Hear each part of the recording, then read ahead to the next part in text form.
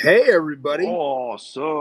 Don't know What's if up, you saw Chris? that, but as they say, if the boss is away, the inmates run the asylum. So there's a little With a asylum action padded back there. room. Tater Tom in the house. What's going We got on? Clint. We got Clint Hickey up in the house, Clint's up man. in Thank here. you guys for joining us. Yeah, we appreciate it. It's just me and Zach hanging out. As you can see, it's the boss takeover live with Chris and Zach. We're just hanging out, being a little goofy, talking about new things we've got, talking about Black Friday things, talking about, Ooh. you know, fun, talking about the fact that everybody should have their stuff either this weekend or like first couple days this next week before Turkey Day. Everything's sent, man. Everything's out. Awesome. Clusterfuck initial stuff is out. I got some new stuff in the works for the clusterfuck. Hoping you guys Uh-oh. get more stuff before Christmas. I'm trying. So you guys, you're getting your initial T-shirt, just so you know. But then you're going to be getting some more stuff too. Adding to it. It's just taking a little while for stuff to come in. So unfortunately, it is that time of year where everybody's racing to get stuff in. So I'm at the mercy of manufacturing and importing and shipping. Yep. It's hard, but it's getting done, man. But everybody's initial stuff will be to you, before Turkey Day because it's all in the wind.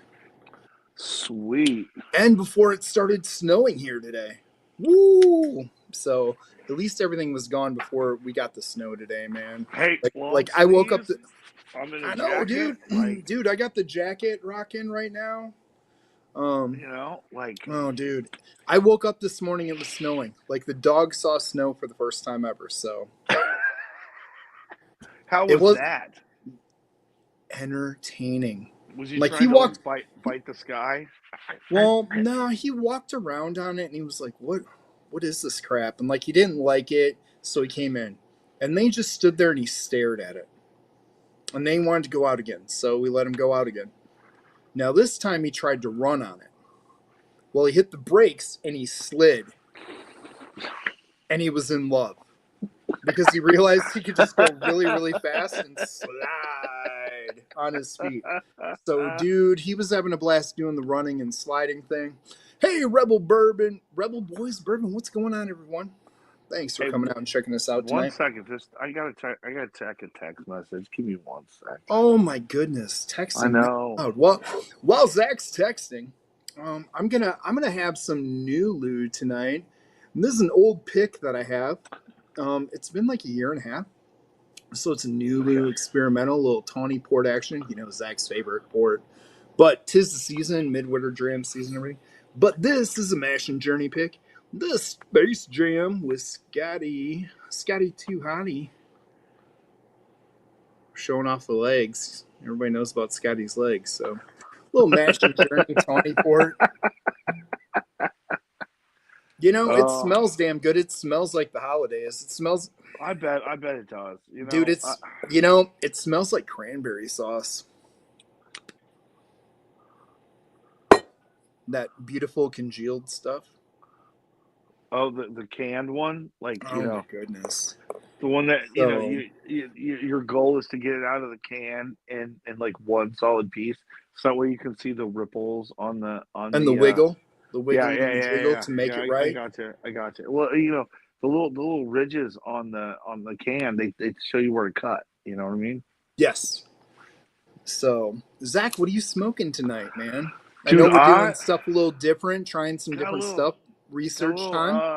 got a little Hold well, on, let me solo you. hold Let on, me hold on, solo hold on. you. Yeah, let's give a proper these are our friends down in Louisiana.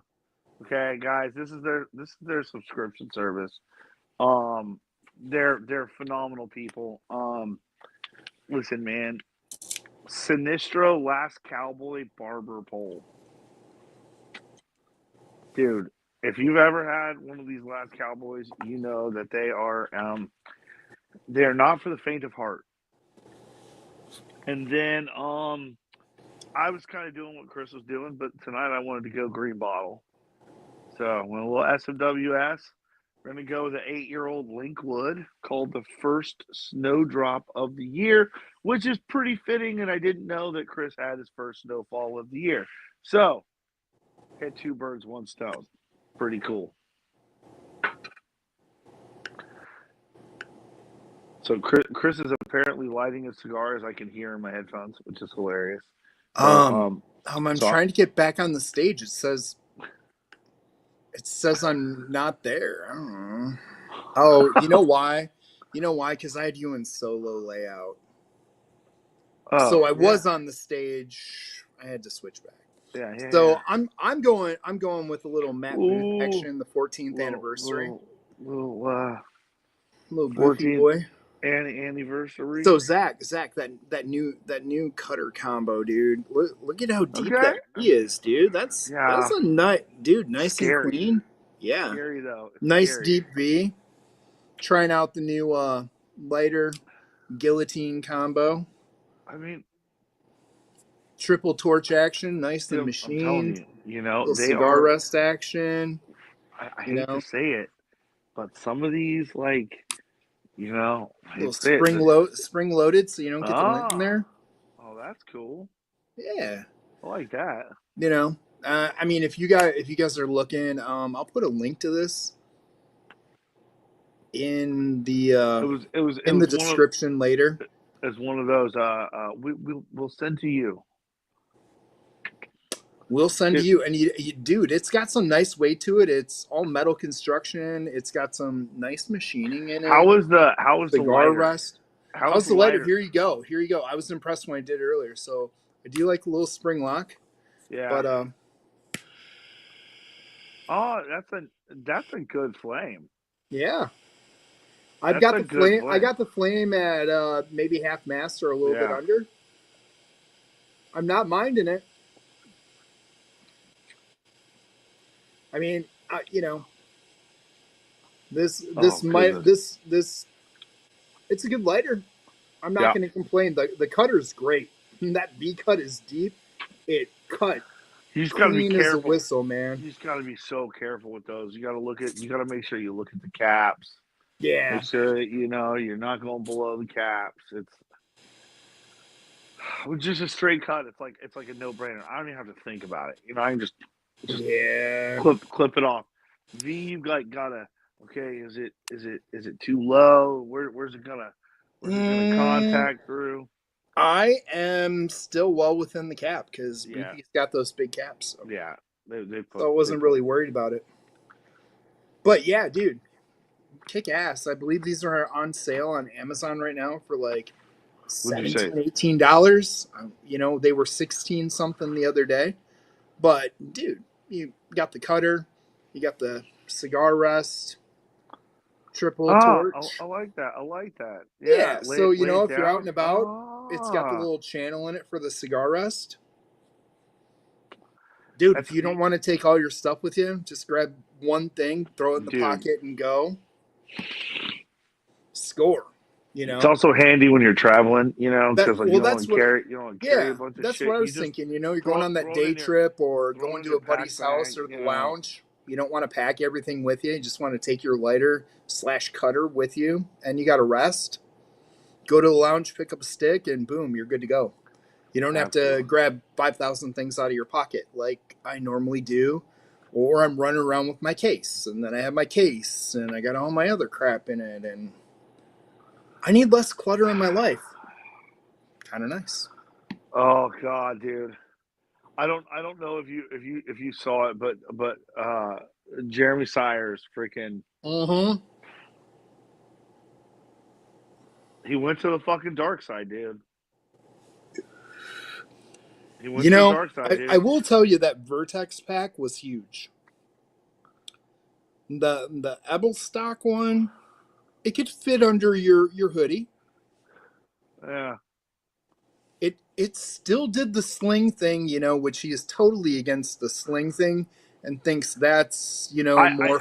He thinks that shit's more femmy than wearing it around your waist, and I disagree. I absolutely fucking disagree, dude. I 100% disagree. I'm a sling guy, man. I'd rather you sling it Yeah. Then I've got a badass Tom Talk you see the sling. guys and they like slide it around. Listen. I've Joe Rogan has been a proponent of those things for years. He has like a leather one, like a super nice like leather one. People are like, I don't give a fuck.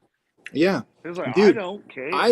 dude, I love mine. My Tom Talk, it's big enough to fit my iPad mini with my pencil so I can do any of my drawing or any of my stuff on the fly. Oh, It yeah, fits all the dude. stuff I need.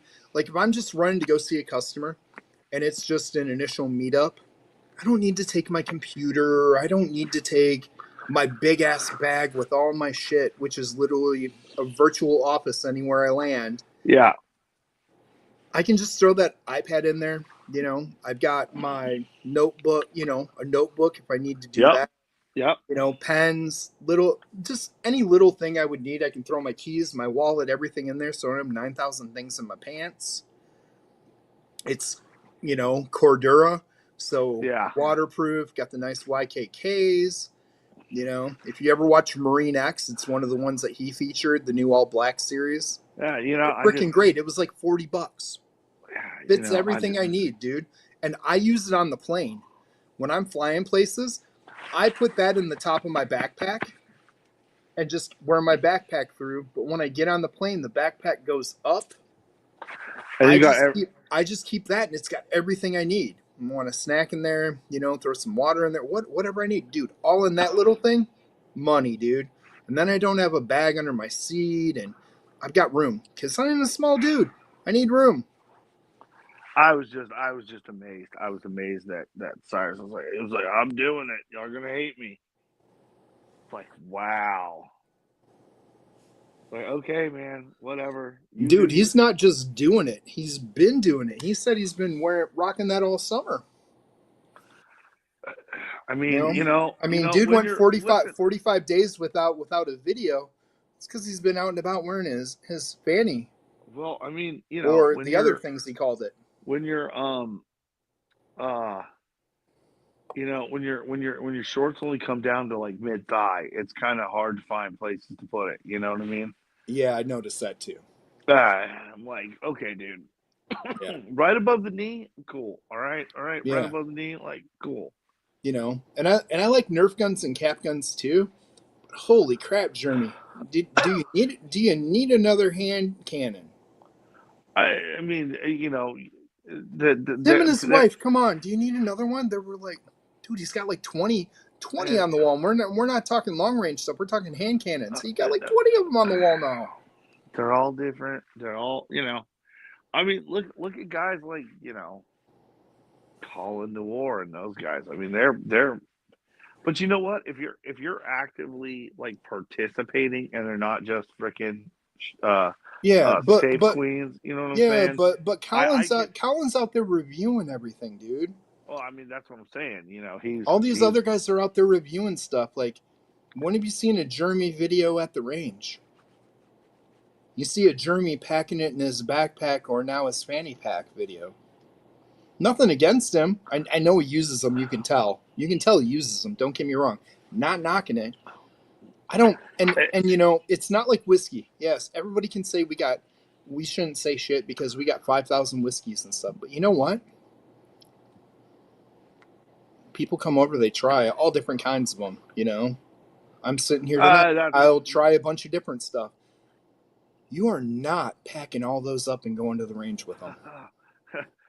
nobody wants to do the maintenance afterwards. No, Oh God. no, I hate Oh, doing maintenance on you me and do the it. wives after I You go just there, like a dude. whole range day, and you're like, Yeah. oh, now you gotta disassemble everything, fucking clean everything, But you know what? There are people that's like therapy time for them. You know what I'm saying? Like that's their decompress time.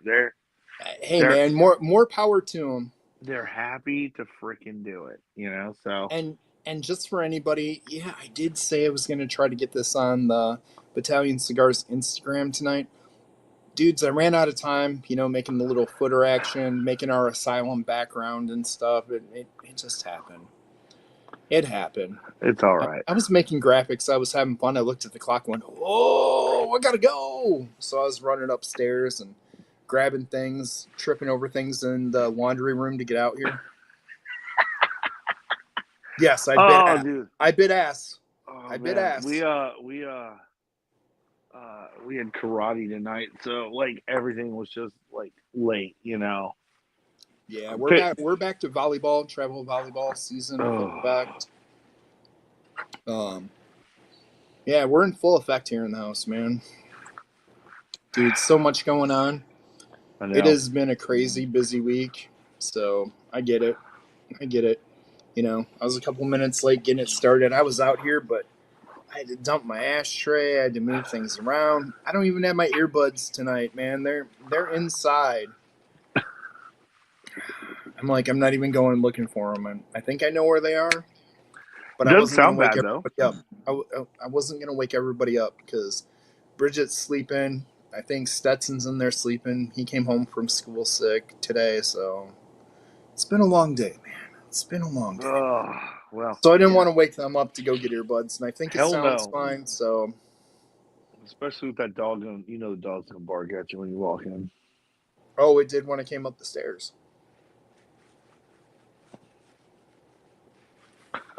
Oh man. So we saw Iron Maiden on Sunday.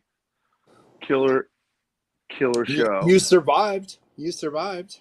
Killer freaking show. Actually, last show on the US tour, they played some extra songs. Really Yeah. nice, dude. Yeah, they threw a couple I mean, extra in it's not there. like they were gonna miss their plane back home. I don't know. It depends on if their pilot's not tired. I mean, yeah, he might put them in the plane the next day. They're getting old. Right. You know, I think they have the ability just to, you know, take off when they want to, you know? They should. It's I get them. wild. It's wild. They I fly mean, themselves. They do but their own thing. Hanson had a great time. We had great seats. Could not have asked for better freaking seats. Nice. We like it was like one flight of stairs. You know what I'm talking? Like one of those like small 10-step flights. You know what I mean? Like you walked out and like one little boom right there to the left. We were just about center mass. But the band that opened up was really surprising because I'd heard of them, you know, had never Okay. really seen them. And it's a band called The Who, HU. They're that Okay. band from Mongolia. Interesting. And so they mix traditional instruments with electric instruments. And let me tell you what, man, that was interesting. Um, a lot cooler to see that in person than like some video or whatever. It just didn't have the same. Yeah. Like I mean, they were like you were like yeah, all right, dude. They're playing these like weird stringed like two string, Heck yeah, man. but mind blown, man, mind blown. It was awesome. I am gonna say I know why this isn't one of my favorites. Mm, Drink's a little hot for 120. It's got that nice burny tingle in the back. I'm not sure that's a cigar, so I'm gonna leave the cigar on the side for a second, taking a little swig of this. It's got that little interesting. heat. Got that little heat in the back, you know. Like I said, it's Well, been a hot minute. this one. This is a new Lutani port pick by Scotty Too Hottie and Jason C. Mash and German. I mean, this one. It's This one old. has. This one has that nip of like. I think it's a first fill bourbon, a second fill Well, ex bourbon. dude, I understand the nip when you said it. You know, first snowfall, it should have a little bit of nip to it. You know, like the wife But said. Oh, I hate the first day of like real winter because I'm just not ready for the cold, damp wetness. well, that's what you guys. I mean, it just it starts to permeate everything. It's just cold and wet I and. know. You know the worst part, dude? I picked up everything to wrap up the patio because it's supposed to be wonderful this weekend. There was no snow forecast until Monday. Here it is today. I got everything. My Amazon box came in today with the rest of my, wraps or whatever. Yep. I bit the bullet and got the wraps that go over them, so I don't have to deal with bungee cords, tarps, and all the other BS. Absolutely. They got here today after everything was covered with snow. I left the solo stove out because we planned on using that this weekend one last time, so I'm gonna have to dump that out and clean it out. Woo! Awesome, man. Yeah, wonderful, right? Wonderful. But like I said, dude, it's supposed to get back to 50 Saturday and Sunday, and then it's supposed to turn to shit and be winter next, Monday on. No, we're gonna. I mean, it's gonna get warm next week. It's gonna be back in the 80s and shit. I'll take what I can get. My little bit of, like it was nice. It's like a brisk morning. Dude, I didn't get enough fall. Like, I never get fall. It was summer hot. We got a couple. We probably got like 5 nice fall nights. Mm-hmm. Where it wasn't like uber windy or crappy. I was hoping to bust the solo stove out a lot more. Yeah. We got a lot of in between crappy nights. Like, I mean, I've been out here a bunch with you guys. I'm like, I'm gonna go outside. Oh, it's raining. It's raining. Yeah. It's 30-mile-an-hour winds, 40-mile-an-hour winds. So last year we got a killer fall. And that's what I was like, dude, we got to have the patio. I want to have that. Sitting out in front of the garage is nice. I can wave at my neighbor who's like 80-something that sits across the street in his garage in his chair from like 9 o'clock in the morning until about 8 o'clock at night. Great dude. Watches the neighborhood for us. He watches the neighborhood. He knows everything going on, man. Oh. He makes his runs to McDonald's and Menards. He lives with his daughter. Okay. She keeps him out of trouble. She's a nurse and her daughter's a nurse. Her daughter lives there too. But yeah, they got Grandpa there. He just does his thing, man. He's great to the boys. I can't understand 90% of what he says, dude. He's got like that grumble. Yeah. The boys, man, they speak that language somehow. Oh man, that's hilarious. The fact that the boys get it. It's. Oh man. Uh-oh. Critter alert. Critter. There's a critter in here. Like possum or? No, small.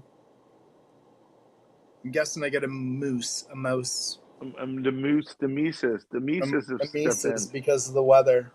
Mm. Damn it. Well, traps are going out tomorrow. Well, only had one last year, so I've got one right now. I can hear them rummaging through some stuff. That don't make Dad happy. Hey, Sarah just got home. Give me 1 sec. I'll be right back. So it's either that or the sound's gone. It could actually be all the stuff from the ashtray I dumped into a box. Let's hope it's that. No, it's not. I heard it. It's not. That does not make me happy. But temperature dropped 30 degrees today. It's wet. It's snowing. Yay. Got the mouse. Woohoo. What's everybody else doing tonight?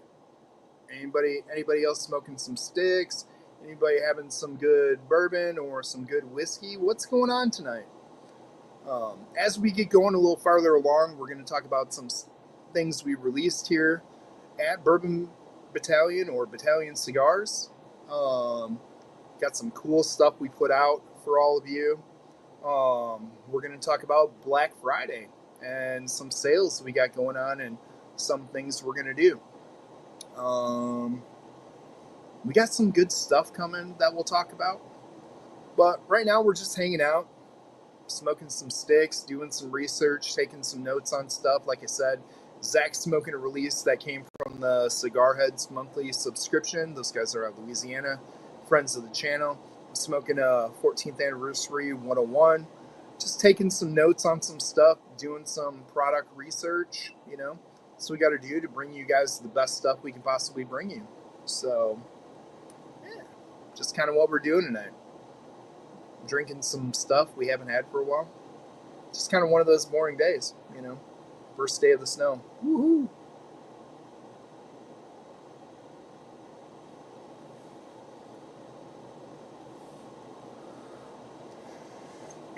And on top of that, if you are into the whiskey scene, it is allocated season. Is anybody seeing the good stuff? I know Illinois and Wisconsin have all received all their allocated. They've got their Pappies, they've got their B-Tax. I do know some places in Wisconsin, up in the Toma area, are having their allocated raffle tomorrow night. There's a lot of raffles happening down around the state line here in Beloit, Rockford, Clinton, Illinois. So all over Illinois and Wisconsin, the raffles are going on here in the next 10 days.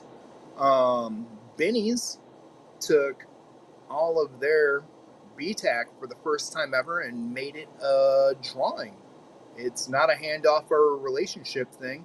It's a sign up on their app. So that's a whole different world around here.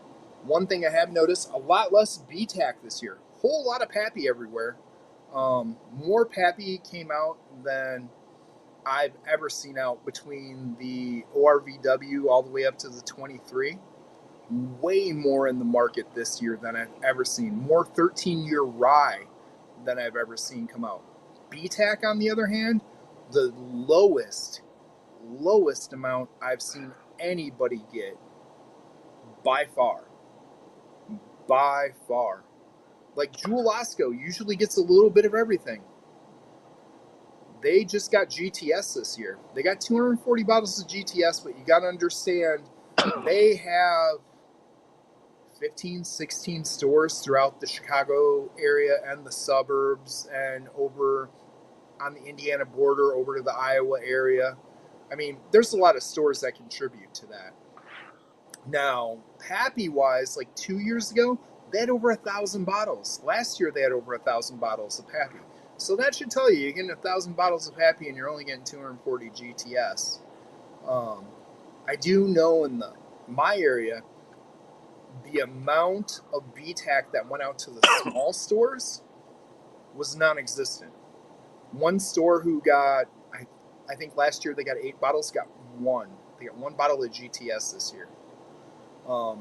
Another store that I know that, dude, they scored on the Pappy stuff. Like, they've never got Pappy before. They got 24 different bottles ranging from the ORVW to the 23. They got hooked up. Another store got 2 cases of ORVW, 2 cases of Lot B.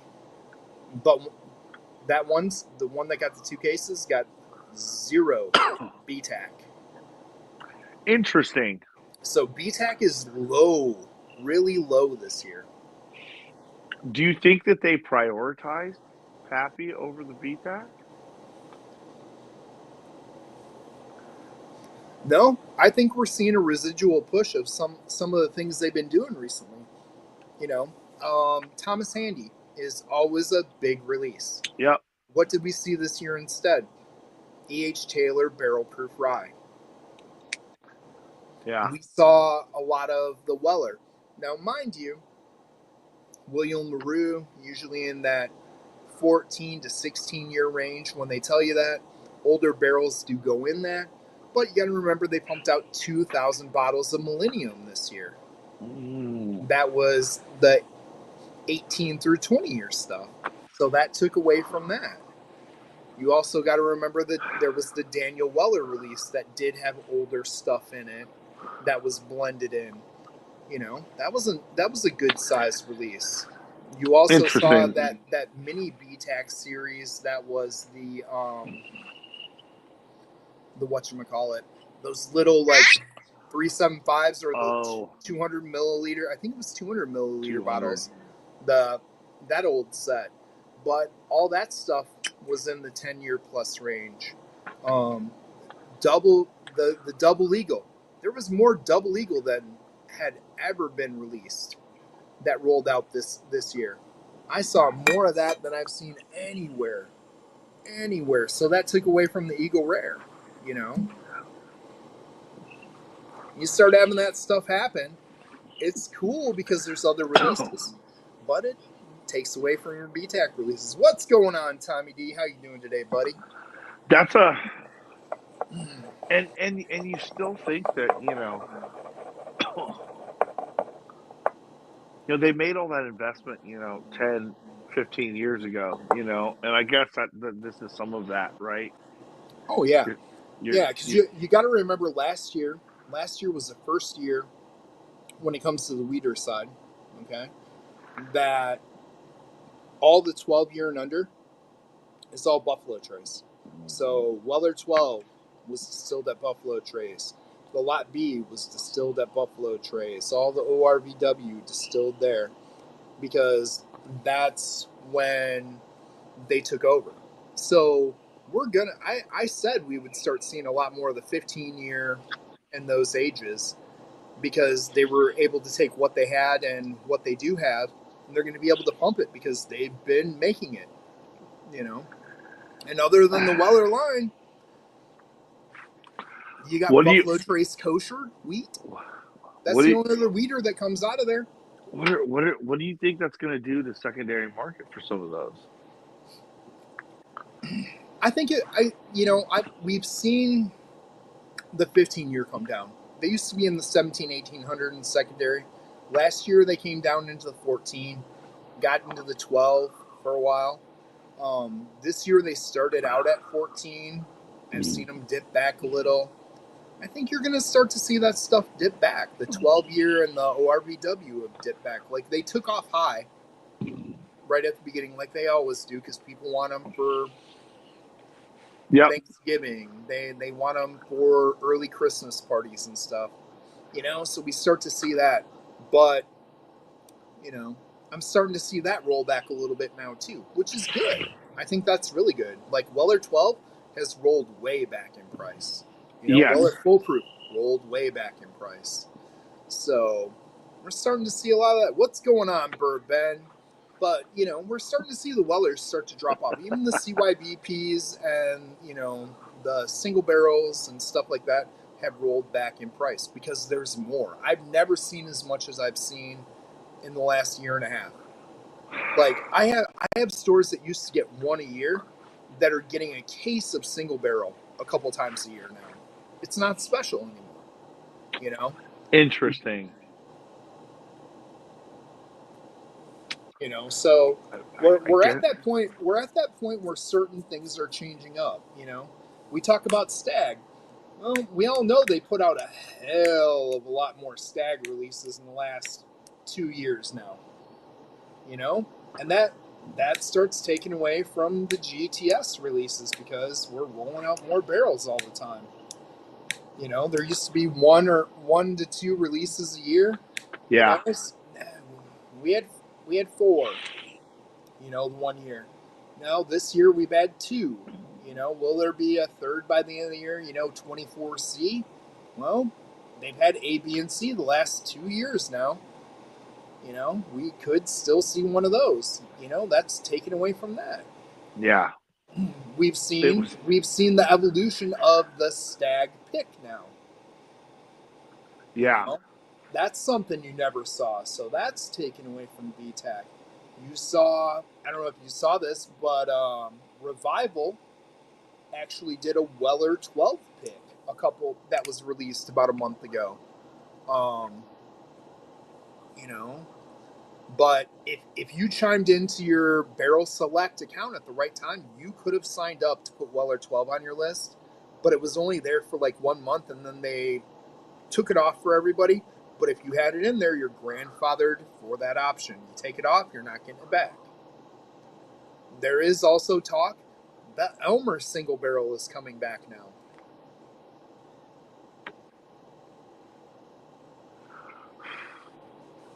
That's cool. Right. You know. And you've also seen the domestic releases of Blanton's Gold, straight from Yep. the barrel. You've seen gold picks now this year.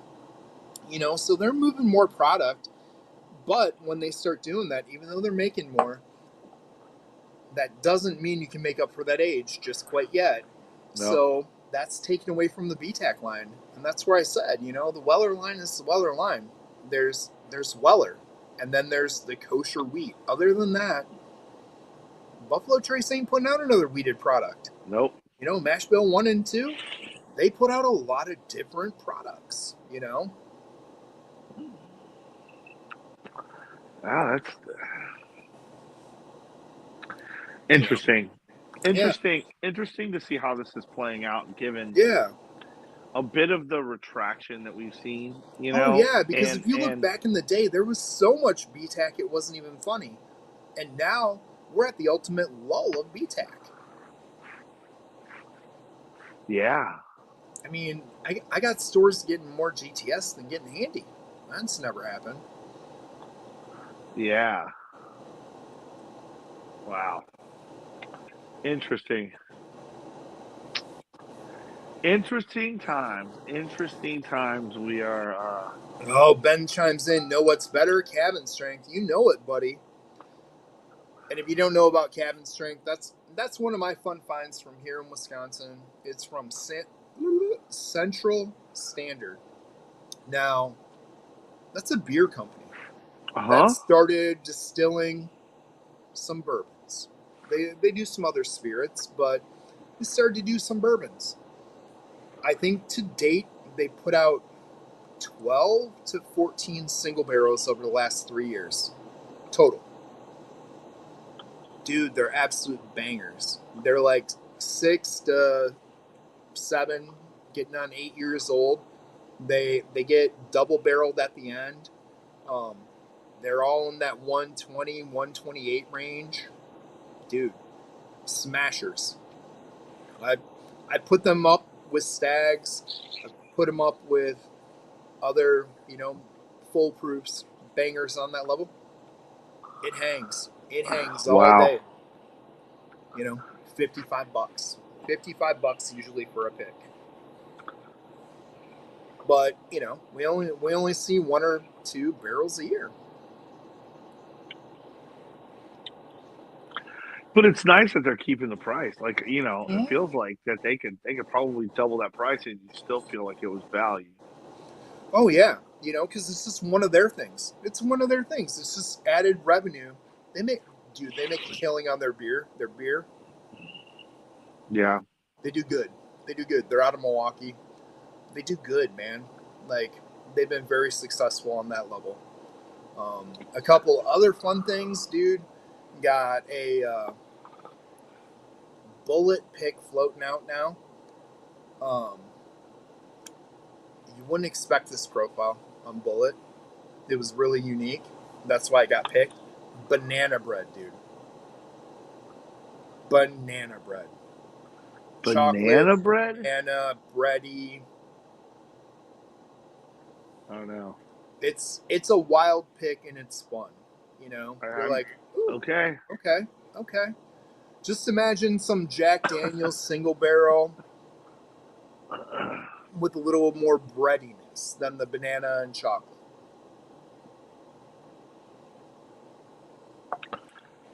Interesting.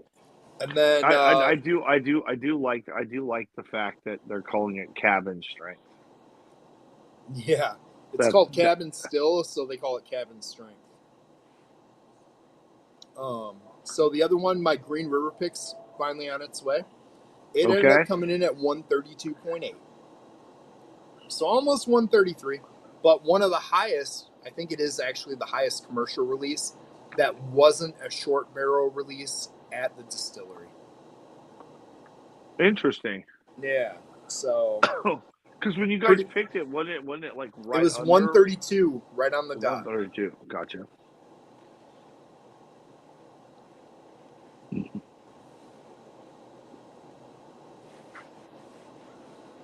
And since that point, like I said, you know, we didn't have that typical fall where we had the warm days, cool nights.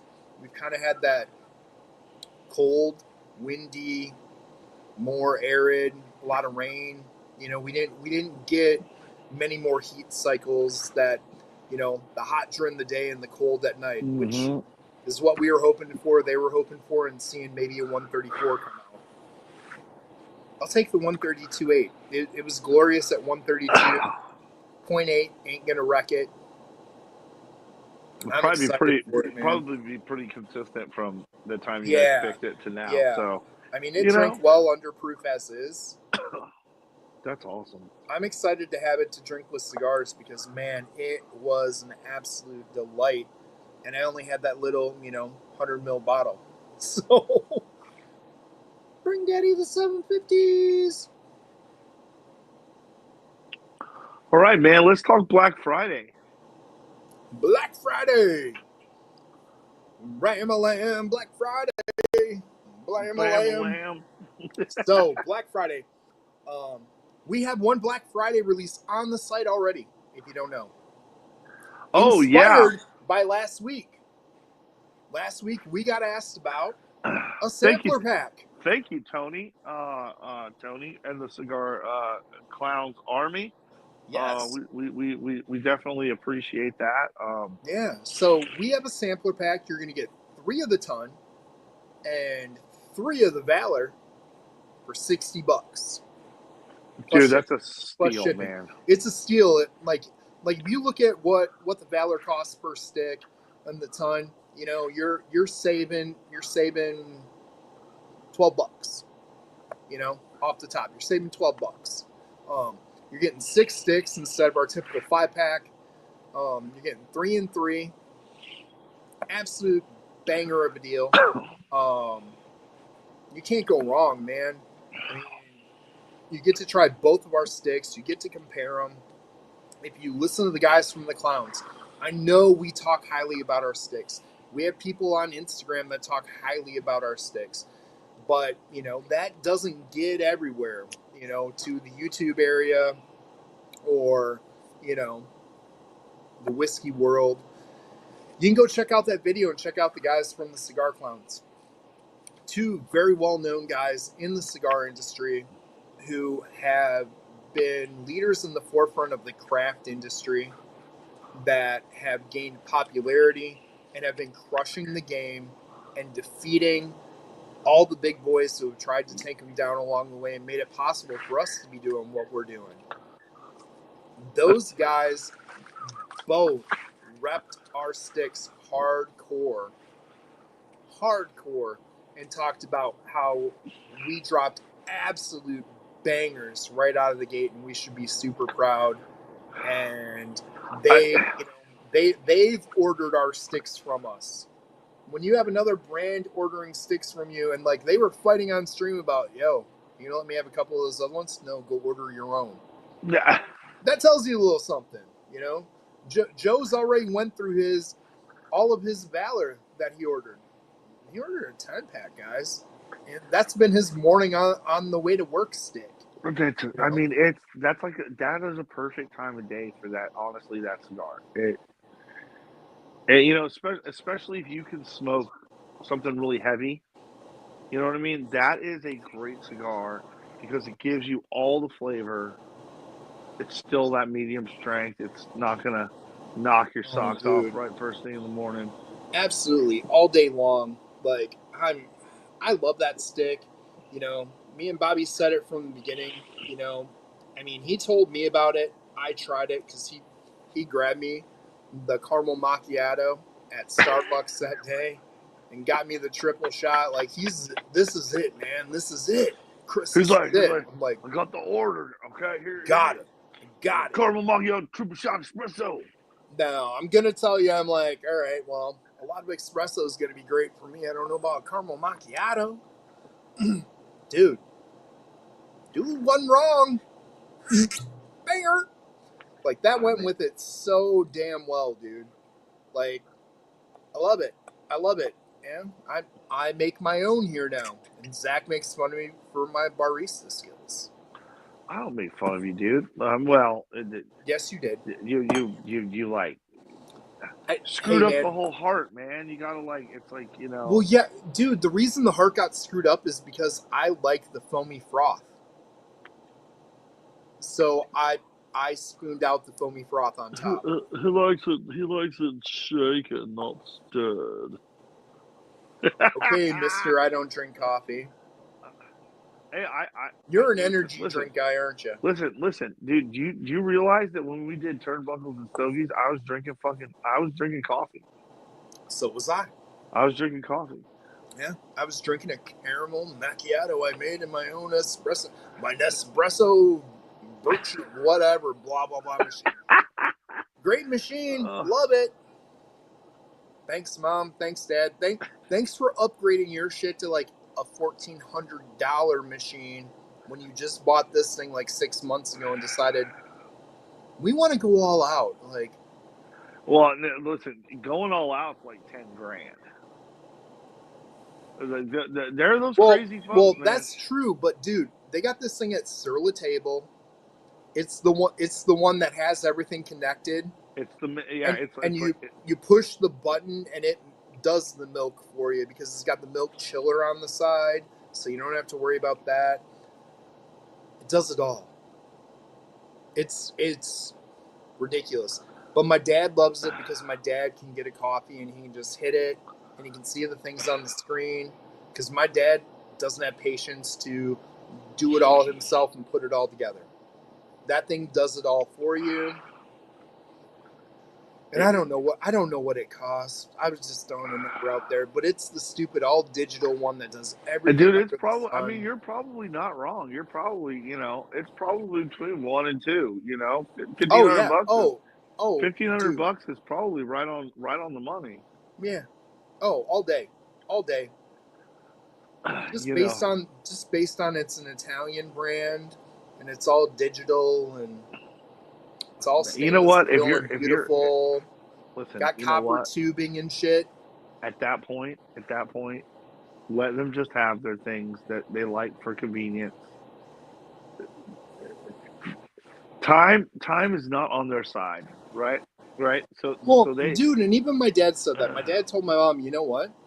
I really like that coffee she made me. And I can even use this machine. She made me do it. He goes, I'm 78.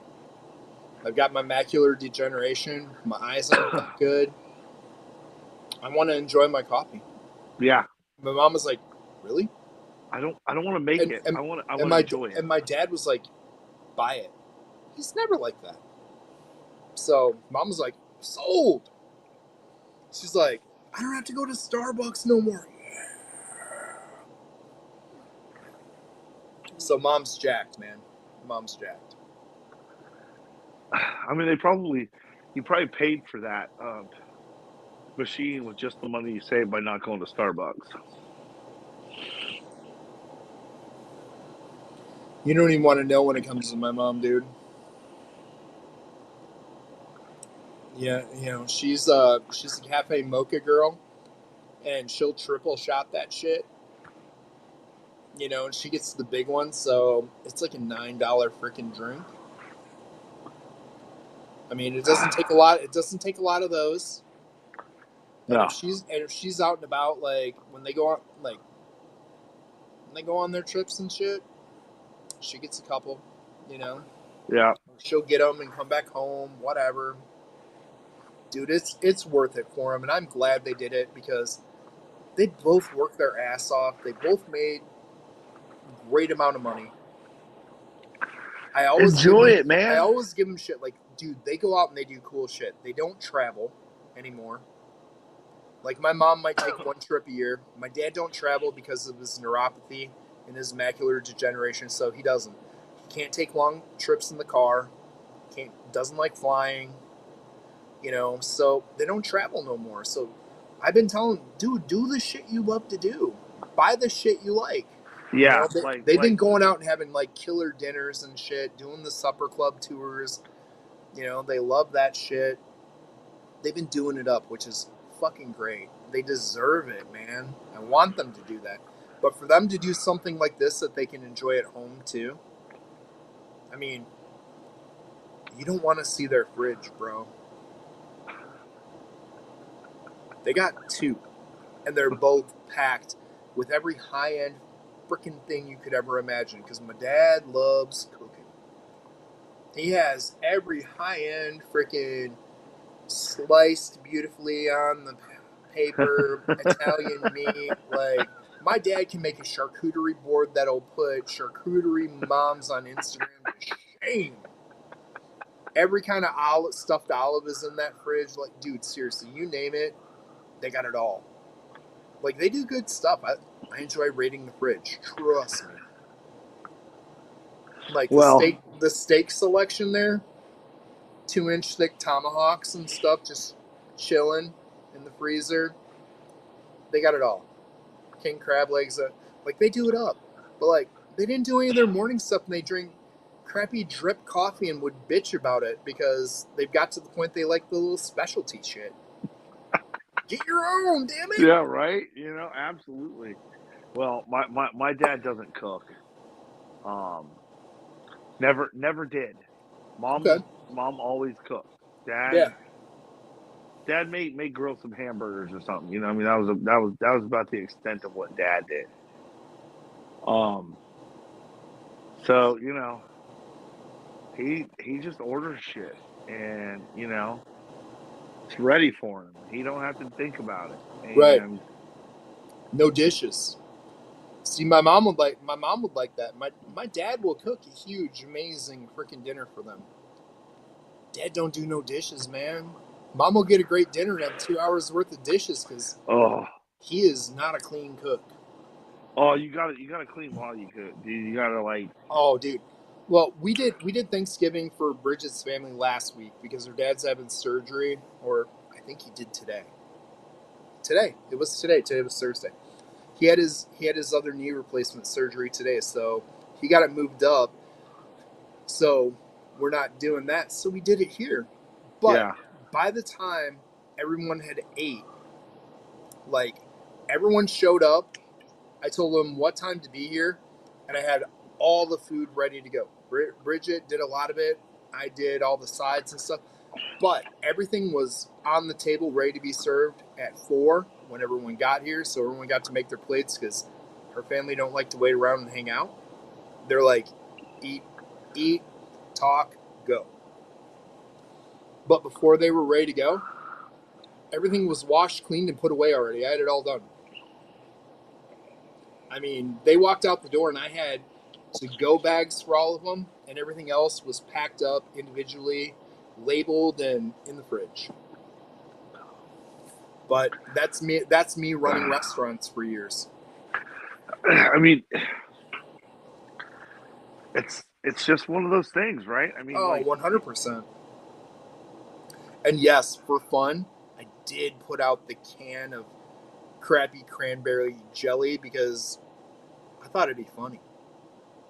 We spent that time to make everything else from scratch, and I'm like, dude, I'm gonna put this out here just so the kids get to see what this crap is. They kept on poking it, watching it jiggle.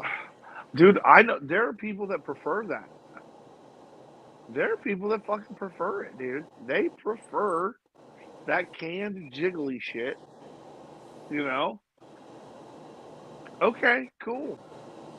Yeah, dude, to each their own. I just wanted the kids to experience and see it, and we made them all try it because none of the three of them never tried it. So we made them try it. You got to do that shit, man. Oh, that's a scary proposition in my house. You know, Anson has the ability to um what it he was one and a half, maybe two, and Sarah gave him a Brussels sprout and he put it in his mouth and then he projectile vomited. Oh God. Like he didn't even chew it up. She put it in his mouth, and he was bleh. Oh, my kids don't do that. They'll try it and they'll tell you, no, no, Um, never again, um, never again. she made the mistake. She made salmon one night, and she put it up like it got in front of him, and he smelled it. Bleh. So I'm like, dude, you got to start trying some stuff. He's like, no. Yeah, dude, my kids are adventurers, man. They eat sushi. The girls were.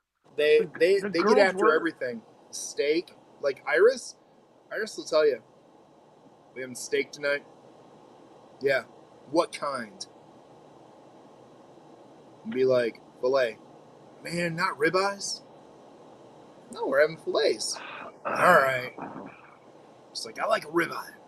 Me and Bridget I really love New York strips, like a high marbled New York strip. Like that's our go-to. I'm not a ribeye dude. dude, you know You what? give me a beautiful, Marbled. beautiful marbled New York strip, The even a dry trick age. is, We have two places that do the dry age now, where I can go oh, get 28-day dry aged at the store. that's pretty cool, man. I mean, you just gotta Love cook. that, dude. You just gotta cook it a little bit slower. Yeah, yeah. You just gotta take your time with it a little bit more. Just Oh yeah, takes a little bit extra time. yeah. You Yeah, know, unless hard sear, hard sear. unless you have an opportunity where you've got like the wood fire pizza ovens where you can get into the 12 to 1600 range. It'd Yeah, be nice. There's a couple of them now. I looked at them. I looked at them because I'm not gonna lie, I love me some Ruth Chris.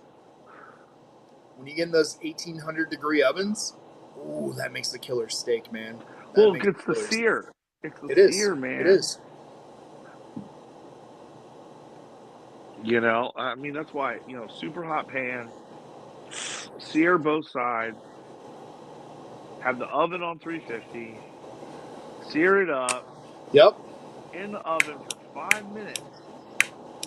In the oven for 5 minutes, 5 to 7 minutes, whatever, Oh yeah, dude. I mean, and it slows it down just a little bit. It yeah, you'll and get a, things I do, it depends on the cuts too. It depends on the cuts if I'm going to do a reverse sear. You know, it really depends on how I'm going to do it. You know, I'll do it both ways, but I like I depending on the cut, like I'm the guy that will cook outdoors on the grill. I'll cook indoor and do a hard sear while basting the whole time. You know, do yeah, the hard sear and then the basting, and then go to the basically with oven. And the butter and you oil know, and thyme, a little bit of the thyme. main thing, dude, the main thing I'll tell anybody from all the time running restaurants, man, as long as you cook it, Let it rest rest. it. Rest Let it, it man. rest. You're doing something an inch thick, you better rest that for 10 minutes minimum. The heat's not going to be gone. It's still going to be nice and warm. It's going to be so juicy and wonderful, you know? Dude, those And New then York and then and then strips, and then a that little and then two a little exact little flake of sea salt, right after you slice them, Muldoon salt, slice it man. up, and then Muldoon makes a great salt. They also if you go a little higher end on the salt, it's not that much more, but you get the salt from Iceland. ah, There's a place in Iceland where it is actually real flaked sea salt that they hand harvest and age. And you can get ooh, smoked sea salt from them as well, and you can get a nice peaty one as well.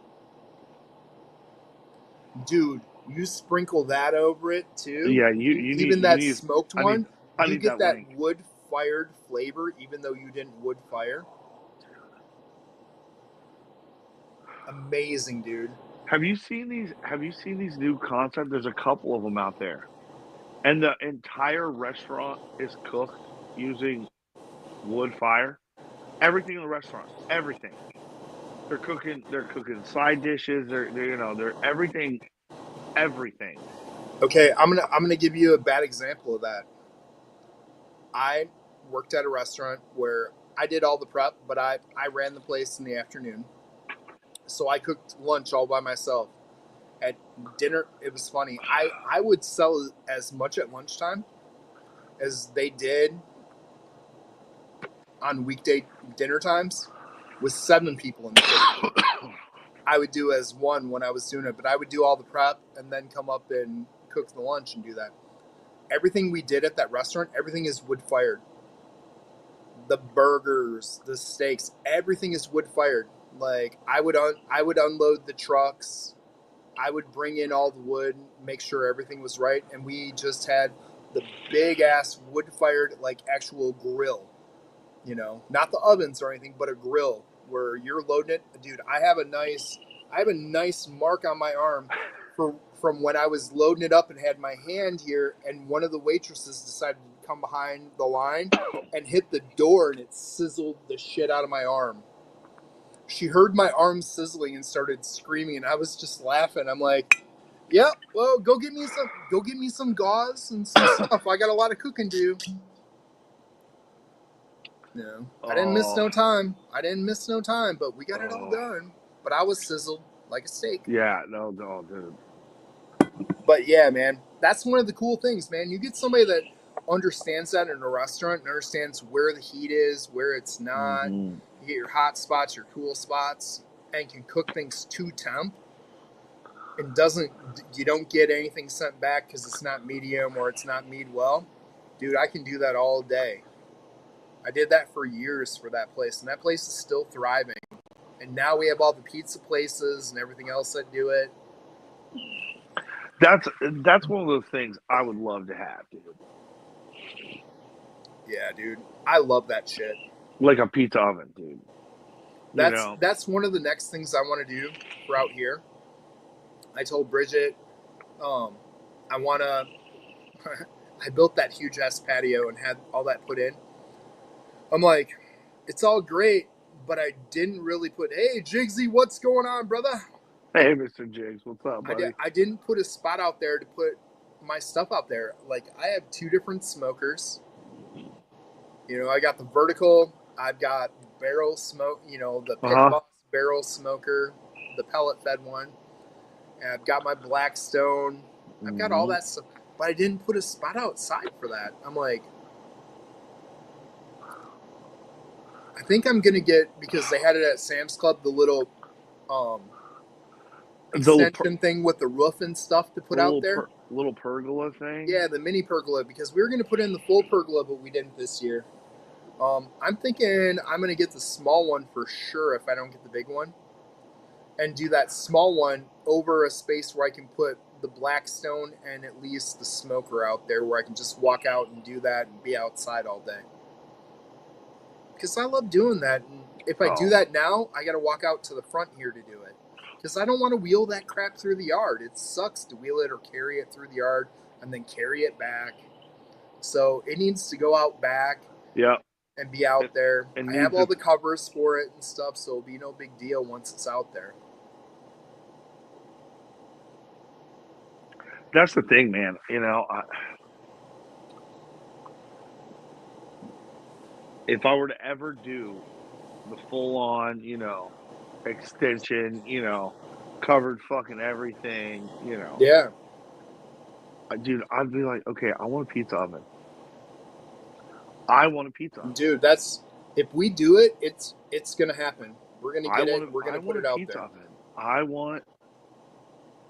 My kids love that stuff to death, and as fast as it cooks, and being able to do a steak out there and do that hard, heavy sear.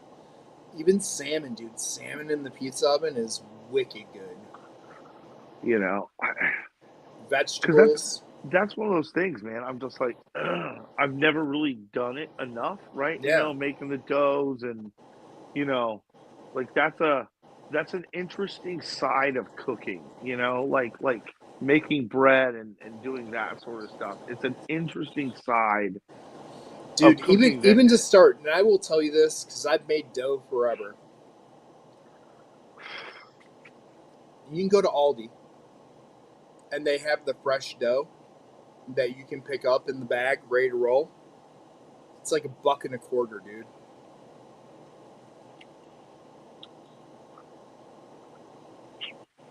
Even in your grocery store, in the frozen section, you'll find frozen dough balls. Yeah. They're like $2. You can buy those and do that. Like, it's not going to make that big of a difference. Just look at the ingredients and make sure it's straightforward.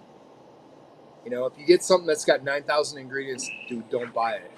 But if it's just straightforward, it's water, yeast, a little bit of salt, and Flour. flour, you're in. You're in. And the Aldi one's straightforward, man. The one I get, and it's $1.25. I can buy it on the fly. You make calzones at home easy, like even in the oven. Yeah. It's simple, you know. And I'll tell you, dude, just buy some semolina or some cornmeal. Put that on your pel or on the bottom of your pan and put that on Yeah. it. It doesn't stick to it. You get that nice toothy bottom Yep. that you want. Works, dude. It works all day. You know. But a lot of people just want to put it on there raw, and you can't do that, man. You gotta have that semolina. You gotta have that cornmeal, just so you got that different level of contact, so you can get it toasted without burning the bottom. Well, and you can get back underneath it too, right? Right. Mm-hmm. You need to be able to get back underneath it as well. So Totally. you got to get the peel Totally. back underneath it. So Yeah. You know. You know. I'm I'm that ass that cooks all the time, just because all that time in the restaurant's doing all that shit. You know. I mean, I One of just my got one of my favorite Instagrammers, Meat Dad. If you don't watch Meat Dad, that guy will tell you how to do Costco or anything else. I know how to oh do all this yeah. stuff, breaking down the meat, saving money, and doing that. Yep. That's how we do it, dude. I buy the tenderloins and stuff. I break them all down, part it out. I have taco meat. I have fillets. I have some stew meat. Dude, we make a killing off of that loin when you look at the cost per pound. Yeah. You know, we do good. You get a half-pound fillet here. It's like $11.99. I'm getting 1 pound fillets, and we're talking $10. Yeah. That's where it's at. And all you're doing is cutting it. You're trimming the silver skin. You're slicing it. You're good to go. And then you got everything else too that you can make out of it. You know. Do you do your own grinds? Yeah, that's one piece of equipment. Not as much as I used to, but I do. We still do that a lot. Um, I've got one of my stores. They do grind all their own stuff. When stuff gets close to date, they grind all of it and they tube it up, and then they'll put it back out. And if it doesn't sell out, they'll freeze it. Dude, I can go to the freezer and I can pick up 10 pounds of their grind of all the different steaks and stuff. So it's not just burger, you know, Yeah. burger cut, but it's steak cuts and stuff. Dude, $28 for a 10 pounder. But that's all the cut, like all the good cuts. You're not just getting leftover stuff Yeah. thrown in. You're getting the cuts, man. You know, if you don't mind frozen, dude, I don't mind frozen. Unthaw it and let it rip, man. It ain't that hard, man. No, no. I mean, for that price, dude, you're getting a high quality burger for $2.90 a pound, man. Yeah. I mean, that's the Go buy some quote unquote, you know, brisket burger that's 30% burger and then it's the rest of the burger cut. You're paying 13, $14 for a pound. We're gonna buy this shit for $2.90.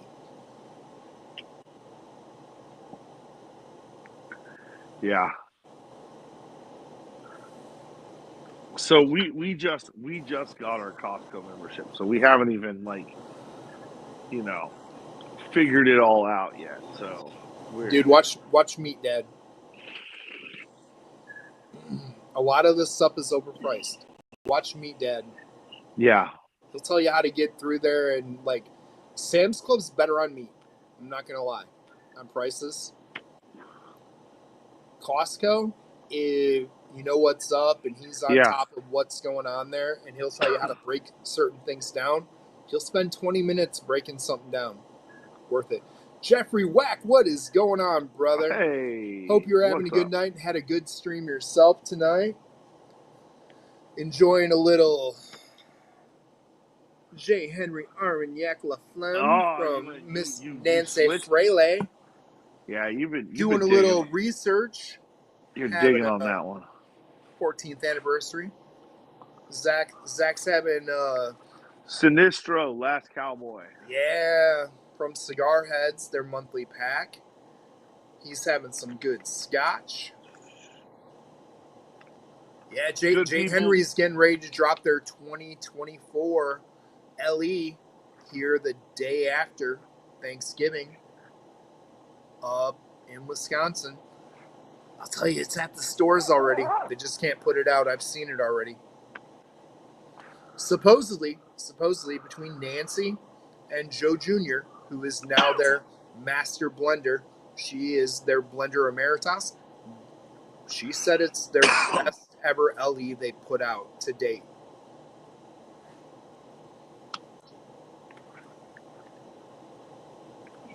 That's pretty interesting. Mm-hmm. I have the 21, 22, 20, 21, and 22. I didn't get last year's. I know where I can get it. I didn't see a lot of them last year, but I know where I can get the 23 now.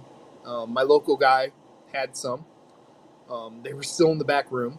So he's like, dude, I got you. He goes, I got the 24s too. I'm like, okay, well, hold on to them.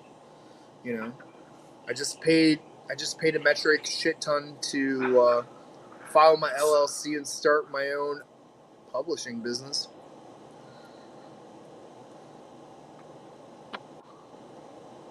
No more Mr. Freelance.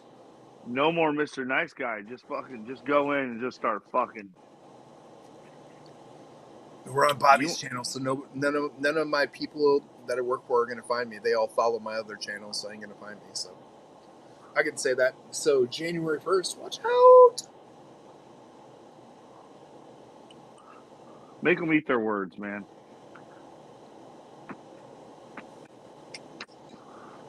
Make them regret ever pissing off freaking Chris Ludding. Right? And Jeffrey, Nancy has some killer old stock. You know that. She's got those 18 and a half years. She's got up to 22-year-old MGP again, man. Really? Dude, she has Ultra Hazy. So is 18-year-old barrel, is Zach. She's got like 147, is that 148 is proof MGP, 36% Ultra Hazies, dude. do you think that that's a as a result of a lot of that contract stuff being pushed back and all of a sudden It stock. is, but a lot of those barrels were still floating, dude. And I can tell you there's a lot of them that were still floating in a few states. They were being bought up by investment firms. They were being bought up by Barrel. They were Yeah, being bought up by a lot of upstarts, and well, the market slowed down. I can tell you from the stores I walk into, whether they're big box stores that sell more than anybody you ever seen, yeah. or even your specialty stores that have followings like No Tomorrow. Dude, shit's sitting. Shit's sitting. Like, I've talked about the Four Roses picks sitting, for months now, which never happened. They sold out in a day, that are still sitting on floors. Old Forester picks sitting on floors. Like Woodman's. Woodman's just put all their good times, their good times picks. They were $110. Dude, they're like $68 now. They might actually move now, huh? Right. What's up, John? How you doing, buddy? JK. Boo. What's up, Hey, buddy? John. You should know that this past weekend we took the whole family, like everybody, to go see freaking Iron Maiden. So my 6-year-old had a fucking blast, dude. He had a freaking blast. Jeffrey, So you're not wrong, but those picks, they are the cigar ones, and they are 9 and 10-year-old stock. So they're not the basic ones. Joey B, what's up, what's going Joey? on? Thanks for coming in. Hey John, I know you're up there in Wisconsin. I'm not sure how far away you are, but you're way closer than me. But I did have one of my baseball guys hit me up. If you're anywhere or can get to the Toma area, Casey's over in Toma, doing their allocated drawing tomorrow night. It's just put your name in, allocated, going on tomorrow night, man. Just Stop straight it name, today. just straight name in a hat. Get a ticket when you walk in. Pull a ticket, man. Pretty cool, man. That's pretty cool. Oh, John's up north. I knew he was over by Green Bay, but I didn't know how far up. Now I know. That's a bit of a hike. So let me ask you another question in reference to MGP. Mm-hmm. Does the repurchase of Penelope still look like a good deal? Of course. Of course. Now MGP has a premium brand that hasn't always been associated with MGP itself. So you can charge a little bit higher price. You know, they saw things like the Volsteads and the Gatsby's and stuff, like chime when it hit the $2.99 price. Yeah. But look at them with the Penelope right now, and I'm going to tell you, they're good. Those estate ones, I had the 9-year, I tried the 10-year, both very good. But you're talking that 79 to like 129 for the 9 to 11 year. Good price point, good product, and you know, it's still not barrel strength. You're talking I think 101 area to 95, 96 proof. But, dude, really full flavored, really good. I know Penelope is or has access to some even older stuff that's gonna happen. It's in the works. But they needed a brand that was not theirs, but they could start to make their premium brand. You know, because when you see Remus, we were all like, dude, that's a $60 bottle. Now it's a $100 bottle and we see it sit. Penelope was your 60 to 80, sometimes $90 It was, bottle. you know, and they came in. It was, you know, I think for us it was like $75. Like, Yeah. you know, it was like $75 to $90. Right, right. And you were talking 4 to 6-year-old stuff that was blended well. It was enjoyable. And you didn't mind the price point because they did a really good job. So now when they're blending for you and giving you 9 to 11 year, you're like, okay, yeah, I'll pay more for that. Is MGP still using their process, like sending it south and letting it sit a little longer, you know? Or did more of that come back in house? Well, now that you say that, you got to remember they do own Luxco.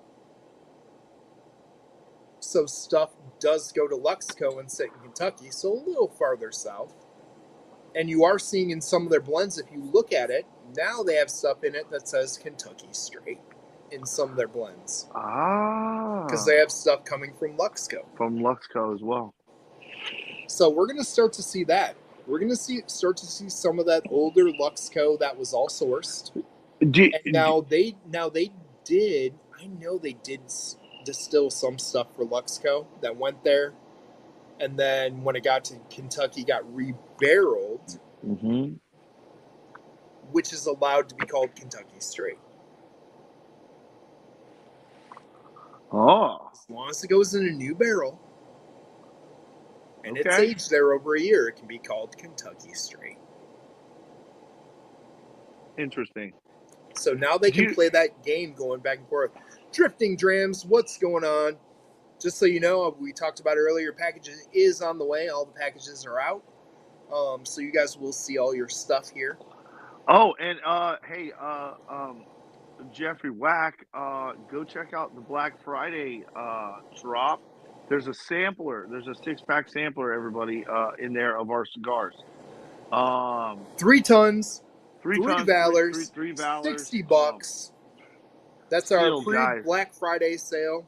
Listen, man. People were asking about a sampler. We listened to the people. We made it. So it's available. Order now. Be out tomorrow. You have it before Thanksgiving. Have some Battalion Cigars for Thanksgiving after dinner. Dude, yeah, that's rolling. I forgot how good these fucking Last Cowboys are. Yeah, dude. There's a lot of good stuff out there. And Man. I love doing research, so we're taking notes. I know right now, we have 4 more blends ready to roll. But looking ahead to what the possibilities are, dude, our possibilities are endless, and I'm excited for them. I'm excited for the people we talk to about collabing. I'm excited for what's going forward, So the more we know about everything else, other than just what we're working with and going, hey, can we do a little this? Can we do a little that? Yeah. All this research is awesome. Because we have the right people that'll do all this for us. So it's important.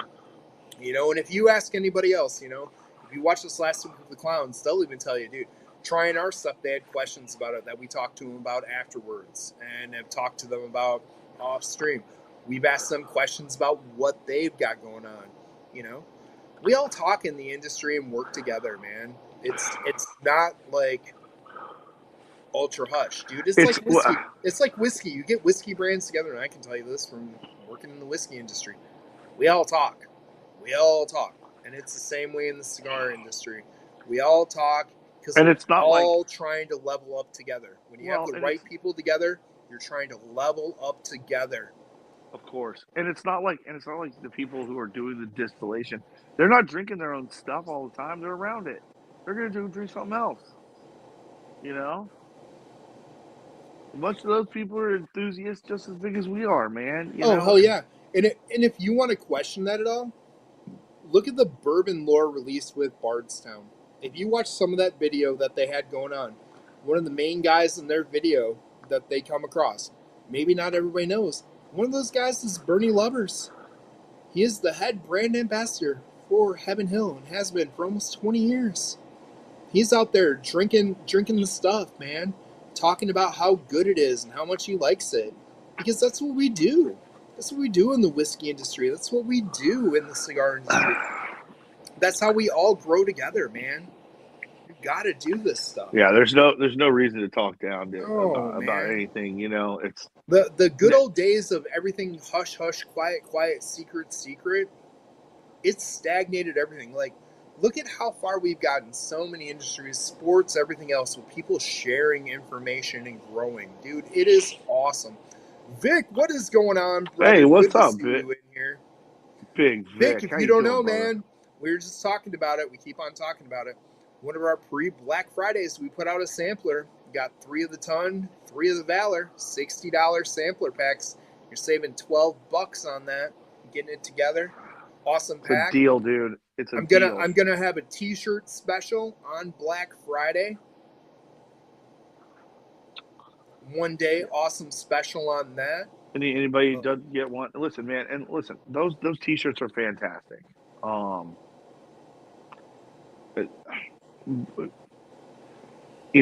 Chris didn't buy crappy T-shirts, man. They're wonderful T-shirts, and let me tell you what, I wear them, I wash them, still look good, dude. Hell yeah, man.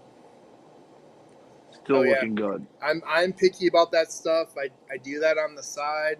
I've done that the last 10 years working in that industry with some of my customers who I illustrate for. And got to know what's good, got to know what works. Because we all hate when we get a T-shirt. You wear it once and it sucks. You wash it 3 times, the graphics coming off. I have one of these that's my tester one. We wash it all the time. It's been through 50 washes and it's not cracked and not falling apart. That's awesome. You know, I will admit I do put it inside out. What you're supposed to do. Not everybody has time to do that. I do it, but 50 washes and that thing is still pristine, dude. It's my tester. I just take it off and turn it inside out. You know, when I take it off, it's just a habit now of all my like graphic heat. Like that's just that way it's on the inside. You know. Hey, Mark from Northwest Bourbon. What's Salute up, to Mark? you, brother. Hope you're doing good. Thanks for coming in. Chiming in from the great Northwest. If you don't know about Mark and Northwest Bourbon or Big Vic's Backyard BS, two Dude, awesome man, channels. We got Drifting Golden Drams Vic, in here. dude. Drifting Drams makes awesome craft coffee. They're sourcing some of the best beans around the world, making some amazing blends. Check them out, driftingdrams.com. Got to support all the people that support us. We got Jeffrey Wack that's been in here. Hello again, Whiskey Friends, another amazing YouTube channel. They do tons of killer whiskey picks. Dude, check everybody out. We got cool people chiming in here that support us at Battalion Cigars. We support them and what they do. You know, get after it, man. Get after it. The holidays are coming. You want good things. You want cool presents. Coffee. You got cigars. You got whiskey picks. All kinds of cool people doing great things, man.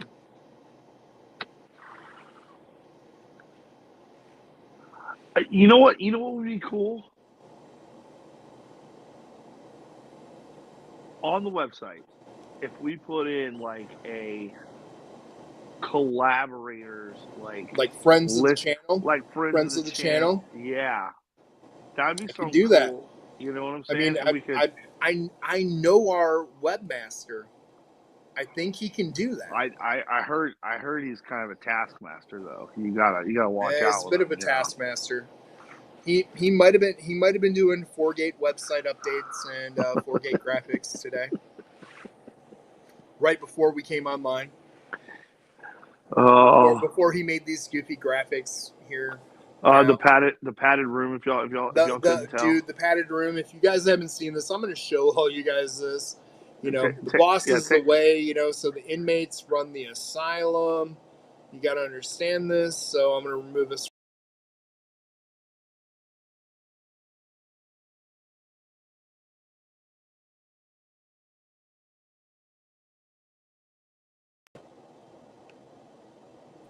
I was like, can he get us back in, or we got? Oh, I can get us back in. I can get us back in all day. But you know, you got to do fun things like that. You know, the show opened up that way. You got to have fun stuff in the StreamYard. Oh You man. know, the inmates are Oh running the asylum. The boss is away. Bobby has been on the road and had an amazingly killer long week. You know, so you got me and Zach. Sorry. no, man. It's been a good week. Like got a bunch of shit to do next week, but you know it'll be a good week. You know, John, you say that. John says this. He wasn't here earlier. He says as long as you can fall without hurting yourself. Dude, I was racing to get out here, and I got to come through the laundry room, and it's always dark. Somebody left the booby traps. Chris went boom. I totally wiped out on the way here. We started like 2 minutes late because I was out here. I'm like, I need to catch my breath, man. I just slammed hard with the iPad and with a bottle of whiskey. Nothing was hurt, just my bootay. Because I twisted on the fall not to land on the iPad and the just whiskey. So. just pride. No, there was Just no pride involved because everybody's asleep in my house. Everyone's asleep. Nobody knew. Just me. oh man, no, dude. It's I'm excited for into this year, next year. Just looking forward. It just John, bottle safe. I was sampling on the new Lou Tawny Experimental. It's old. It's old. Some of you will recognize it. That hot guy, a little hawk action, mashing journey. I've had this one sitting around forever. My Nulus, I have my monster shelves. I don't have my Nulus on my shelves, and I saw it sitting there. I'm like, I'm gonna take that outside tonight. I'm gonna have that. And I'm gonna have it now, and I bet it's better now that I've acclimated my palate than starting out Oh, with it, because it had that little burn and that little tingle in the back of the throat. It had great flavor, but it had that little tingle, just starting off the day. And I I haven't had anything since Saturday. No cigars, no whiskey. It's that little reacclimation. You know, it does take a minute sometimes, you know. it does. It does when you take a little time off. It's kind of nice. The palate appreciates you. The body, the mind appreciates you. I mean, honestly, I drink on Thursdays and usually on Saturdays. So that's not an always thing. But cigars, dude, we go hard with the cigars. Shit, like we have been probably, dude. I'm gonna say this, and it's gonna be wild for me to say, dude. I've probably been, with us going on streams and stuff, and on weekends, probably like 10 a week. When it used to be one a week. Yeah, it's a difference. Like it. You talk about acclimation, man. Yeah, Like dude. there is. You got Oh, it. way better, way better. No burn in the back now. But yeah, dude, I'm not Saka. I'm not busting 10 sticks a day. You know, I'm not any of those dudes you see on there that can do 10 a day. Holy cow! God, That's God bless them. The it's most too I ever much, did man. is when we did the pipe and cigar trade The show, event. where we were starting waking up in the morning all together, having a stick early, and then going into the wee hours in the morning together. Like, dude, I think I did six the one day, and I was like, whoa. The next morning, oh, I had that first coffee, a sip or two, had a stick, and then it was like, whoo. It was like the hair of the cigar dog. And it was all right. But I'll tell you what, that next morning when I woke up at home, because we did 2 days of that, and then that next day at home, I was like, that lightheaded, airy feeling. I'm like I need a bit of a break. Holy cow, man. At that point, we were just ramping up with everything and trying everything, and I was doing like 3 or 4 a week, and then I'm doing 6 a day, 2 days in a row. Whew. It's tough, man. It's tough. It's a workout on the palate. It's also another one of those things where you got to stay consistent. Um, you know, don't rush that cigar. No, no. You Hey, Mark, know. we Oh, appreciate that, and everybody can hit oh that man, thumbs up button. Helps us, absolutely. you know, goes a long way. You know, we appreciate all of that, man. We absolutely do. Absolutely. It helps with the algorithms. The algorithms, You know, especially heading playing. into the holidays here, man. Like I said, our Black Friday sale, that sampler pack being out there. If you've been curious to try, you don't know if you want the ton, you don't know if you want to try the Valor. Now you can try 3 of both for $60. It's just man, it's a steal, guys. It's a steal.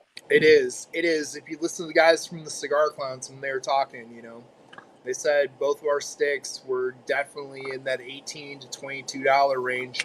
You know, especially in their markets out on the East Coast. They said 18 to 22 all day. So what you're getting from us is a steal. You know, they loved them. They ordered them. It's nice to hear feedback from those guys. Um, just because we Cheers, T tried. Rob. Hey, T Rob. A little South Carolina action coming in.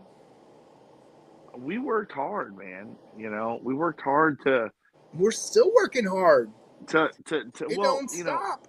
but I mean, we worked hard, and I think it all started, you know, we didn't rush it. It happened the way it happened. Yeah. It It was happened a lot quicker than we thought, it was and that's it another was obstacle. that's true. That is true. Even Joe mentioned that. That's one of those things. With them. It's you're always chasing your tail somehow, and if you're not growing. 100%. Getting this stuff set up and making the background and stuff, dude. I was 5 minutes out when I had to grab all my stuff and run upstairs to get up here.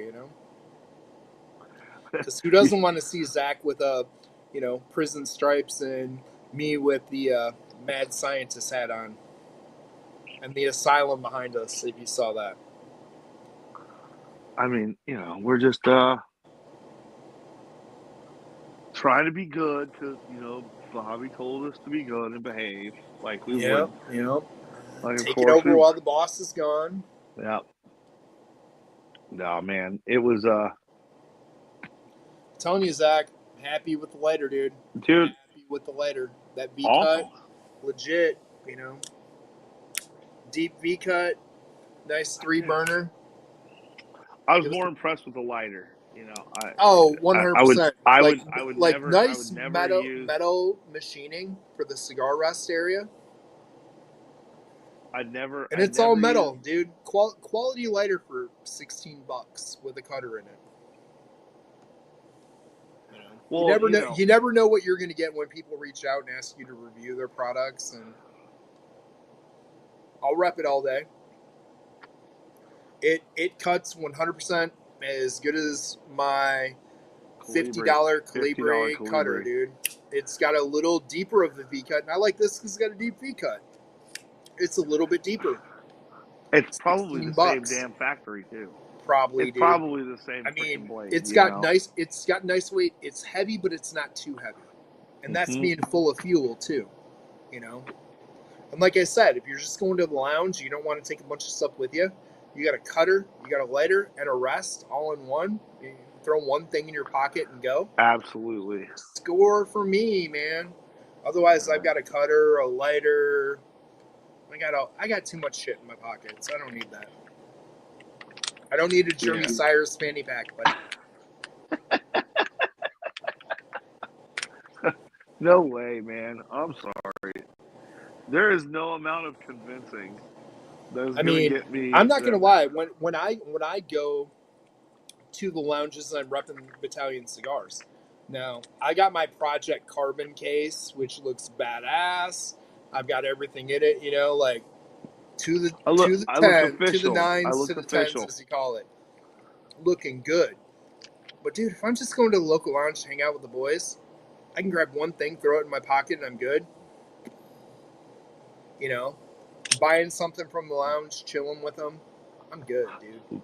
I don't want to carry all my crap with me, and I do that way too often. But we're creatures of habit, and no, we are. But having a tool like that's an all-in-one, I've got another one coming that's supposed to be fun. That it's got the punch in the bottom, it's got the V cut in it, it's got a poker in it, it's got the whole 9 yards type of thing. It's a little bulkier. It's more like carrying a table lighter. You know what I'm saying? Yes. And that's too big for my pocket if I'm just doing that. It's nice at home or to go out in the patio. But I have this big table lighter. I love this thing. It's got its little. And I'm gonna tell you, I've never used this thing in it because it's so damn big. It does a great job and it carries a ton of fuel. But the thing about those is you want them big enough that nobody's gonna stick them in their pocket.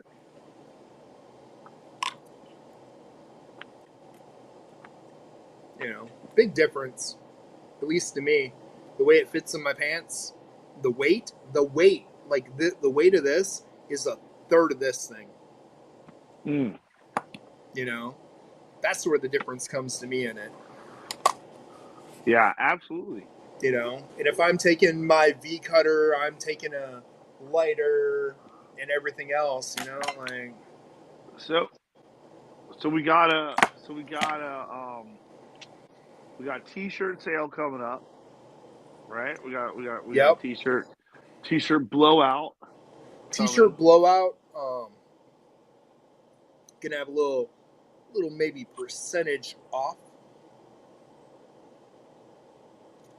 We might if you're on our list. I'm gonna tell you this. If you're on our email list, I'm gonna send out an email Thanksgiving night that's gonna have a little power hour available to people on that list for a percentage off that you will only have the code for. It won't be posted publicly. Get on our email list so you can jump on it on the Instagram or on our website, BattalionCigars.com. Sign up. I'm going to send out that email. You're going to have a coupon that's going to run for 1 hour. 1 hour on Black Friday.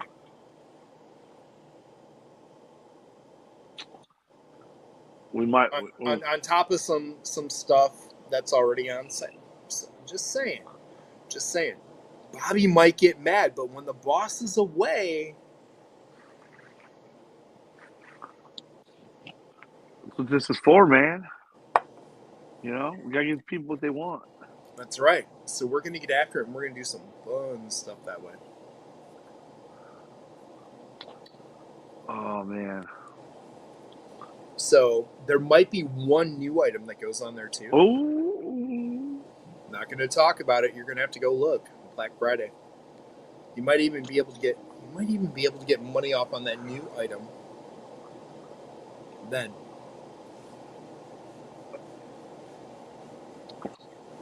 Just saying. Just saying. Zach might have seen those already.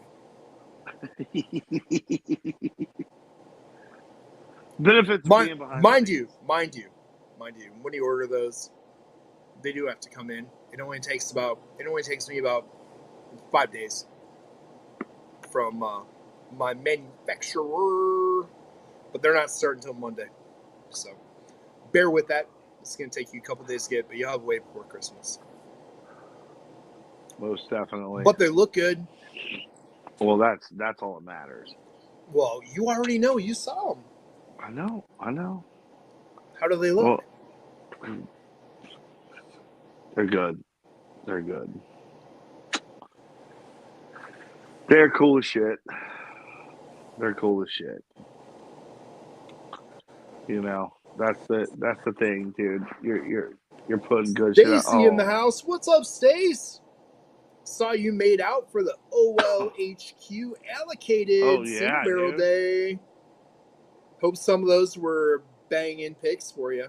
I know you guys are waiting in line, and a lot of other people we know in Ohio hanging out, waiting in line. Glad you didn't have to wait in line like California right now. There's a new Costco opening up in California somewhere. I'm not sure exactly where. There were people, and you can find it online in the California groups, that put out on like Craigslist and stuff like that payments for you to camp out for 4 days. They were looking for 10 people to camp out. Zach. They were looking for 10 people to camp out for 4 days for $800 a person. $200 a day. They're providing you with chairs, tents, food, water, board games, carts. What? Dude, that Costco has like 40 people sitting outside of it right now. Because they have all the allocated for the year, ready to roll. They have the VTAC, they have the Pappy, they have your birthday bourbons. They have all the big boy stuff, quote unquote, because that's what all the other Costco's have been releasing. Like there were like 3 Costco's today out in California that put out cases of birthday bourbon with no limit. There were dudes with like 3 and 4 of them in their cart.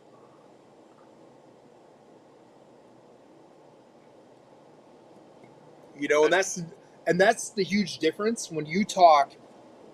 Costco in California and you talk Sam's Club. Now Sam's Club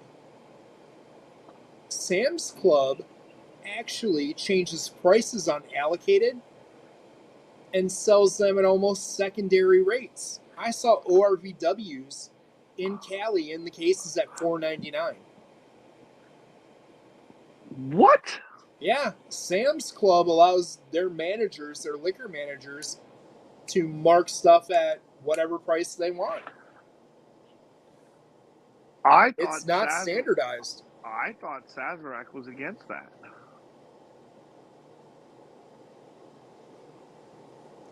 Yo, Stacy, that is awesome to hear right there. You got Stacy, our favorite Irish person, coming across and letting all of you know that her husband and his buddy love the Uncommon Valor. We appreciate hearing any and all feedback, positive, Of negative, course. any which way, because that's what helps us be better. I thought that that's one of those things that when, you know, they were like, we got to get this back under control because we want it being sold at MSRP. You know, a small uptick, okay, I think they were okay with, but Yeah. Well, that's just it. Because a lot of those stores, you got to understand when you're a smaller store with distributors, and now they all have independent distributors and stuff.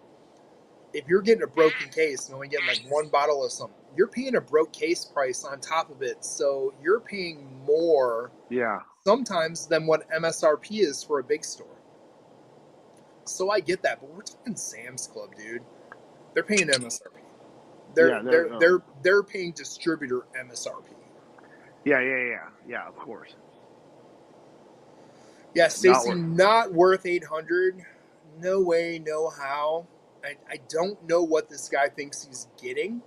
Like he has to have absolute insider information that they've got, Pappy 20, Pappy 23, Saz 18. They have Eagle Rare, Double Eagle Rare. They have the new Michter's 20 that was just released. He has to know there are bottles that are worth more than 800 on secondary to pay someone to do that, plus pay the price for the bottle. Yeah. But I mean, even if you're doing that, if you're pulling a Michter's 20, it's still $1,200 plus your 800. You're paying 2 G's. You got to go to secondary with that to sell it for the $4,000. That Eagle Double Rare, you know, Yep. yeah, it's $1,200 now. So that's $2,000 if you're paying somebody $800. Yeah, John. Anyone protesting for 15 an hour? I love it.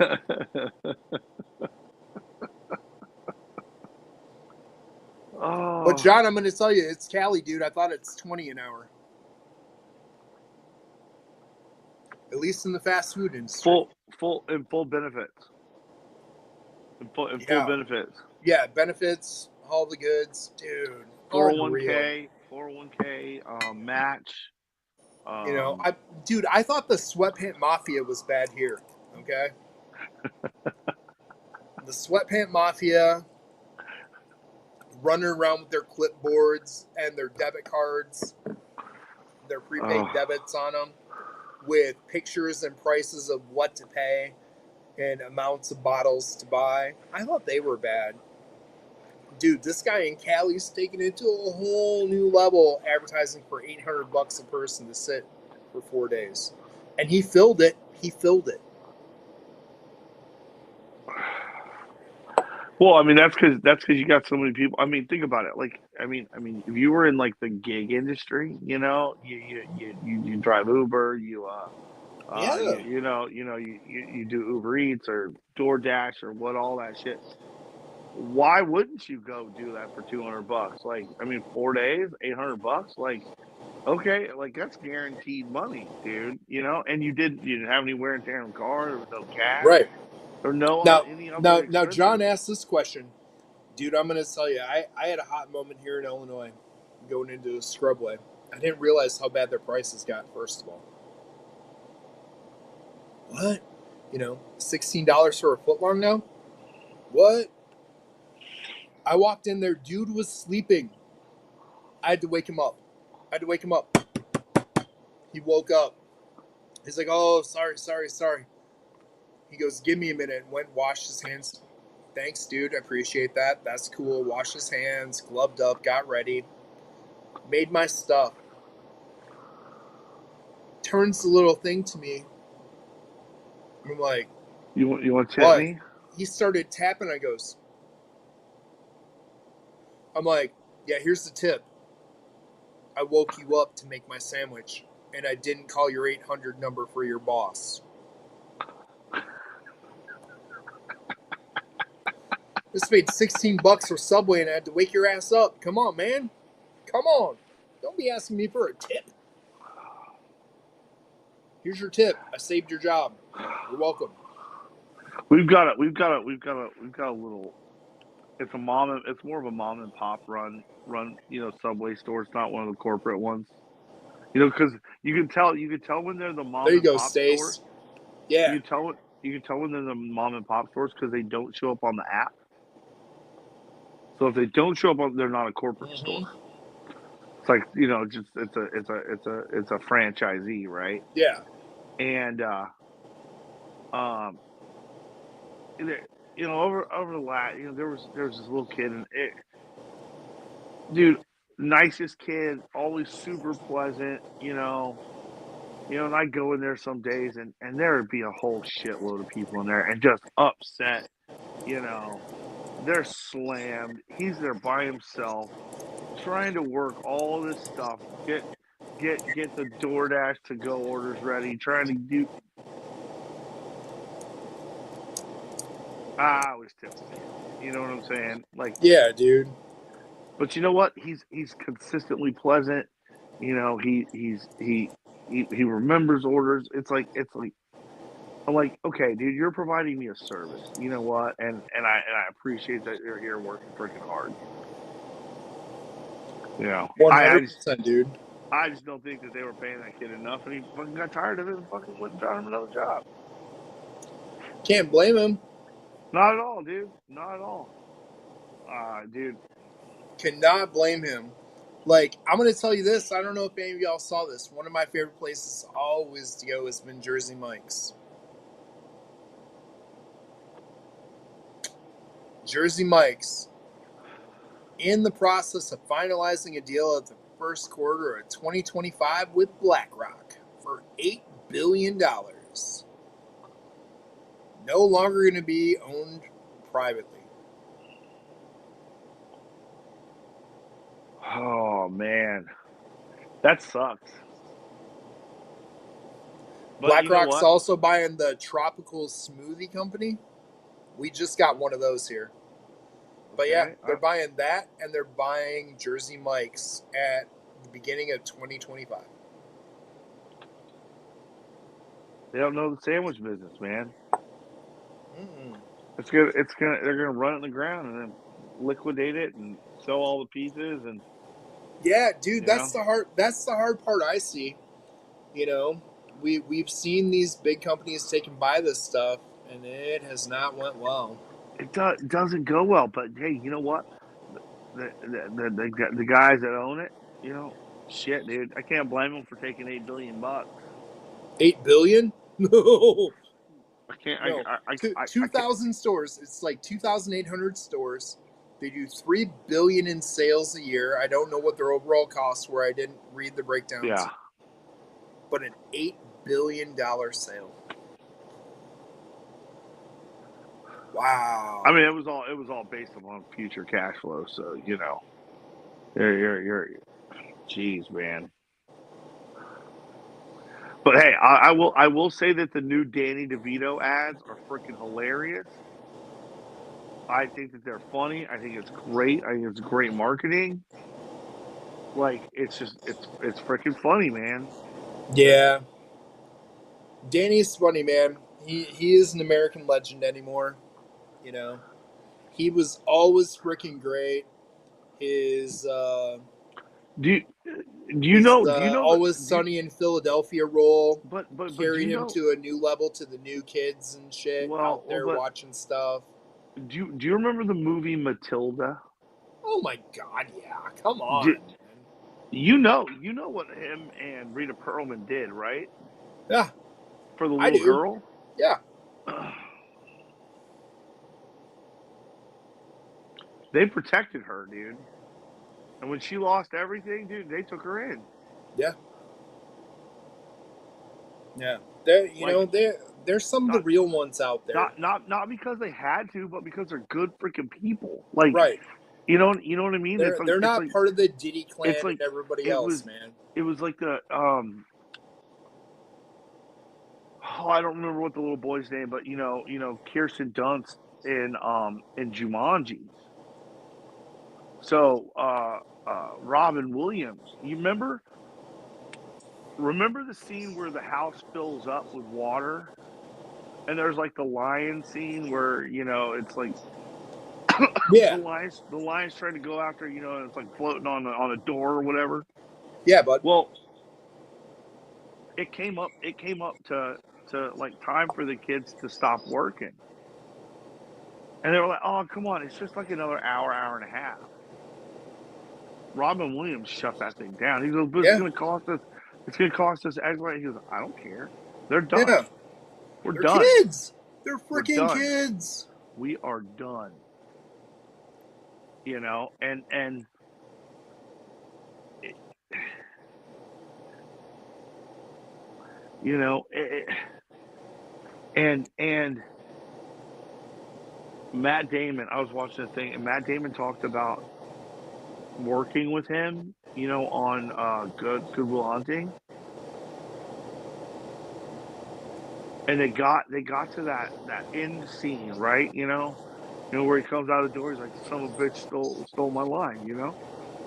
You realize that he did like 80 takes of that, and he would just close the door and come back out and do something else, and then go back in, close the door, and come back. It was all just random off the top of his head, Dude, and but and he that's what walked out, makes that shit and he and he amazing.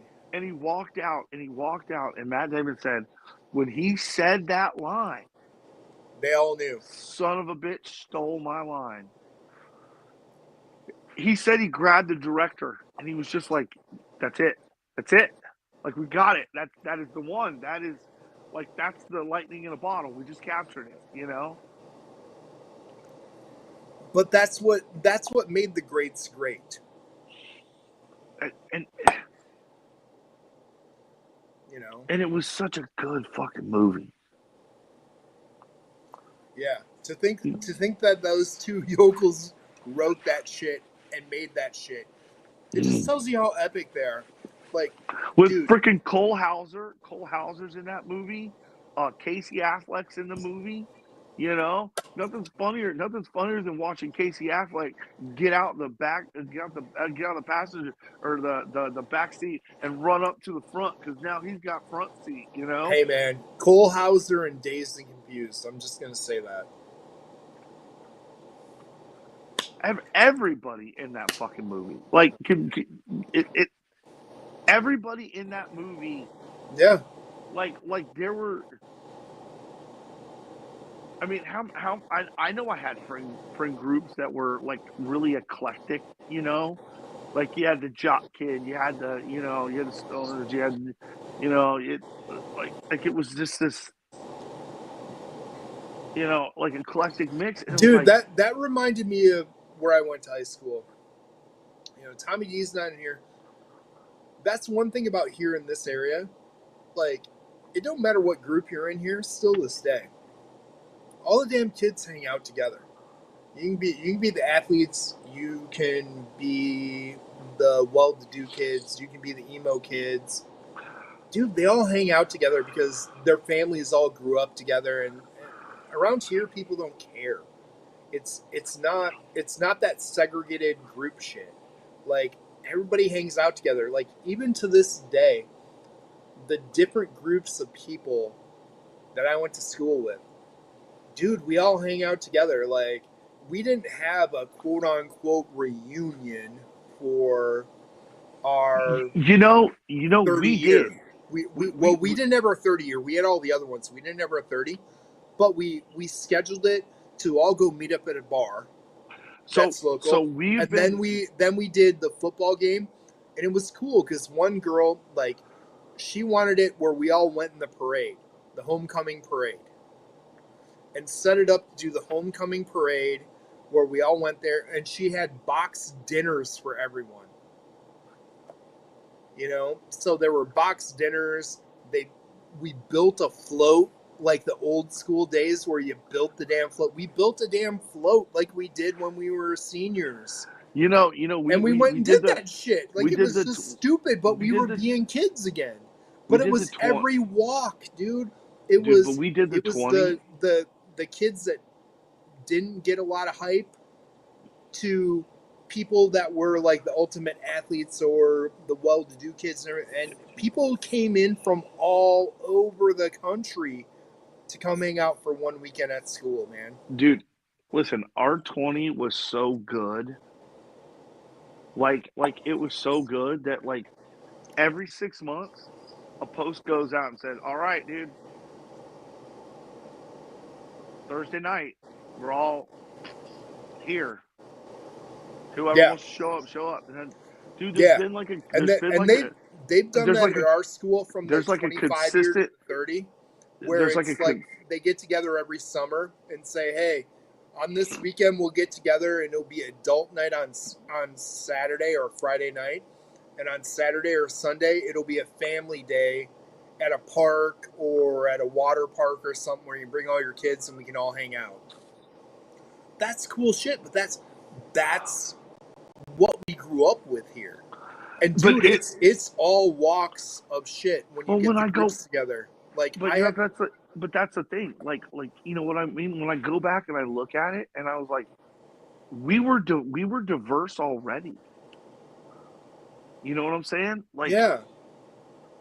Like, we were diverse. Like, everybody that we hung out with, everybody that comes, it is like, it's everybody. Yeah. It's not weird. It's not, and it's like, no. and I think about all the corporate initiatives to diversity and inclusion, and they're shoving this stuff down our throat. I think some of that, honestly, has highlighted more differences than actual similarities. When we were growing up, we didn't want to hang out with you, right? Because you're just a dick. Well, you can see it because it's very glaring these days when people want to separate it. You want to say you don't want to promote racism, okay?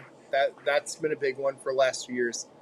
Actually, honestly, since the Obama years, I think racism's a little heavier than it ever has been because it's been put in the forefront where it wasn't. Everybody just got along and did shit together. That's my opinion. It's not everybody's opinion. I'm just stating that that's my opinion. That's not Zach's, Bobby's, anybody. Look at basketball. We should all be applauding Angel Reese and Caitlin Carter and all the new girls that have come in the WNBA this last year and transformed that league into something that's talked about every single day. But unfortunately, you look at social media and it's not celebrating what they're doing. Honestly, it's black versus white. It's Angel versus Caitlin. I'm like, come on, dude, celebrate them all. Honestly, I think part of that was the WNBA itself, because if you look, did you see the Pro-Am event that Caitlin played? Did you see where she smoked that poor lady with her fucking tee off? Yeah. But did you see what the LPGA did with that notoriety? Yeah. They used it to promote freaking golf. Right? I mean, it elevated everything. Well, that's what it And should be. We should be and you look at promoting. it, it wasn't, you know, Yo, it when put it this way, when Tiger came to the PGA, was it black versus white? No, it was, dude, this kid is destroying shit. Let's go. And how, dude, I bought Tiger Woods shit. Everybody bought Tiger Woods shit. I didn't give two shits what color Tiger Woods was. well, He was I think changing the game, and it was I, fun. He made it fun. listen, right, what you just said, and it goes to John's comment. He thinks a lot of it was because the veterans deserved more. No, the veterans were complacent. The veterans were not even promoting their own league. Right. Oh, Nobody, nobody, WNBA, not at all. nobody wanted to be there. Why? Because Right. And look at the NBA. All the guys in the NBA are promoting it both ways. They're promoting it both ways. They're not making it one versus the other. They're promoting them both because they get it. They get it. They're trying to uplift it. and They're not and making and it. They're not and making the it like thing we're was, all on this side or we're all on that side. They're like, dude, the they're thing playing was some good basketball. Let's go. had Angel Reese come into it without that quote unquote chip on her shoulder, you know, for no reason, because you looked at the All Star game when they played together. Caitlin didn't shy away from freaking passing the ball. No, she gave it to her. It was almost like, look, here's my olive branch. Look, I will pass you the ball. Dude, Listen, she was promoting the game. She but was looking at it as, look at us. We're young. We are it. And I think Angel looks at it as we are it. I really do. I think Caitlyn looks at it as we are it. Like both of them hang out, they both talk good about each other, but everybody else is trying to make it something else, and they're not. They're like, well, we're the next thing. I mean, they are. No, think about all the backlash. The what was it? The 90, 92, 91, 92. The Michigan boys when they come out Yeah. and their shorts were long. Nobody liked it because their shorts were long. Nobody wore long shorts. You know what I mean? They came out just doing their thing, and what happened? Dude, they just dominated, man. Yo, Mikey Stahl, I do. Because old girl Sabrina Ionescu, the face of Nike, won a championship. So did the face of Puma, rocking her Stewies. Miss Brianna Stewart rocked out her The Fab Stewies. Five, yeah, yeah. Yeah, But dude, but I you knew but it you still went on because I love sports, man. So I watch it all, and I'm happy to see the WNBA take off. And it was New York, buddy. New York won. They beat the Minnesota Lynx in they five. final In five, baby. in In five, five. yeah. It was tied up Which going into the last game, and they won in almost. It almost went to overtime. Did it go to overtime? It might have. No, game four went to overtime. So it, it, it, it was close. It was close. It went almost I to overtime. I don't know, man. I just Mikey Saul, what are you up to? What's I going want to on? I want to see less. I want to see less talk about difference, and I want to see more talk about similarities. Yes. And we talked about that in the cigar industry. We working together with brands. Hey everybody, I just posted the link, man. We're 2 hours in. Anybody wants to come on stream with us, shoot the shit, chime in. Let's do it, man. The inmates got the asylum tonight. Come join me and Zach and shoot the shit. Let's do it. Mark Avenecker in the house. What's Wow, up, what's up, Doc? guys, dude? What's up, Got the Doc? Time to rock. What's got the up, Doc? Time to rock. got the Sorry, I had OGs to in the do that, house, man. I had man. to do that. I've been playing old school rap because Winston's into rap, like I told you. Holy cow.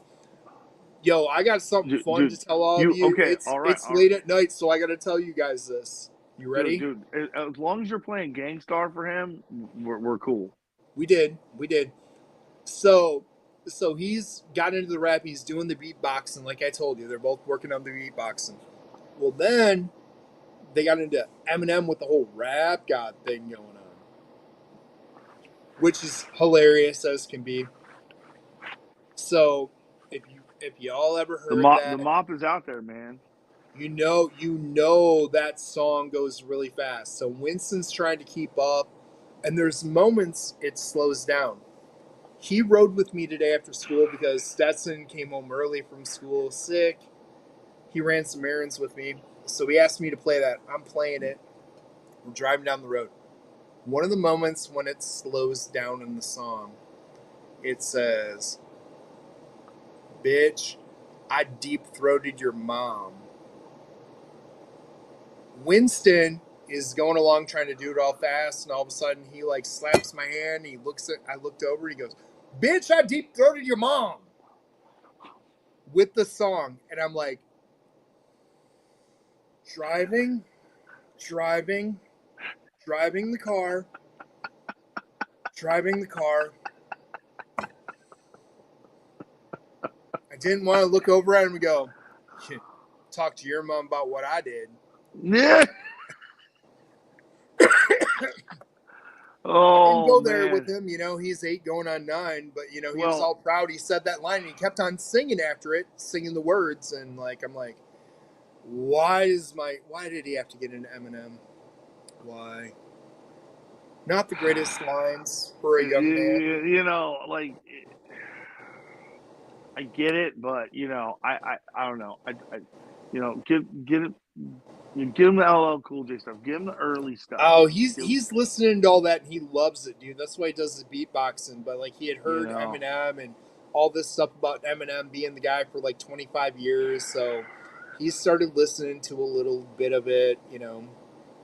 God bless him. They're gonna learn it someday.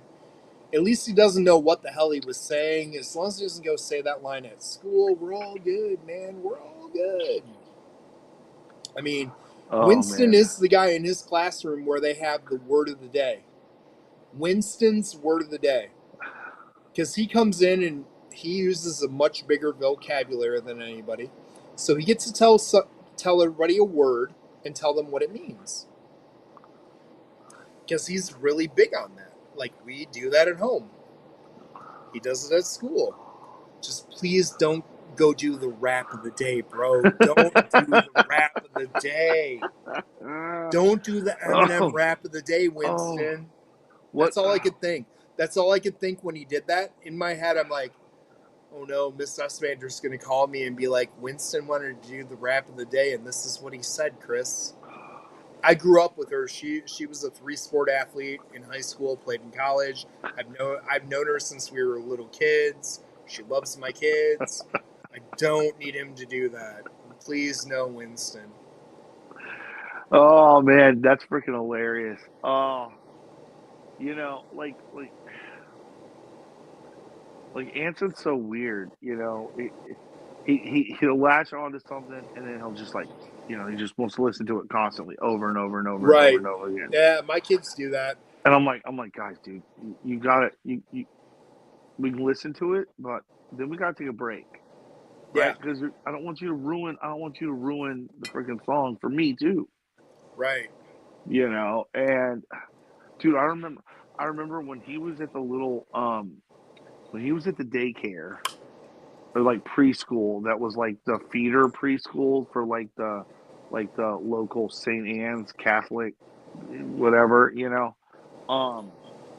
and he heard toxicity, okay? And so he would always be like, you know, he'd be like, he'd always sing the part, when angels deserve to die. And I'm like, Yeah, dude, yeah. you can't be walking in to Catholic freaking preschool talking about angels deserving to die. Like, I'm like, dude, slow it back, slow it back. No, but his newest kick is all the early like early 2000s like metalcore stuff. Yeah. So like it's all the In Flames stuff. It's all the JK, what's what's going on, up, brother? Go Josh? ahead, guys. And what your shirt should say 51% corny. No, that's tomorrow morning. Zach, Oh what are you shit, smoking now? I saw you're on your second dude! stick. I pulled out a stolen throne. Oh, how are those, dude? I like them. I didn't jump on that train. You know, all my shit's been invested in the new biz and everything else in this business. So I mean I like this one. And again, this was my cigar purchasing power has went to the floor. again this is Cigar Heads brought to you by Cigar Heads. So Nice. that's cigarheads.net. For anybody that's looking. If you're not buying ours, at least go buy theirs. Great freaking people. Um, We do appreciate when you buy ours. So. I mean, we do. But It helps us. It helps us if you be had a to go business and somewhere grow. else, I wouldn't be opposed. I mean, they are OGs just like OGT. You know, Listen, man. support our people. We hope to be working with as a brand as well to be in their sampler packs. You know, we're working on that, Ooh, so we're working on it. It'd be nice to see. If you haven't seen the scroll on the bottom, I see more people coming in. We do have a Black Friday up already. Our Uncommon Valor, you get 3 of those. You get 3 of the ton 1775. So you're getting 6 sticks, $60 plus shipping. Great deal. You're saving $12 overall if you do the math man. between what the Valor costs and what the ton costs. They got great reviews from the owners of the Cigar Clowns. We've been on multiple different channels in the Instagram world that have tried our sticks and repped us out. It's not Yeah. just us saying it. You can find us online. You know, everybody's repping us hard. We're doing good things. We talk it up, but please listen to what other people are saying because I know everybody knows, you know, you're going to promote your own brand, but like listen to our peers, listen to the other people that are having them. You know, check it out. It's out there. People are really excited about what we're doing. So, I mean, just the clowns gave such a just rave review. That oh, dude, I mean they were excited. it felt When so good. It I really mean felt so good. when Ray lit up the freaking ton and he was like, yes. He was like, Oh, dude, this is instantly. He took that boom. first draw and he was like, fuck yes. This is my jam. Goddamn yes. It was a very entertaining stream to just sit back and listen and learn. Yeah. Dude, those guys are great, man. Like it, to, I've been like knowing those guys since like 2019. Like it. I've watched them go from just like this small little thing to getting into Pravada to the Pravada kind of fallout.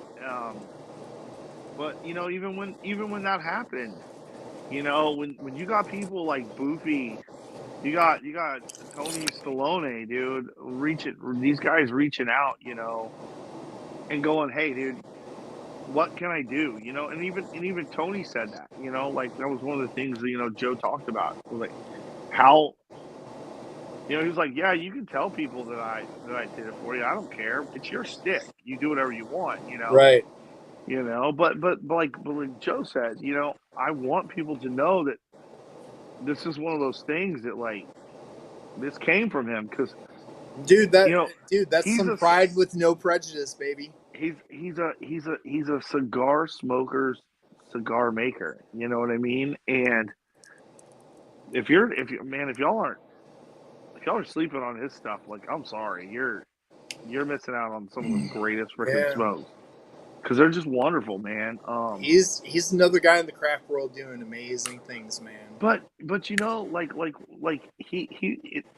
what he did for the rodeo clown, he was like, yeah, it's good, but let me tweak it, and he was like, let me play with this, like let's make it better. Yeah. He wasn't satisfied. He was like, nah, this could be better. You know what I Yeah, mean? And he and the way I look at him is the way like the bourbon world should look at like Jonathan Maizano that has K. Luke, a guy that's been in the business. His family's been in the business forever. and they decided to do their own thing and make something they're proud of based on all their time being involved in the business from the other side. And that's what Tony's really done. He's doing, or has been doing, what Jonathan Maizano is now doing with K. Luke. You know, stepping on the other side, or what Amin is doing with Old Louisville. You know, it's the same thing. We're on the other side of the business. We've been involved for a long time. Now we're going to do our own thing. You know, and that's the beauty of it, you know, because it's the best of both worlds. You've been on both sides of it, and now you're there, and now you're helping others along the way because, you know, you had a hard time getting help, so now you're doing it. Instead of watching people struggle and, you know, pulling the Nelson, the ha ha, you know, watching them, Oh, you know, 100%, fail. dude. Instead you're trying to raise all, you know, awareness for all makers. You know, how do we make the industry better? You know, Dude, that's it where I means a felt. lot to people, man. It does. I mean, And it listen, dude. should. Listen, when, you know, that whole Cigar Clowns loyalty thing was a real deal, man. You know, you know, I don't mind talking about it. I know they don't like talking about it. You know, it's just it's over and done. It's not that they don't like talking about it. It's just that it's Yeah. over and done. It's But over but and done it's for them. it's like I talked about at the end of the day. You know, It's just history. you've got a group in the craft cigar world that's like the people in the craft bourbon or whiskey world. We realize that we can all grow together and we can grow in numbers and we can help each other out with our fans, with their knowledge, with our knowledge. We can all work Totally. together to grow instead of all being secretive and like pushing everybody away.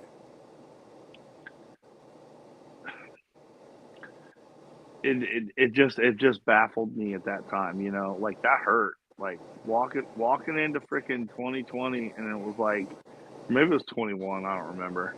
It was 21 when that shit happened. But I mean, you know, like I mean, it was we found out in December, and I was just like, what?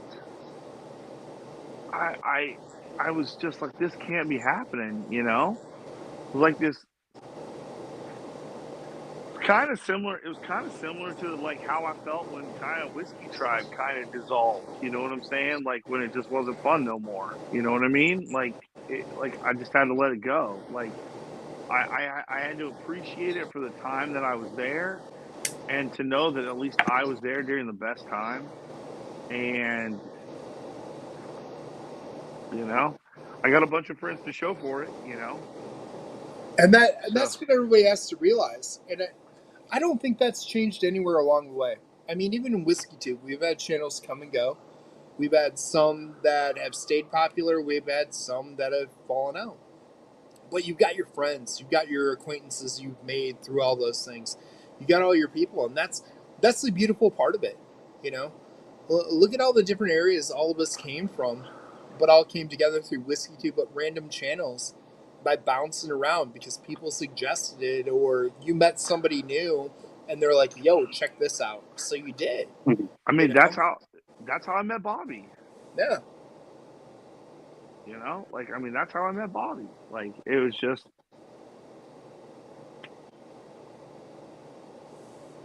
and then we just hit it off. You know, and shit, we've been thick as thieves since, man. You know, just Crazy so. motherfuckers. John, what are you drinking tonight? You had something pretty dark in the glass, buddy. It's a little Rebecca Creek Spanish Oak. Nice. Is that the new Mash and Journey one? No, this is one that luckily somebody found me down in that area and hand delivered to me nicely. Oh. Down in Zach's area. Very nice. Happened to find one on the shelf, so. Oh yeah.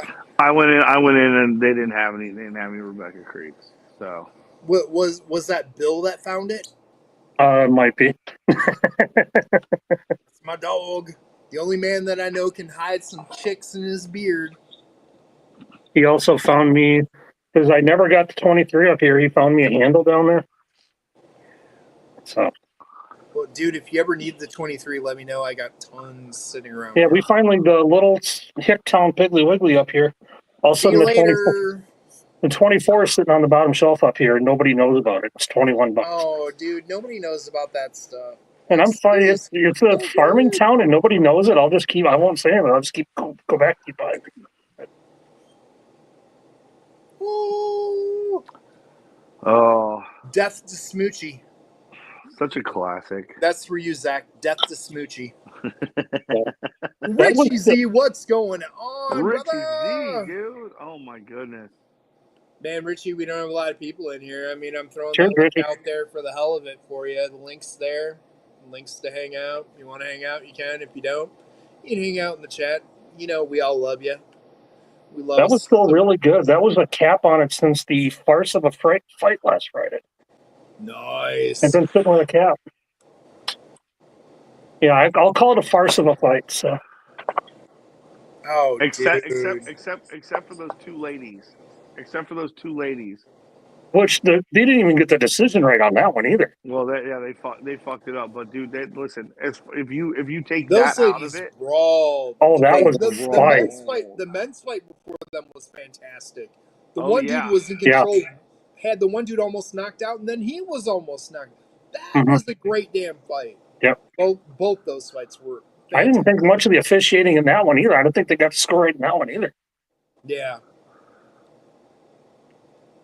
But I thought that there's no way that Taylor would have won that fight, the women's fight. No, man. That stuff was crazy, man. I mean, it was a great fight. Judging was more than suspect at the end of the day. You know, watching the clips from the Tyson fight, how many times he pulled back when he had it and didn't fucking let it go. You know, I think he's going to put him in a hospital with one or two punches. Oh yeah, but I mean, at the end of the day, when the contract finally came out and you got to see it, where he didn't make any money if he knocked him out in the first or second round, you know, and barely made anything for anything unless he went the whole way. You got it from his point. Like, I put in the time. I'm a 58-year-old man. Do you think he was happy with it? I don't think he's happy with it. I think he's happy he put money in the bank that will go to his kids generationally. You know, because everything leading up to it, he talked about his kids, and he kept on saying, and this should have been the lead-in for all of us, I'm not worried about my reputation. I've done what I've done. We all should have got it that dude's just taking it, and it's money that's going to go to his kids. I mean, don't get me wrong. He's made a freaking fortune off his weed brand, which is blown up like no tomorrow. But it's just more money to put away for his kids that they'll have. All the kids got to come see him fight. They were all there with him. He's not going to have the same. It sucked for all of us, but it didn't suck for him. I don't know if Paul realizes, but he's never going to draw that kind of crowd again after what happened. Because basically every fight, somebody's going to have to sign a contract, and people would be smart enough not to watch next time. Yeah, you know, I think that's why it wasn't. He didn't get to pick the judges via the contract, but he had to approve the judges. What's that tell you? When does a fighter get to approve the judges? I mean, probably Tyson was told what he was going to do for all 8 rounds, too, if he wanted a paycheck. Yeah. I mean, come on. Mike threw less punches in a whole fight than he used to throw in the first round. And I thought Don King couldn't make boxing look any worse. But... Holy shit, you ain't wrong. That's the only thing we were missing. Man, it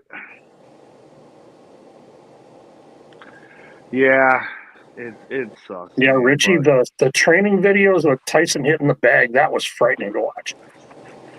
Yeah, and that wasn't the same guy that showed up to fight. No offense. No. I think Mike took one too many Quaaludes and took one too many edibles of his own shit. Because when you watched him walk in, That man was emotionless, just walking slow zombie style. No, he basically was like That wasn't the Mike we know. That he wasn't was the like a Mike we center know. gear with Paul just walking around the outside, and he just kept turning around. Oh, you watch some of the videos now from the different angles, and you see where he started to throw a punch and he held because he knew he was going to knock him the fuck out. Yeah. I mean, think 2 punches, he could have made him a vegetable. Imagine being in Vegas or DraftKings and all this shit that took the bets on the fight, how they feel. Yeah. How about all the people that just bought a ticket to be there? Of course, they got more money to burn, so. You tell me how DraftKings feels knowing Jake Paul bet his whole purse on himself. Mm-hmm. That ain't fraud?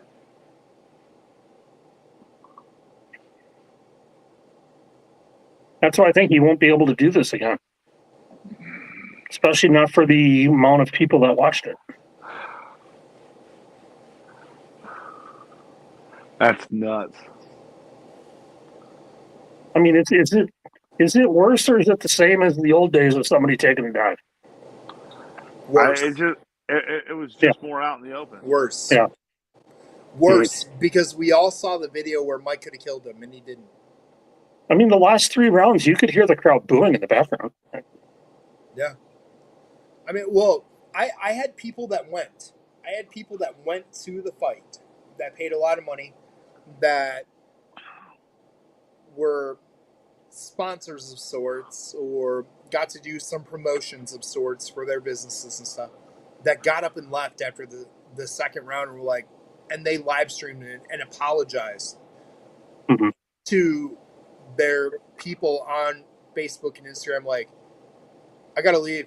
I can't stay for this. All the fights leading up to this were great. I can't stay for this. I'm sorry. I'm so sorry. Like second round, walking out, leaving. That were sitting in the front rows. I laughed so hard when there was the big uproar about the Cowboys not closing that one curtain for the sun. But the early undercards in the afternoon, they pulled the curtain so it was dark in there.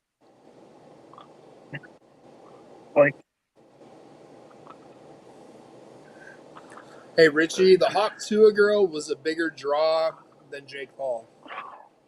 She's at least fucking hilarious, man. Good for her, dude. She's just so real and so funny, dude. And still with her same man, doing her thing and donating tons of money to animal charities and shit, dude. She's just a real girl that, like, hit it at the right moment by being drunk and saying some stupid shit on the strip in Nashville. God bless Haley Welch. She's doing it right, and she has not changed who she is one bit. No. And that's actually surprising, you know? She's refused stuff. She's refused interviews. She does her podcast. She finally showed the world who Pookie is and had Pookie on her podcast. And he's just a dude. He's just a dude. And she's a millionaire. She could have anybody she wanted. Anybody she wanted. She's still a dude. Like, I got mad respect for that because the money didn't change her. The fame didn't change her. No. She's still wearing, on her podcast, still wearing T-shirts and gym shorts. Yeah. Like she said was her lifestyle. More power to that girl. Yeah. She got her 15 minutes of fame and she has turned it into a multi-million-dollar industry, but stayed the same human being. And God bless her. I appreciate that. I mean, why not just be yourself? You've got more money than you're ever going to spend in your lifetime already. In a few months. Just enjoy life now.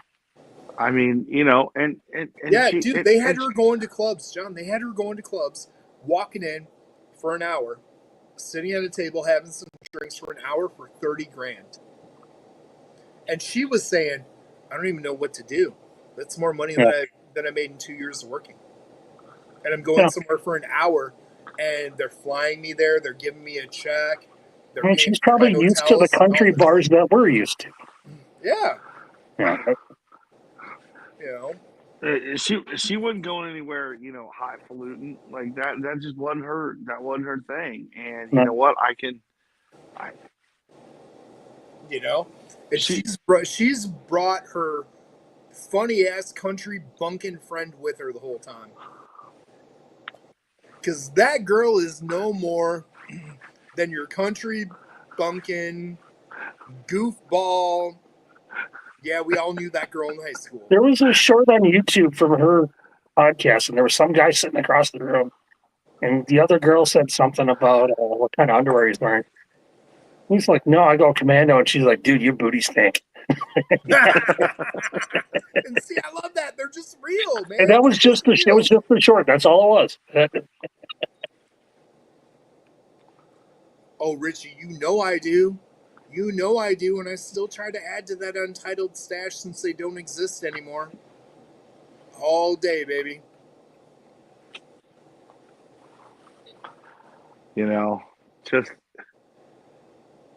you can appreciate people. You know, it's just nice, man. So like, You mentioned having a mint of money, and you could just go on doing what you normally do. Hey, Richie, it's all MGP 36%, buddy. They do have MGP weeded that never made it to market. That's between 10 to 14 years as well as the 36% MGP. They were the only ones that ever used that stuff until MGP started using it.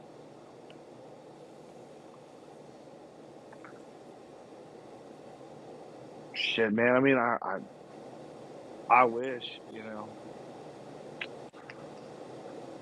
Wish let me hit a big Powerball, you know. But I think I'd probably worry more about my family first than anything else. Oh, yeah. Because you know you can do whatever you want. Oh,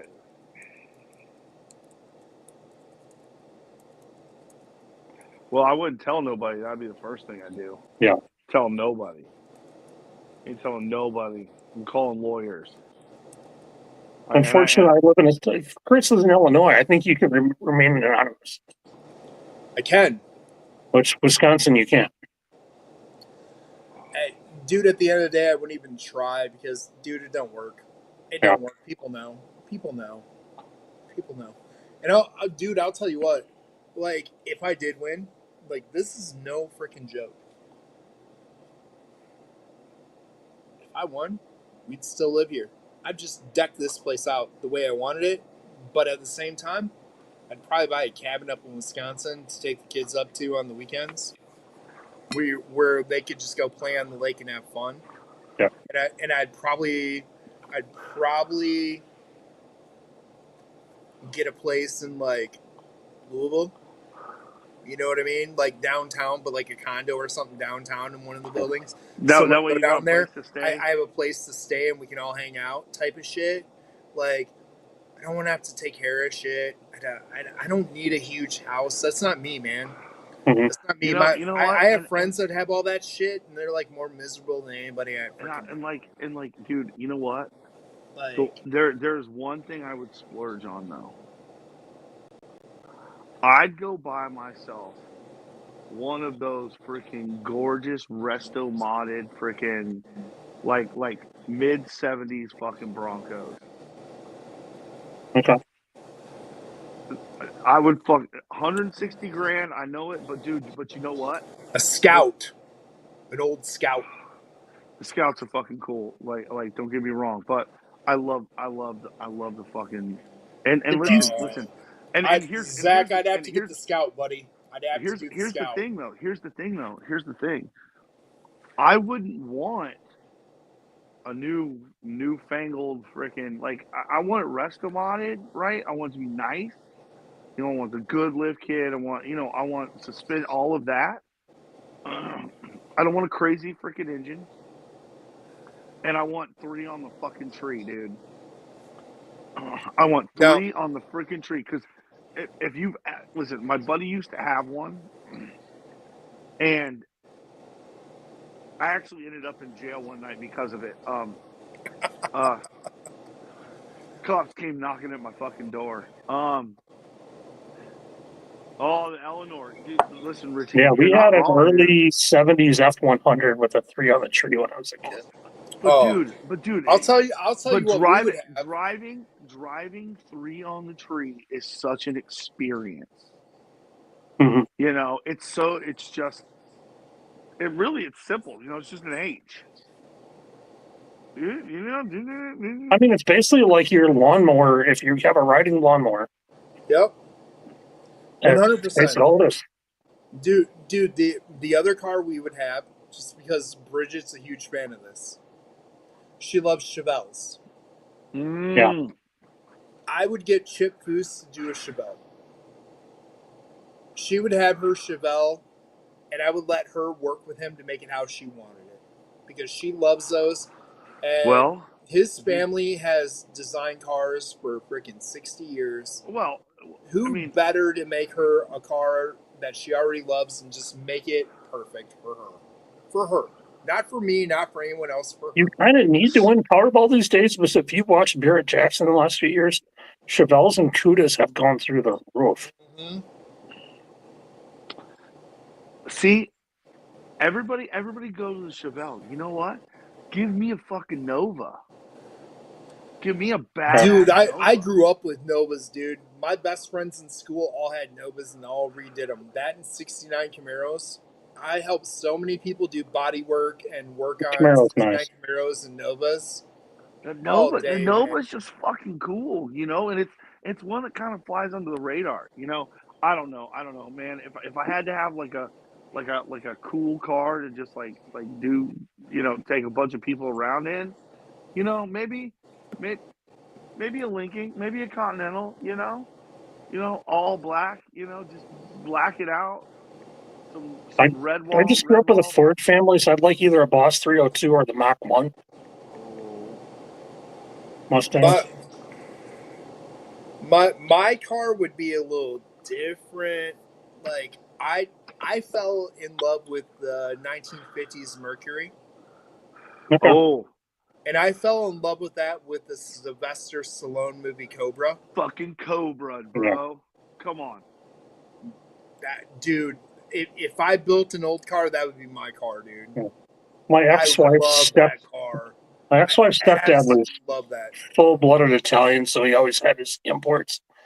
And down in Milwaukee, and he had the Ferrari 308, the Magnum PI car. He'd take me for drives out in the country in that thing and just listen to that thing rumble in the So, township. but if I had to have just a car for me, like a car, I want an R34 Skyline, Okay, classic I get R34 it. Skyline, I get it. 2JZ motor, fucking just and blacked out, because that was my favorite car when I would play Gran Turismo. That was the car I would always go buy first. Every time a new version came out, I would go and I buy a freaking R30. I buy an R33, R34 freaking Dude, Skyline, black it out. Just I don't know, man. I always loved that car, and this was long before Fast and Furious and all that sort of shit. And we talked about cars going through the roof on price. We go back to most of us are in high school. Imagine what a GNX costs right now. oh god. Yo, Richie, Just that Regal, man. those are hitting again hard, like they hit Are they? like the '08, like the '08 and '06 versions. Yeah. The new ones are hitting like that big time, dude. They're more expensive now. They're in that $55-$60 range. They're hitting though. They're like, yeah, they're they're really good. Those are really really good right now. There's a Yeah, there's there's a a lot more, gentle Richie. They got a lot of that stock. They got a lot of that stock, man. there's a guy in Japan that is basically rebuilding back to stock specs. And one of the things about those Skylines is they never sealed the inner fenders. Really? No, they didn't seal them. So they're rust buckets on Okay. the inner fenders. They're freaking Well, rust buckets. in Japan, you really don't have to worry about that too much. So he basically 3D printed, and now he's stamping. He's got a company that's basically stamping out reproductions because you can't buy them. They never No, made them. You know, no. it was never a replacement part available from Nissan, and he's gone through and bought like every single new old stock part the guy can find. Doesn't matter what it is. He just has a warehouse full of it. And there's some cool stuff on YouTube about this guy, and literally him and his wife will tear down a car, and then he will sit there and painstakingly go back and spot weld everything, but he'll seal the inner fenders this time, but he builds, maybe like 3 or 4 of these a year, and he's like, when I get to 100, I'm done, and I'm no more. He's like, I've got enough cars currently that I. Did you watch the old original Top Gear when they raced a GTR across Japan against the train? Which Dude, I never watched the Top Gear when they got to the new one. I watched Grand Tour, but I never watched the Top Gear. Was never the same. Yeah. Just wasn't the same. Without. Dude, you remember when the dude Cars crashed the car in the mines? I was just like this. I don't know how he lived, dude. I don't know how he lived. Hammett has crashed so many cars. I Even can't believe the hitting guy's still alive. Slamming into that solid granite wall. How the hell did he live? Thank the Lord for safety gear, right? I mean, oh yeah, but still, that car wasn't built out for it. Like that was one of those ones. I was like, oh my goodness. Like I, all the supercar shit. Like it doesn't even appeal to me. Like I think they're just, whatever. Oh, dude, around here, everybody my age that owns a business has a Lambo. I'm just like, Chris, Richie, yeah, they're all Chevys. Yeah. There's El Camino. There was even the El Torino. My dad doesn't have the El Camino. My dad has the Ranchero. We have a Ranchero, a 1972 Ranchero with the special paint job, with the glitter pinstriping stuff. We got one. So back in the day, my dad would work. He'd work all summer, right? And he'd work down at the docks, and he'd just load and unload ships, and he was like a furniture mover, so he saved up all this money, walked into the Chevy dealership, said, I want a Chevelle, but I want a Corvette heads on it, and this is back in the day when you could order all that shit. Mm-hmm. And it was a black car, red vinyl, right? My mom hated the damn thing. She hated it because it was hot. No AC. No AC, it was just hot. And living here in freaking Texas, it probably was miserable in the middle of summer. My mom hated that car. I'm like, Dad, do you realize what that thing would be worth right now? Like if you should have just sucked it up and just said bought another car. Mm-hmm. But at the time, Mom was driving that car because he was off at college and she was supporting his ass. So he had no money. Mm-hmm. My mom was paying for 2 apartments, one for him to live in Huntsville while he was going to Sam Houston, and she lives in an apartment here in town. And she'd drive up and see him on the weekends, and she's just like, I hate this car. Yeah. I can see if you're the one that's driving it 95% of the time. I mean,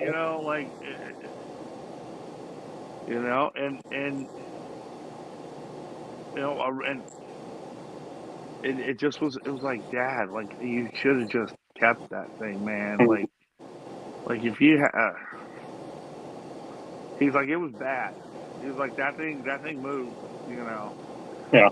I was like, shit, Dad, that's a all original car like that shit, man. think my But you dad know had. what? But Yep. but you know what? Keeping shit all original. Just it wasn't a thing, and nobody thought about it. It's the same No. way with. It's the same way with. You hear about people who they would buy Rolexes like back in the '60s, and then they'd send it in for service, and the dial would patina, and Rolex would just put a new dial on it. Well, Mhm. if you still own the watch now, that watch is just devalued by like, you know, 10 Yeah. times because it doesn't have the original dial. You know I what mean, I mean? nobody really thought about that. So car magazines and Barrett Jackson and places like that, all of a sudden there was a resale value for that car if it was original. It's like putting replacement parts in a car now. Nobody thinks about putting matching parts in it. Well, but here's the deal though. Nowadays it's planned obsolescence. They don't even want you Mhm. to work on the cars. Yep. You take so here's a crazy one. You know what the new Tundra is, right? Right. They Yeah. had the big recall. You know they got to take the cab off of that truck to get the freaking engine out. Which one? The new Tundras. Oh The yeah. cab the cab has to come off. They have to literally take the cab off. Well, that's where farmers had to sue John Deere just to service their own tractor. That's like, Oh my god, dude, dude. There's a few Yeah. of the new, They are like, listen, there is a federal lawsuit going on right now against them, and they're gonna fucking lose. Yep. oh yeah, They are going to lose. Listen, Apple lost with the iPhones. They couldn't keep that one away. oh the non-servicing, yeah, Yeah, the non serviceable. Like you can only no, you can't. They ought to be able to take it and do whatever they want. Mm. But I mean, think about it. the It's like that some of that machinery is so big you can't move it. They're going to repair it in place where it broke down in the middle of the field. Which is what dude, they've done for 100 years. When a combine oh or a tractor's broke down, you fix it so you can keep yeah, going. dude, there's a lot of the new SUVs and stuff. You have to take out the whole front wheel ax like the whole wheel area, everything, the the struts, everything to do an oil change. I watch What? farming channels from up in Canada, and they'll buy combines and tractors from the 60s and 70s Yeah, just so they don't have the monthly payments, and then they can just put parts on the fly as they go. yeah. Dude, Zach, I'm not even But kidding. I watched them. They had to take everything off the vehicle. They had to take the springs off. They dropped that whole compartment out of the car and disassemble it, the independent front wheel suspension, take it all out to be able to get up to change the oil. why would you? Because then you have to go to the dealership to get your oil changed. Yeah, but now how much is that oil change with all the labor? Now it's a $500 oil change. Oh, it's like $250 for a standard $20 oil change. Well, no, I mean, listen, like, I mean, in my Tundra, like, I can't. There's no like $50, $60 freaking oil change anymore. It's $100 now. Well, I know. Like, dude, Well, the well, VW cost me like 70. but I But mean, my it's van, but my van's like 40. but I mean, the thing is it's not necessarily any extra labor or anything. It's the amount of oil that it takes to go back in that freaking engine. You know what I'm saying? Because Mhm. Oh yeah, listen, well, I mean, and that's why I bought the 2020 when I bought it because I did not want that turbocharged V6. I did not want it. I was like, it's gonna have fucking problems. right. Well, I'm not a car And guy in then any way. and then they effed up because now they figured out what the hell the problem was. The problem was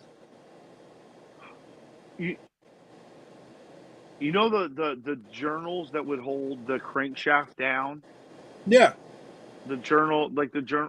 It's not that way anymore on the new Tundras. It is literally a machined plate that goes and fits on. It's like a whole plate.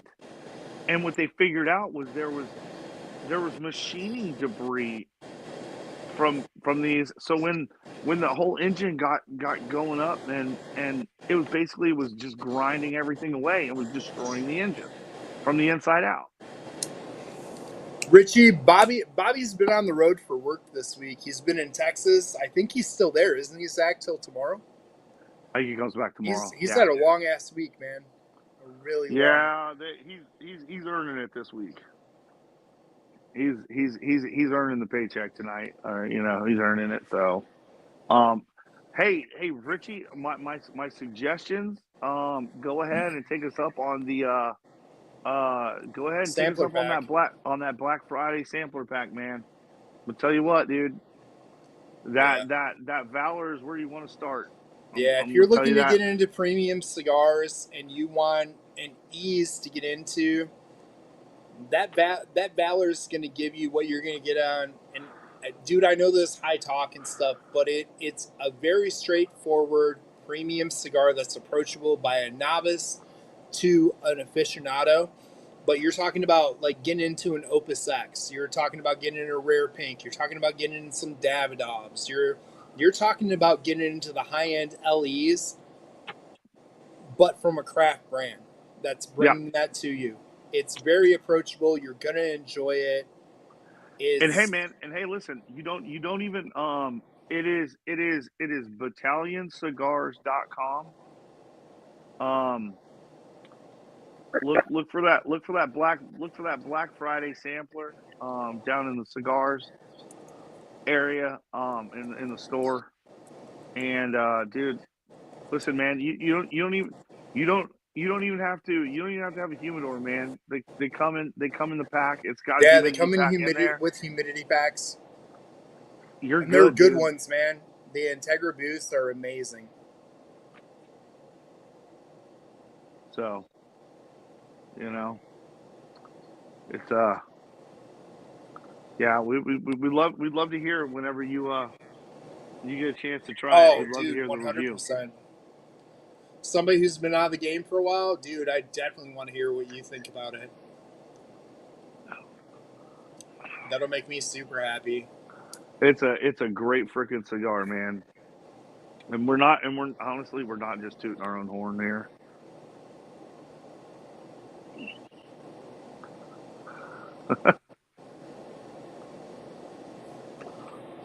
No worries, man, dude. I get it, dude. I gotta get the van fixed. I think the bearing's going. I still haven't got it fixed. I just haven't had time. Good thing with the wife having a company car and us having another car. But I need to get that fixed through the winter to put the VW away for the winter. Even though it's a beast in the snow, it really is. I'd still like to keep it out of the salt and all the other bullshit if I can. Yeah. We'll let the Dodge Grand Caravan tackle that. Alternator, battery, and the gas. Oh. Yeah. Was it the head gasket? Yeah, that gets expensive. The head gasket? Isn't that the head gasket, right? Yeah. Yeah, that gets expensive. It is, but man, you know what, dude? You fix it, and it's gonna run another, 50, 60,000 miles, man. Right. You're not gonna spend any more money. It's the best thing about a fucking Honda, man. Not the head gasket.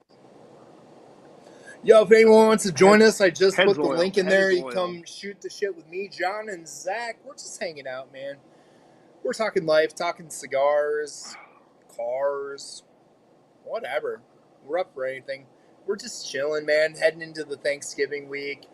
Is it the rear main seal? Is that what it is? Is it a rear main seal? Now possibly. Zach's becoming a car guy. Watch out. I watch a lot of fucking. Yeah, it's $8 gasket for $400. Ouch. That's the way it goes, man.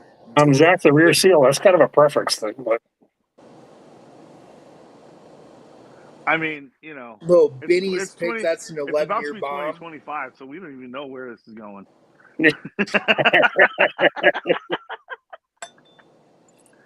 Oh man, it's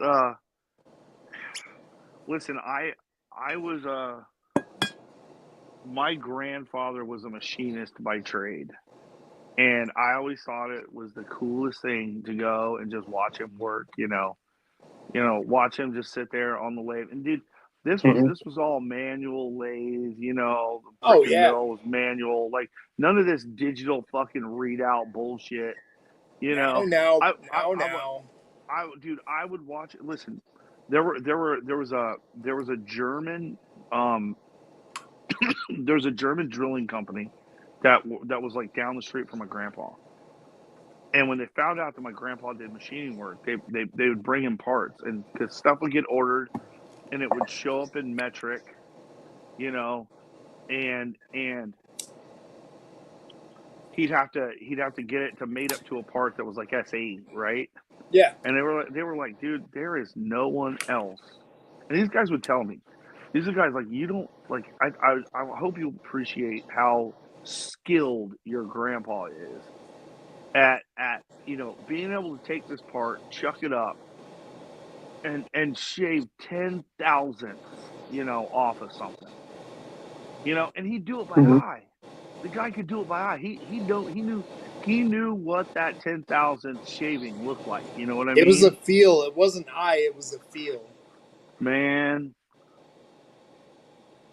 Go way watch him back in just the day when they built cars for Indianapolis from scratch without a computer or Daytona or Yeah. NASCAR or whatever. just a good set of calipers, man. And And that man that's and just that it, man could man. do There and there that were man could artisans back then, real artisans Mm-hmm. in the they craft. were. You know, like They you were. you talk about that when it comes to polishing and things like that. Like this is one of my proud family moments. So when I worked there, Fairbanks Morris, who has made all of our naval engines and our nuclear naval engines and everything else for generations. I was fourth generation to go into that building to work there when I did the summer internship program. My great grandfather, they took one of the LP engines that powers the large naval ships and cut it in half and had him polish it to like showroom finish completely, the stainless steel, everything else in it.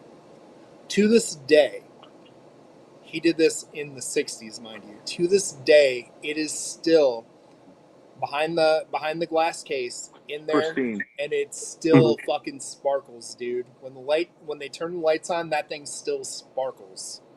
To this day,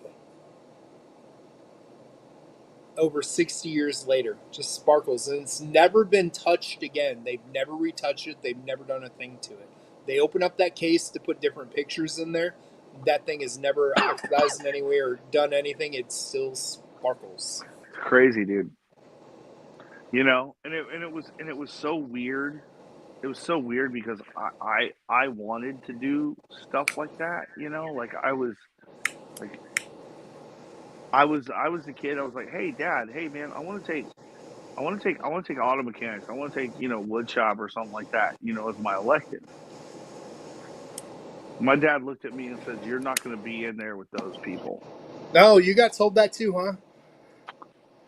My dad taught me how to weld, and I did all that shit, and they told me I couldn't do it anymore. To this day, my dad looks at me and goes, I should have let you do that. I fucked up. Did he give you? I worked hard enough to let you improve your life.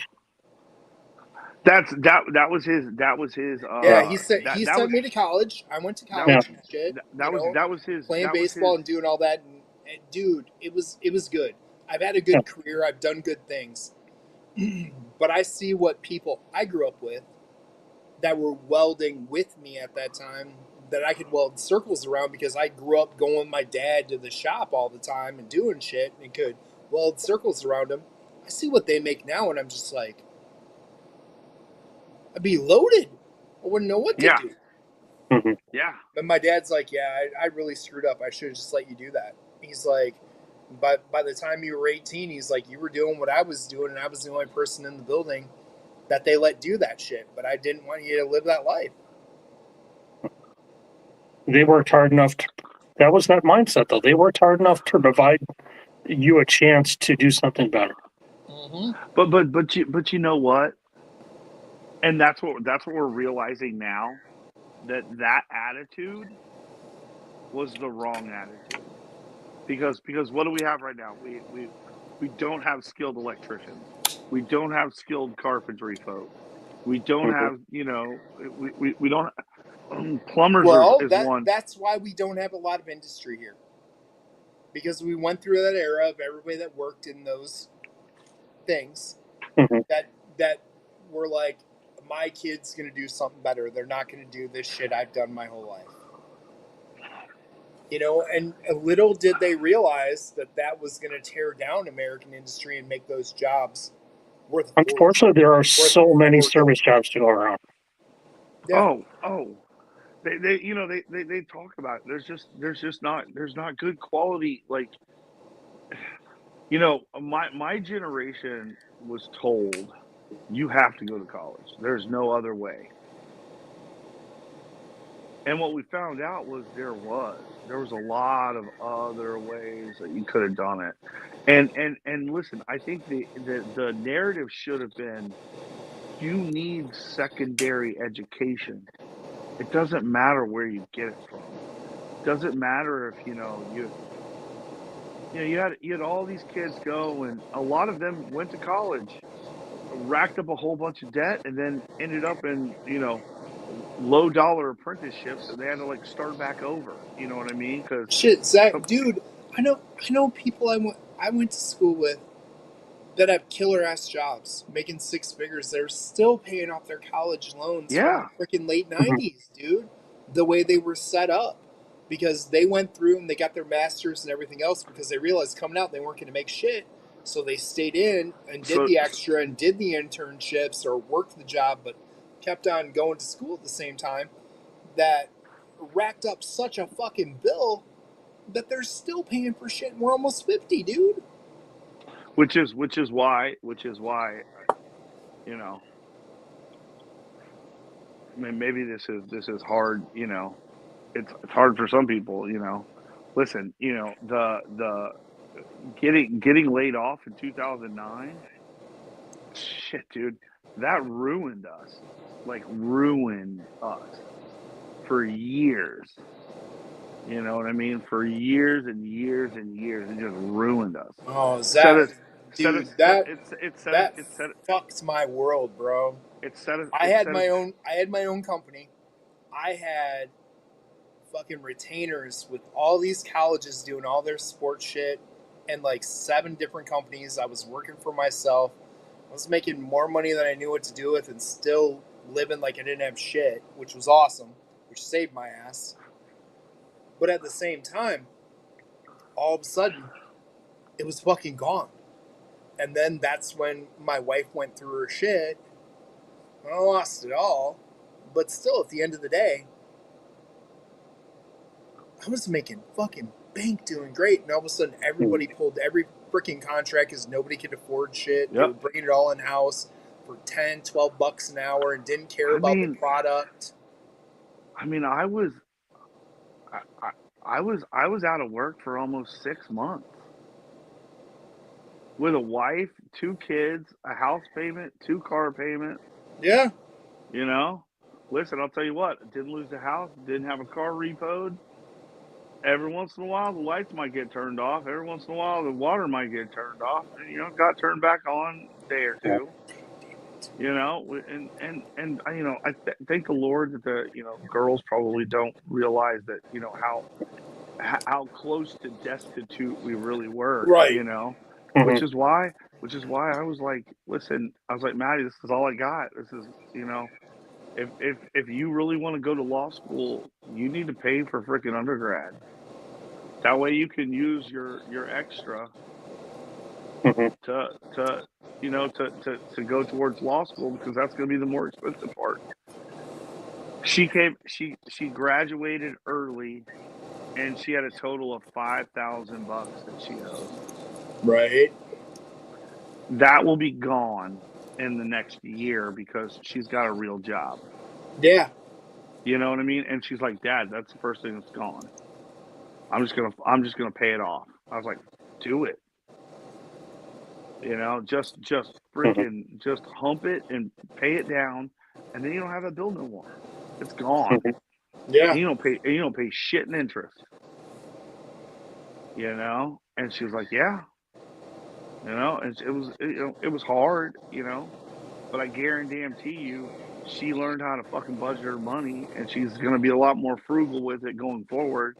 So when she does get good money, like her and her future husband, like, dude, they're both. I'm like, dude, max out your 401 fucking K.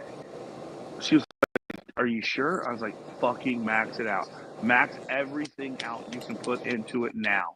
I was like, you don't even understand when you get to my age what that shit's gonna compound into. And I was like, you know what? If you guys do this now, y'all won't make it to 50. Y'all will both be fucking retired. Right. You'll both be retired before you're fucking 50. And then you can do whatever the fuck you want. And she's like, that's the goal. I'm like, go do it, sweetheart.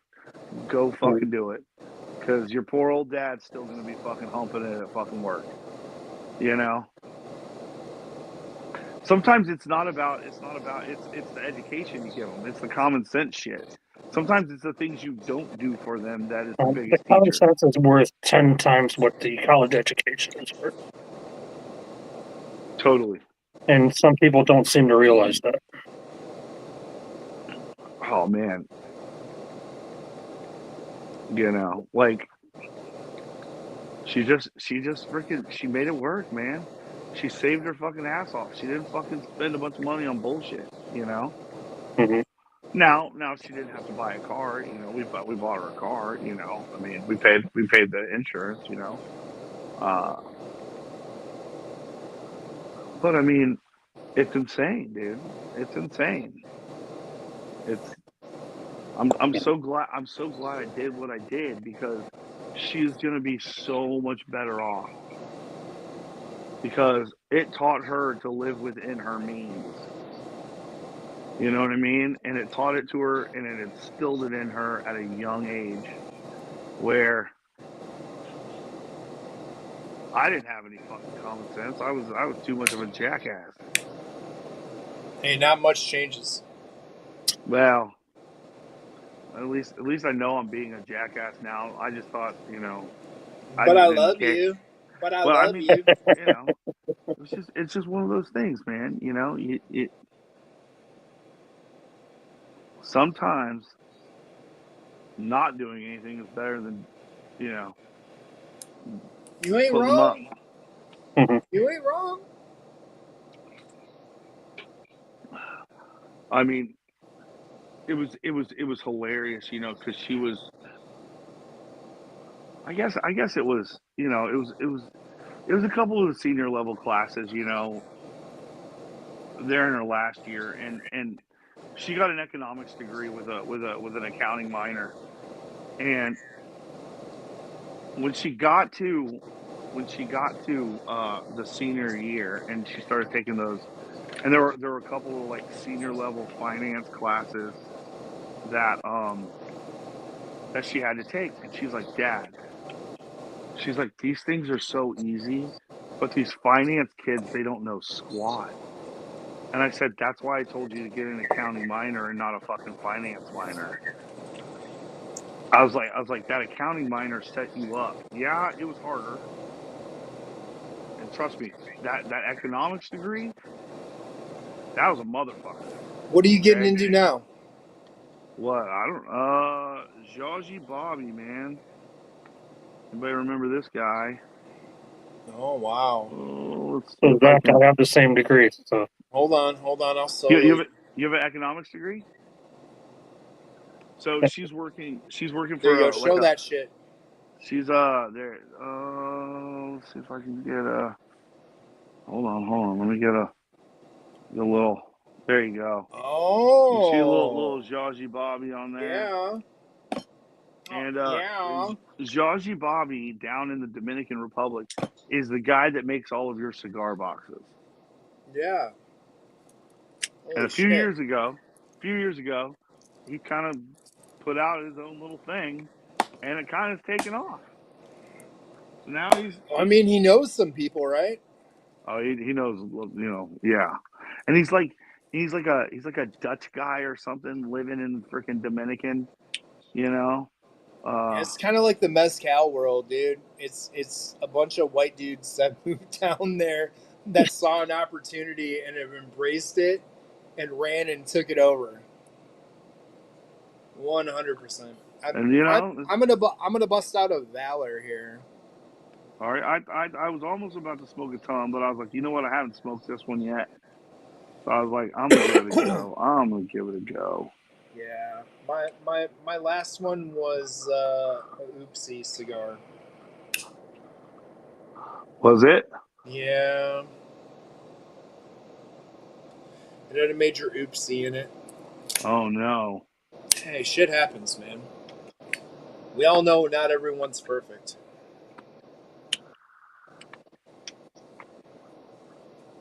So you know, yeah, But back to the old standby, baby. she so she graduated, and you know, and when she got to those couple of those finance classes, she was like, Dad, this is so ridiculous. These guys they don't know what the hell they're doing. And she's like, and these are the same. This is the same school that didn't allow me in. Like the Combs Business School did not allow my daughter in. She graduated 25th in her class. You know, she she is literally one of the smartest people in any room she fucking walks into. But she was lazy. She was 25th.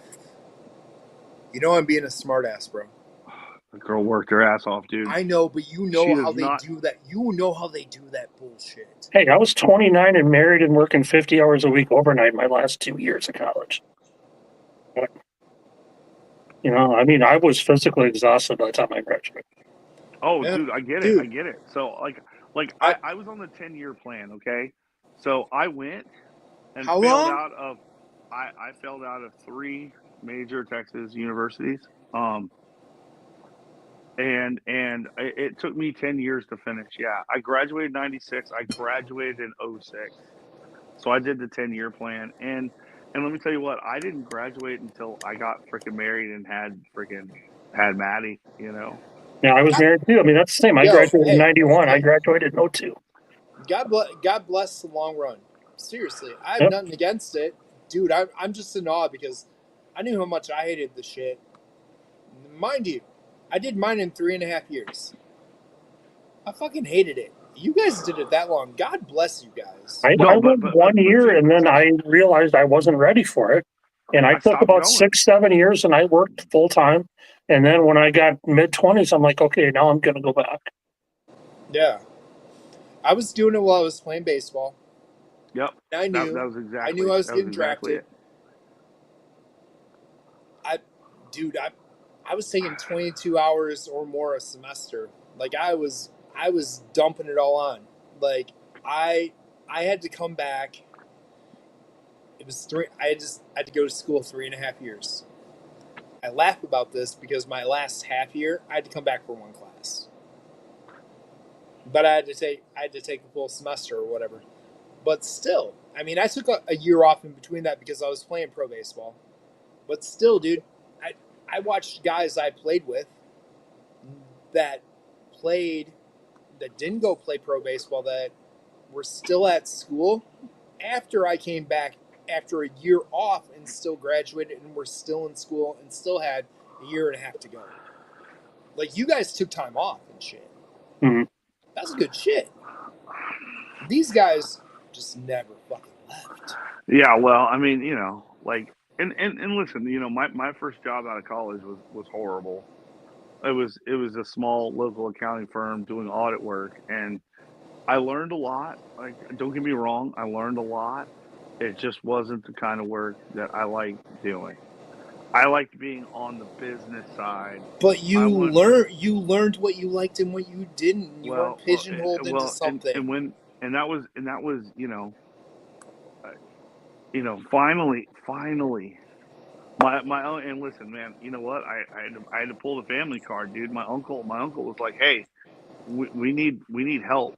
Go apply for this position." Yeah, And dude. I it was a contract. It was a contract position. I got in there and I just fucking worked my ass off. I was just like, you know what? I am not gonna be fucking. I am not gonna be one of these people that gets fucking laid off ever again. yeah. And I just fucking worked my ass off. Yeah, dude, from the time I was And at school, I interned the whole time, all the way through, doing different gigs every semester so I could figure out what the hell I liked and what I wanted to do. well, and listen, man, I got out and listen, I learned a shit ton. And it was like all of a sudden, all of that shit that I learned in school started to make sense because I was doing it every day. Like I was Right. in it, I was seeing it, like I was actually a part of it. And then, that turned into the job at Noble, and now, Yeah, dude, that's what made the biggest difference for me when I was interning, doing it and understanding why I'm taking this layout class and why I'm having to learn about bleeds hmm and kerning and all these little things that like really don't make sense until you do it. Like when you're in class and they're teaching you it, you're just like, yeah, okay, this is well, stupid, this is it's stupid. But you get in the real world and you're like, oh, this it's is why we also do this. This is what it's this is also about. it's also the reason I am absolutely 100% against the 5-year programs for accounting, and these kids going through getting their masters. That master's degree should be after you have experience. Right. It, Well, it that's needs what to I'm be. talking about. If you aren't and interning, getting real world experience, you don't get it. Mhm. and the thing is I get these kids and they come out and they got a CPA degree, which means all they did was they memorized a bunch of shit and they regurgitated it for a fucking test. Yeah. They have no idea what it actually means. Yeah, dude. I I learned all the shit I learned, but until I had to go do it and I had to deal with an actual printer and I had to do press checks, just because you think your colors are right doesn't mean your screen's right to what it prints like, because you got to calibrate your shit so it looks right, and you got to understand the Pantone color books, and you got to compare and go, oh well, it doesn't look this way on the screen, but this is what I assigned it, so this is what it's going to print and look like. Dude, I had to learn all that, and learning, the cut lines, the bleeds, all those little things, and understanding that. Like when you're taught that, you're just like, okay, whatever, and you just blast through it. You don't know how to apply it. You just do what you're told. We're working at a But printing plant. I know that word bleed a lot. yeah, but when you get in there and do that, and you understand how you're going to line up a spread and how you're going to do a center spread and do that stuff, and how you have to actually lay out the pages and understand how to make Mhm. spreads, and get shit to Totally. line up even and butt up if you're doing an open spread. Dude, there's a lot of shit to that. And I don't care how much time you spend in a classroom, until you have to do it for real and see how it really comes out in a real world, not And off a printer at school. and to Whoa. understand how much time it actually takes to get that job done. Yeah. And it's one of those things where now I'm at Chevron and they're more of a finance based organization, you know what I mean? And I'm looking at these things and I'm asking questions and I'm like, you want to push all this accounting work out, but who back here in the US is really making sure that shit's right and making sure that the people that you're pushing this stuff work out to, they're properly trained, Yeah. because they don't know. Mhm. It's Well, it's the same way in what I do. I use the one printer. The sister company tried to use the same printer as us. Always bitched. Oh, my shit doesn't come out right. The colors are wrong. This is wrong. This is wrong. Dude, one of the first questions I ask when I use a printer, what what machine are you using to print on? What are the color profiles for that machine? I need to put all that in so I know how my stuff's going to come out, and I want to know that. And I can get my colors exact, and she was always, oh, this is washed out. This is too hot. This is too dark. This is too light. I can't get the right colors. These guys are horrible printers. Really, it wasn't their I'm fault. sending the same shit to them. Mine comes out beautiful. You didn't ask the right questions. You didn't. Oh, You didn't well, calibrate. that person asked no questions. They came from web design to graphic design. They don't understand the print world. And like I grew up with my first job out of school after interning, my first real job working at a newspaper where they were on an old press that was converted to do color, where they were still hand dialing in the color. I would give them my press sheet, my sheets.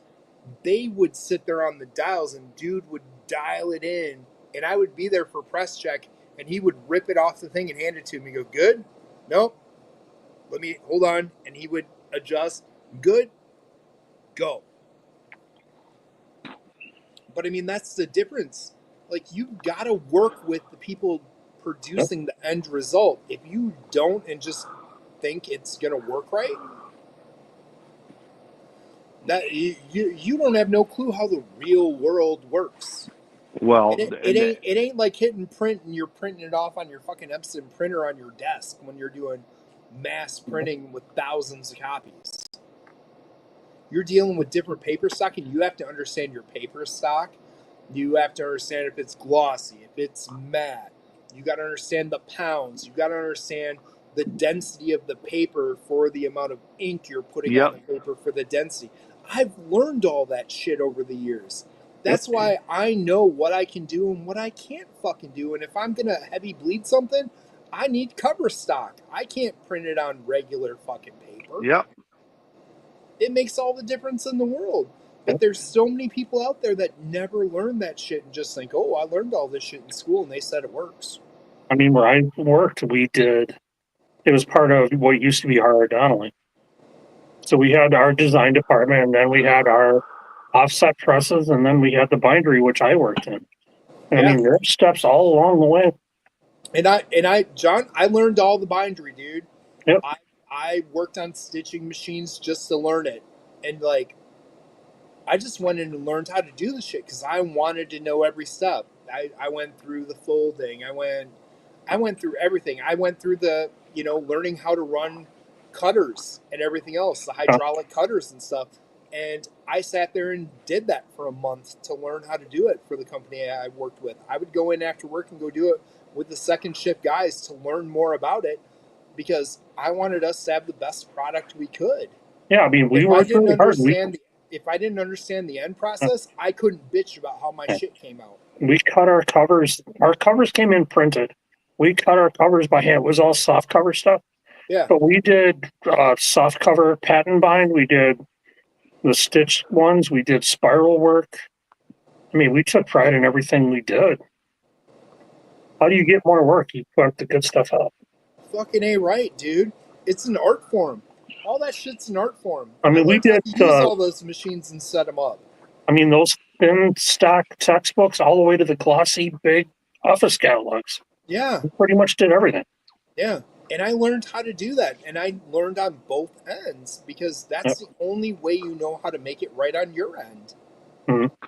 Yeah, if you don't understand, well, but at the same time, if there's something you can do on your end that makes that end job user, like easier because oh, if I just don't do this, I can cut out an hour's worth of setup fucking time for them. All I need to do is this, Oh, dude. That's the only way you ever documents, Zach. When I set up my documents, people watch what I do, and I show people what I do, and they look at me like I'm fucking nuts. I'm like, I do it this way. They're like, oh, you should set everything up this way. Not with the printer we're using. Nope. Well, I do everything as single spreads, man. But I know where they meet up in the middle, when they're going to be bound and stuff and know how to line it up without doing an actual spread, because there's going to be tolerances on those machines where there's little pulls here and there and there's cuts. It's not going to line up. I know what I understand that, but I've learned how to do that with the different printers and shit. You know, I mean, I'm listen, a dude, dinosaur. I know I'm a dinosaur. listen. I went Kids in. I don't went in ask this the week. shit no I went more. in this week. And I got a request. And I walked straight to my manager's office and I said, "Why the hell are we doing this twice?" I said, "Why does our internal audit department not give our freaking auditors access to their freaking system so they can pull all of this fucking information themselves? Why are we wasting time, wasting their time, wasting our time redoing something? Why do we not have an integrated audit?" Yeah. And my manager was like, "That's a great question." I kind of asked that. I was like, "Well, we need to start changing some freaking culture here because this is insane. Like everybody wants to talk about cutting costs and all this shit and overhead. Fucking, you want to know one of our biggest costs? It's that fucking audit bill we fucking pay every year. That thing's millions and millions and millions of fucking dollars. And you want to know what the biggest cost in there is? Goddamn fucking labor. We're Yeah. paying for a first year. We're probably paying $150 an hour for a first year. That's somebody I have to fucking train and explain shit to because they don't know their head from their fucking ass. No. And they start asking you questions, and you're just like, stop. It Well, doesn't apply here. dude, that's like me doing what I do. I can burn a lot of print shit. John knows that. Somebody can send a lot of print shit and they can get burnt in a hurry. They can send stuff that, like, we'll do when we do textbooks. They'll come in 16, 32, or 48 page sections. You know something? If they're not folded right coming off the press, there can be thousands of dollars that just get thrown on a broke card and get reset. Absolutely. Yeah. And we got to go back and reprint it again. Yeah. Yeah, You know? all because the crease is fucking wrong. You know what I mean? Because And somebody wasn't paying attention that judged the sections coming off the press. Yeah. You know? And dude, I'm old school. Like, whenever I use a new printer, I want to go when my first books are going there and I ask them, when are you going to print this? They're like, on this day, what time? They're like, why? I'm like, because I'm coming. I'm going to watch. I want to make sure it's coming off right. And I want to see how your shit works, because when I see it work, I can make my own adjustments if something's wrong for the future. You know, I've got to see how it works. And trying to explain that to different companies nowadays or shit like that are like, why do I have to pay you to go do that? Because I'm going to save you thousands of fucking dollars. You're not going to print it and be like, oh, we need to reprint this, and you get fucked. yeah. We used to, well, before the plant closed down, every year we did about 10, 15 states for the Medicare book every fall. And we had from the government printing office, people walking around at all hours, 24 hours a day. The book could be off by a 16th of an inch and they would shut the machine down. Yeah. You know, everything's got to be right done. We inkjet addresses onto the books before they're sent out to the mail. If that's not right, you're shut down. Yeah. Yeah. Your job right the first time, so you don't have to worry about it. Yeah. I mean, I care about all that shit. Yep, we cared about it too, because that's how we make money. Yeah. I'm trying to put out the best product. I'm not trying to bang shit out and like. Well, we have people that would rather have the work. machine broke down so they could sit around. It's like, no, you don't make any money that way. If you want to sit down, stay home. Sure. You know, I'll never dumb down my standards until the day I'm done, man. Because you dumb down your standards, it gets to somebody else, and all of a sudden it's down the line and it's the entire company, and you lose business somewhere. And it was something that was easily fixable. But you're messing with somebody else's paycheck then. Right. And every time I've ever had an intern and they work with me, I teach them everything. And I've never had a single kid not tell me, I've learned more in 2 weeks with you than I learned in 4 years of school. All this shit makes sense and I can work so much faster. I understand why I'm doing what I'm doing. You know what? It's having context. It's having that context that is super important. See that theory, what you learned in the classroom, see how it actually works. That's all it is. In the classroom, it's theory. Yep, that's all it is. Until it's It's in all high practice and level. you see it done. It doesn't mean Right. anything until And you're that's why doing every it. time I have a kid, I throw him right into the fire. I make him do my job. You're going to do my job. I'm going to do yours. They're like, what? Well, you're going to do my job. I'm going to do yours. And then I'm going to rip through your shit and show you why it works, why it don't. Why? That's how you learn. That's what's going to happen to everybody else on the production floor. They're going to get their ass reamed and show them what they did wrong. Yeah. You know? And every one of those kids I ever had are running fucking production at different publishing companies now and fucking kicking ass. And every one of them still hits me up every year about shit. You Dude, have I to learned have your so much hands from on the you. product and see what happens. You know? I It's mean, wild, man. you know, Mhm. but think about it. That's why we do what we do. Like even with the cigar company, dude. That's why we do what we do here. We care about every touch of the process, and that's why we're involved in every touch of the process. We're Instead not. of just saying, "Yo, make us a cigar. We're gonna put a band on it. It's ours. Yay!" No, You there know? was thought. I've There was rejected care. so many band printings. We've got 3 bands out there. I've had multiple rejections and been told, "What's wrong?" Well, no, this is how it should look. This is what it should be like.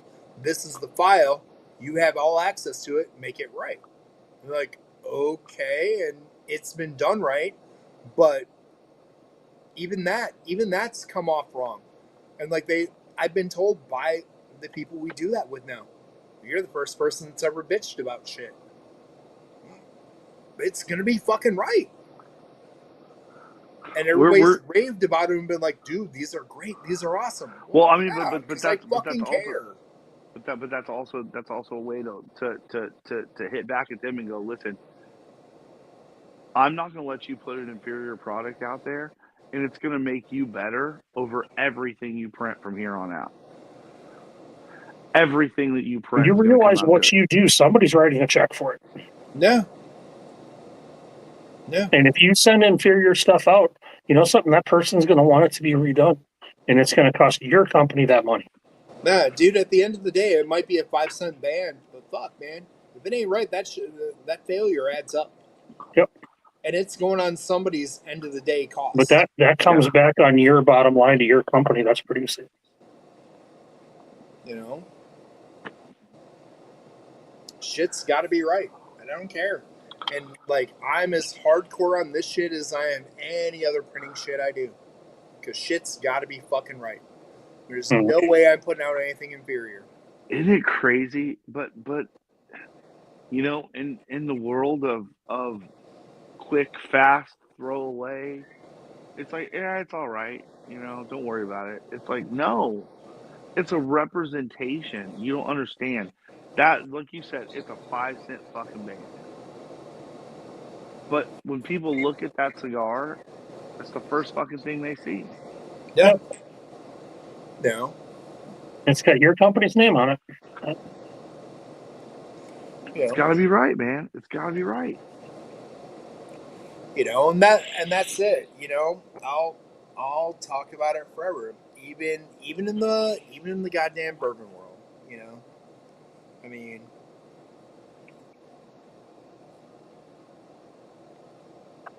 plenty of NDPs out there. Yep. I can tell you when it comes to these labels, we spend more at Forgate on labels than almost anybody else. I can tell you that when these labels are put on the bottle, there is a certain requirement we require from our bottler for them to be. And if it's not done that way, we reject it. Because it's got to be right. We went through it over and over. And you know, I'll give the guys all the credit in the world at Forgate because of how much care they have put into the labels and the labels being right or improving the labels as we went along and changing little things to make them better, you know. But I mean, there's a lot to it, you know. And you do it when you're talking about foil, when you're talking about some embossing, some debossing, and things like that, or even lining it up as it goes through to be put on something. Mm-hmm. That's part of your brand. That's part of everything you are, you know. And you think about that. If somebody cares that much about the label, how much do they care about the blend? You know, Exactly. they care that much about the blend. I'll tell anybody, Bob and Bill care so much about the blend. It's unreal. And I know I hear all the things about price. Tell me a Forgate you've had or anybody's had that's an inferior blend. I've never had anybody tell me that. But for somebody who hasn't had Forgate before, I mean, that label is your business card. Right. They're like, oh, that That label's better cool. be right. And then they talk about the price. The price holds them back. The first thing that will stop them about the price, they try it and they're like, oh, this is different than what I get from somebody else that's an NDP. They're like, wow, this is really good. Yeah. And there's a lot that goes into making it that good. That's part of the price. Mm-hmm. The bottles, the corks, the labels, all that shit costs money. Like, it's unreal when you look at the glass costs, the label costs, the cork costs, you know, doing the tax stamps that we don't need to do, but we do those. There's the back label, there's a front label, there's a back. All that shit is a cost. Yep. Mm-hmm. And we're not even talking about the amount of time that Bill spends blending everything, you know, and making sure it's right. And everything we do goes in a brand new Kelvin cask. Those are not cheap. That's not a $300 barrel that everybody gets when they buy it from ISC or anything else. All those barrels are handmade. They're not machine made. They're handmade in a plant that those guys hand char. It's not done by a timer. It's not done by anything. It's all done by hand. Yep. It's artisan work. It all adds Mm-hmm. up. And it makes a difference. And if you have Forgate, you know the difference. If you've never had Forgate, you're like, oh, it's overpriced shit. Now, one of the best rides I ever had was Scott and Jason's first was 9-year toasted rye, about 3 or 4 years ago. That was a phenomenal bottle. I'm drinking the 10-year version of that now. Okay. But that's one of the best rides I ever had. Yeah. Yeah. You know, there's a lot that goes into it that people don't know. There's time. Oh, man. There's so much that goes into it. Mm-hmm. I applaud them for the work they put into it. I really do.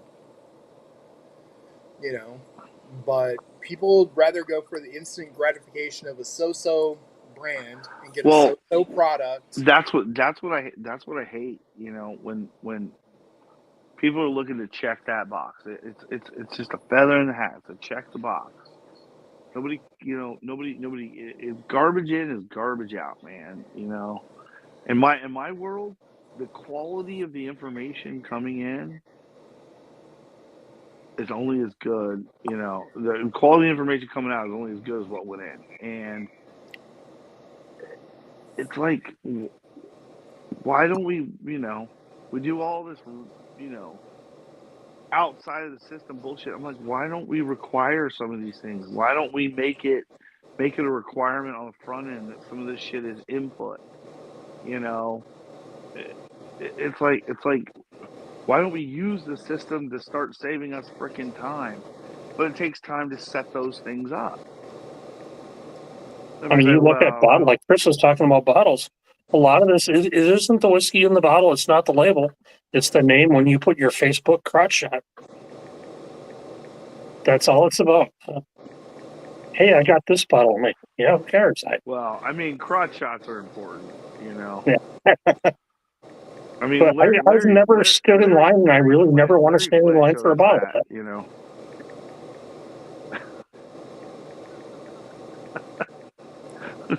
You know, I mean that, dude. That's just it. In so many ways, man.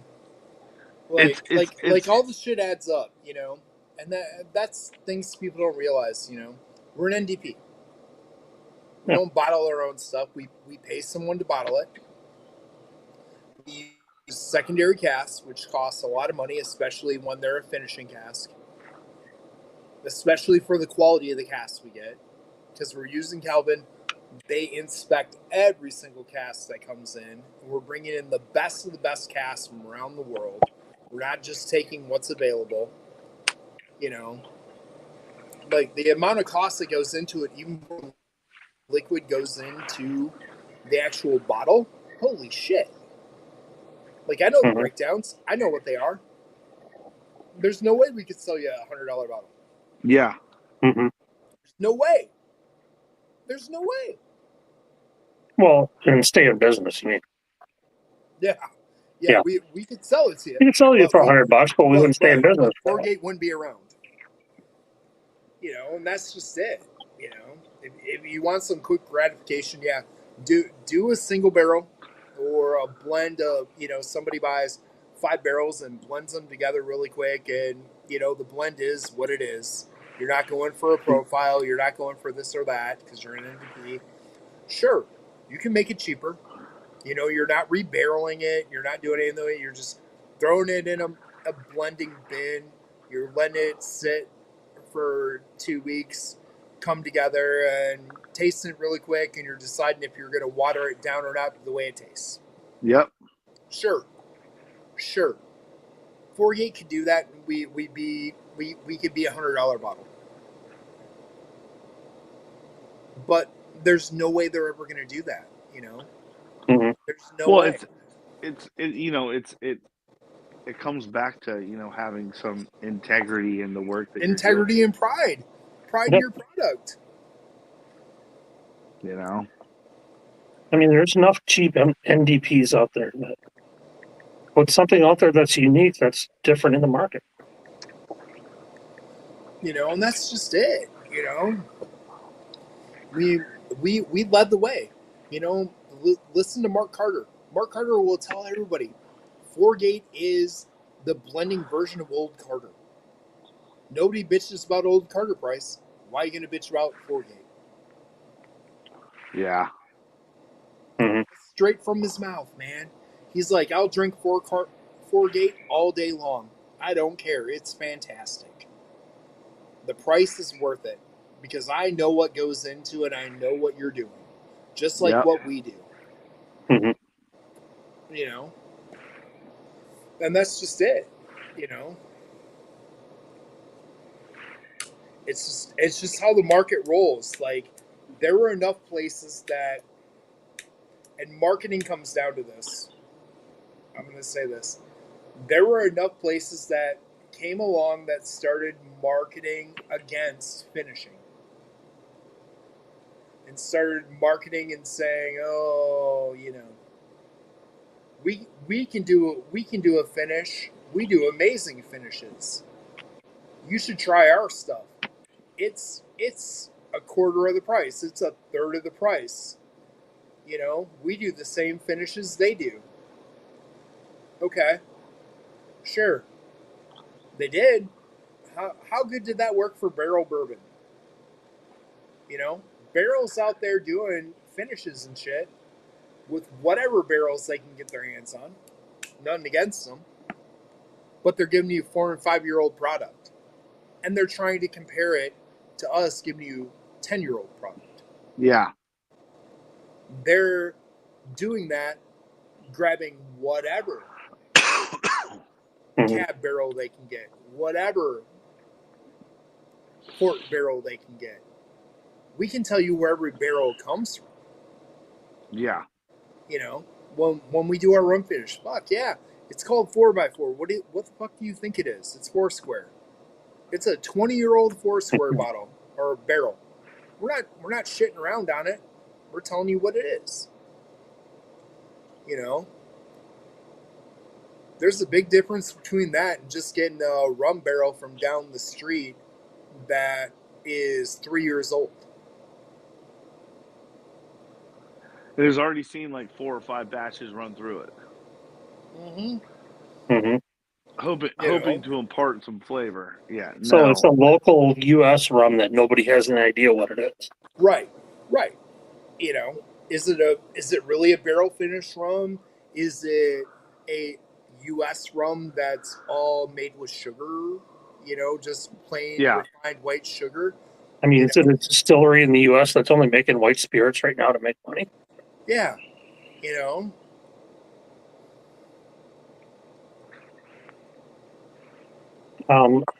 So we're talking about rum here. Did any of you guys get to try the one from Old Line? No.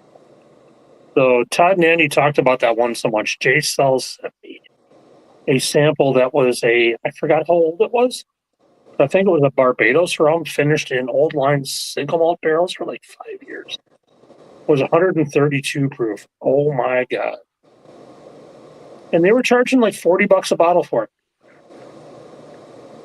It's from Old Line in Baltimore. I'm like, can you guys go back and get more of this? I only got 2 ounces. It's insane stuff. Yes, please. Right over here next to me on my thing. It's my summer stash. I haven't tried the single malt, but this rum was just freaking. You know, but dude, I'd be all over that. Yeah. Dude, I love aged rum like no tomorrow. That's why me and Mom get along so well. We have fun with rum. Yep. You either like it or you hate it when you get into the real, like, good shit. And, like, he's all in, and he got me into it. Like, the funky ass shit coming out of the Dunder Pits or the Agricoles, you know. There's one I have here. No sugar added. Like, here we go. Gene's NASA rum. Have you ever tried that one? Which one? Gene's NASA rum. Oh, yeah, I can tell you everything about it. I was standing with him when he blended it. I have literally half a bottle left. And if you remember going to the Brock's thing and getting the foil wrapped caramel royals as a kid, that's what that tastes like to me. It's so dangerous. Hey, John. I think I still have a 200 mil left of that at barrel proof, not at 107. Yeah, I've got like half a bottle at 107 here. Like, that stuff is so good. Yeah, we were taking that right out of the totes. Oh. And playing around and blending it together with Gene and with John at Cat's Eye. John's the old man. John's the old man for Cat's Eye that does all their distilling and does the blending for Gene. The first note I got was that caramel Prox, and it was just so good. Yeah, dude. Yeah, between us, that's Foursquare and whatchamfuck. It's 2 rums blended together. K. Holmes. Okay. There's one I had that was a pinch hitter sent me. It was a 19-year-old plantation, but it spent 6 months in a Kilholman barrel. So it was kind of a ride, but if you're old enough to remember having a truck come to deliver fuel oil to your house in the winter. Oh, yeah. It had that aroma and it had that taste to it. It was a ride. Hey, buddies. I have. So you guys know what fuel oil smells like then? That's rum. That's plantation rum. Okay. I have tons of those here. When they send me a bunch of stuff. When you're talking about that, I call it old oil rag. Okay. I just thought, because I remember being in the 70s and we had the heating oil, fuel oil guy come to our house. And that's what it smells like. Yeah. Dude. 100%. That is exactly what you're talking about. These old plantations that are not finished. They're just like straight up before they really got barrel aged. They're all barrel proof. They have that oil rag smell. Hmm. Yeah. Yeah. Because I got all those directly from plantation, and they wanted to know, pick it, and then tell us what kind of barrel you want to finish in to give it color. And they were all 7 to 12 years old. I know exactly what you're talking about. Oh my God. Seriously, some of the best shit you ever had in your So, life. Zach, did you ever have that Nessa from? I'm not a big rum guy. Okay. Hey, Zach, best way to describe it for honestly, a common person not into it, Starbucks Red Velvet Cake Pop. I'm picky about red velvet cake, dude. Starbucks Red Velvet Cake Pop. Dude. I'll tell you why. It is because my grandmother used to make this really old icing recipe. And it's like an old classic icing recipe, and this icing literally turns to a dough. Okay, and then you have to I let know it what you're sit. talking about. You have to let it sit, and then like there's another process. Like, okay, you don't even understand. My daughter figured out why my mom couldn't It's not my mom Bardstown. couldn't my mom couldn't recreate what my grandmother had done, right? Maddie was about 14 when she did this, and she figured it out. And she goes, "Oh, you have to adjust the amount of butter you put in it due to the humidity." And so she figured it out. And she's like, "Oh, if it needs this, it needs this. If it does this, you do this." And she figured it out. Yeah. So she made the cake isn't the cake is not the cake is a fucking box cake. Red Yeah. velvet cake is actually just chocolate cake with fucking red food coloring in it. But box cake, whatever, it doesn't matter. As long as you bake it well, you're fine. So Maddie bakes this cake, icings it, gives it to my mom. It was like I think it was like Thanksgiving or something, and my mom literally started crying because Madison spot on just nailed it. Like it was like she was tasting my grandmother's cooking again. You know what I mean? Like Maddie has a baking green thumb, dude. She can bake fucking anything. That's fucking beautiful, dude. And dude, that freaking icing, dude, is the fucking shit. The cake is just a vessel to get to that icing. Right. Yeah. Okay, it's that's all it is. You're there for the fucking icing. You're not there for the cake. You know what I mean? And dude, she just nailed it. She nailed it at 14, dude, because she put the science to it. She's like, "Oh, it's the humidity in the air. It's doing this." And oh, you just got to do this or if it does this, then you just kind of do this. And no, because nobody, my sisters have tried, my mom had tried for years. Nobody could get it right, because they have these vague instructions, and you know, there was some feel to it, right? Right? It Those was that goddamn old schoolers didn't want you to know, but they wanted you to figure it out. uh, you Hmm. know what? There's some of that, right? And as my grandmother got older, she couldn't remember necessarily everything perfectly. So, um, Bullshit. when Maddie, no, I There get are it. recipes that grandparents have that you do not want to lose before they pass. What we got, I mean, that was one that like because my wife was like that's the only thing I want. My wife was my wife tried to make it. My wife can bake, but the thing was is all of those years of my daughter watching cooking shows on Food Network, she paid attention. And it was probably one little thing that somebody said one time. And when she was making it, and she saw what happened, she goes, "Oh, I know what to do." Here, poof, boom. Well, dude, it's a little bit of that. And you got to remember, if we've all been taught how to do something a certain way for a long time, it's hard for us to change. But when you're young and you're still in the experimental phase because you're not set in your ways, Well, it all but works. everybody knew that that this recipe was an approximation. It was not an exact science, and no one could figure out what the science was. And Maddie figured that shit out. And she's just like, Yeah. "Oh, here, I can show you how to do it. It's not a big deal." You know, it's also one year. My There's mom used nothing to that my substitutes for cooking by the seat of your my pants, though.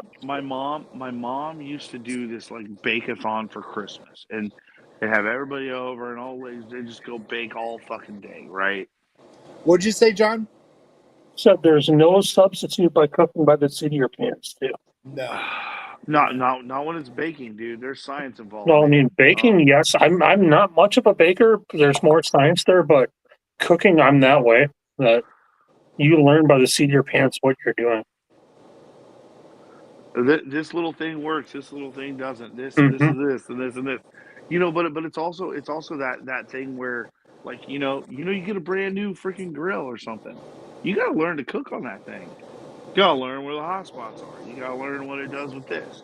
You gotta learn what it does when you're cooking in this kind of a weather. And What? You it said a hot spot. What's a hot spot? but when it came to baking, and they were making this one cookie, and Madison looks at my sister and goes, "You're putting in too much butter. It's gonna fall apart. It's too liquidy." She's like, "It's just too much." And my sister was like, "I know what I'm doing. I'm following the directions, right?" Nah, nah, And nah, nah, nah, nah, nah, nah. No, no. and You what know. happened? What happened? Those cookies never fucking set up because she added too much fucking butter because it was too humid out. And it was like you didn't need all that fucking extra oil and moisture. Should have added some more flour in there to freaking offset it. Stiffened it back up, and after that, Maddie was like, "Well, fine, whatever. I can outbake all of them. I don't even need to try."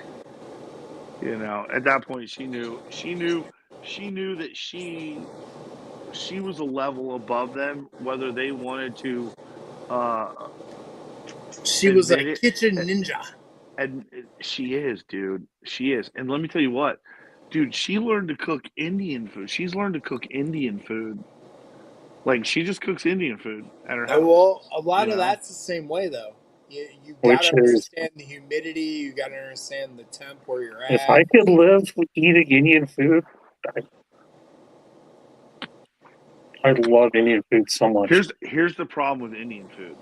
It's the coconut milk. Dude, that shit runs through me like a fucking faucet. Dude, I'm sorry, it's a terrible visual, but You it give me those just, curried dude, red lentils with like a dude, stack of naan, man. dude, Dude, like I I can just can't, destroy that. I can't do it. I can't do it. But you know what? She figured out. She goes, "Hey, listen, I can cook this shit, and it's fucking cheap." Like and but what she needed, what she had to do was she was like, "Okay, here's what the whole trick to cooking Indian food is: you gotta find that really fucking authentic, like Middle Eastern freaking little store that's a hole in the wall." Where you get all the best fucking spices and it's dirt fucking cheap. Oh yeah. Yeah. And she's like, when she was in Austin, she's like, "Dad, I found this freaking awesome place." You know. And she did. She worked at an Indian food restaurant for a little while. Um And yeah, she's like, dude, I can make this stuff because all of the ingredients cost me nothing. I can eat all freaking week, and it Mm-hmm. costs me nothing to eat all week. Yep. That's how she got through. That's how she got through college. Just go down those 2 international aisles at Woodman's. You could eat for 2 weeks. Yes, John, we do The that a lot. the We Mexican do that a aisle and lot the here. Indian Japanese aisle, man. We do that a lot here. But Same here. I go to I Woodman's will here, meal, and I will meal prep the proteins, but those aisles make all the dishes for the damn week. yes. Give me some lamb chops and a good, like a jar of Rogan Josh sauce, man. Thing of basmati, man. Oh, I can eat for a week, man. Love so, Indian food. which you know, which it's funny because Maddie's fiance, his dad's side is Indian, and his Okay. mom's side is is just Caucasian, right? And they do a thing for Thanksgiving. They don't cook turkey, right? They have a curry off. Ooh. Oh, hey. Can I come over? Can I Yeah, come over? can I give me a plane ticket? I'm in. where she's like, dude, Grandpa's cooking curry, and she's like, I ain't missing that shit, Mm-hmm. and let me tell you what, like she'll sit there and talk with him about what he did and like and little stuff, and like she'll pick up on stuff that he did that no one else will pick up on. You know what I mean? Look So how like dark that is. What is that? Coca-Cola. That's cherry Pepsi and ECBP. Nice. So, Zach, you're talking about you don't like coconut milk. Chris, have you ever heard the story about Georgia bread and the bad oysters in Vegas? Okay, I don't need to say anymore. Everybody, Oh, once dude, you hit 50, you're good for that once a year. That's a great story, man. dude, listen. That's one of those things. That's one of those things. Okay, so Gulf Coast here, right? So what I thought oysters could be were these giant, nasty, slimy fucking things that are just like really, they were gross, right? They were just gross. Last year, I'm in San Ramon because the company sent us out there, and so we were out there for the week, and we just kind of picked a day, and we were like, hey, dude, we're gonna go have like family meal, right? And we're just gonna go we're gonna go to the nice restaurant. We're gonna blow some freaking money, right? It's Yeah. not on company, wasn't on company dime. It was like there was a like to the hotel. There was like a there's a really good steak restaurant, and one of the guys I worked with, he ordered the oysters, and what I figured out is these warm water Oh, oysters they're gross. The yeah, dude. cold water, There's the a certain cold, seasoning you need to order. yeah, I know, and still they're too big. They're like they grow too big. They're mushy. The texture's not right. Yeah. But these Yeah. cold water oysters, which were tighter in texture, right? Mm-hmm. They weren't slimy. Like, dude, I was like, dude, I gotta try one. They actually look good. So I was like, can I try one? I was like, and the cool thing was I was like drinking a Lefroy 10 at the time, right? Oh, perfect. Good That's Nice. good perfect for an peaty, oyster, dude. good peaty, freaking, Yeah. Mm-hmm. like You want that smoky, briny. You want that and briny to go and with Yeah. it is. and I was like, dude, I'm not gonna doctor it up. I'm not gonna do anything weird. I'm just gonna squeeze a lemon, and I'm gonna fucking eat it. Yeah. Holy shit, did I have my fucking mind blown? It's fucking cold water oysters. I don't fucking want. I don't. Blue I'm not even Point, gonna. baby. Blue The Point. the only thing warm water oysters are good for is fucking if they fucking char grill them in the shell like they do down in like Louisiana, with the butter and the Parmesan and all the shit. In New Orleans, the cornmeal dusted fried ones are really good though. Those I like. Yeah. But dude, when they cook them like shell side down, like they cook them in their juices and those were good, okay, but they were cooked, right? Right? They didn't. But raw oysters, I only want cold water ones. There's a place that's close in Oshkosh now. You want Blue Point? That's like Connecticut, a So little no, bit of Massachusetts and New York. These were actually the Pacific side. Oh, so Washington side. Okay. Washington, Dude. Oregon side. Dude. Okay. These things were phenomenal. And listen, we got some from the East Coast, and then we did half from the West Coast. So like it was like a half and half, right? And so I ended up getting to try, yes, cold, but it's cold water. Yeah. That makes all the difference. That makes all the difference. It's all the difference, dude. It's all the difference. That's like eating trout in the summer. It's a seasonal thing with them. They get softer, they get firmer in the winter. There's just there was just something about it, man. Like there's a place here in Oshkosh. We had, I think they were from Delaware, but they were like colder water that were really good. Dude, they're a little smaller. They're tighter in flesh. Like there's you had Olympias. I had to look. There's 3 different ones, but you're talking about the tight. It's the Olympia, dude. Oh my god, dude! I was like, okay, I was like, this is phenomenal. Yeah, I don't think you were having the other one out there. Is the Kumamotos? Those are retard pricey. They're like Japanese / hybrid Pacific. They're green oysters. You didn't have that. No. These weren't that. But dude, you had Olympias. You had Olympias, not Pacifics. Pacifics are big and globby, like you're talking about. That's not it. It's the other ones. Yeah, dude. Oh my gosh, dude. I was like, because for years, I'm not a big seafood person. I don't like fish. I'm not a big fish person. It's a texture thing for me. It's not a thing. The only time that I liked fish was when we went and freaking with Grandpa, and we would go catch little catfish, and we'd come back and he'd fry them up that day. You know what I'm saying? We'd clean them up, he'd fry them up right then and there with fresh hush puppies. You know what I'm saying? Fricassee style, baby. Fricassee style. Not heavily breaded, lightly dusted, fricassee, old school, beautiful. Yes. Just you know what, and it was never big catfish. It's always smaller catfish. So there's smaller fillets.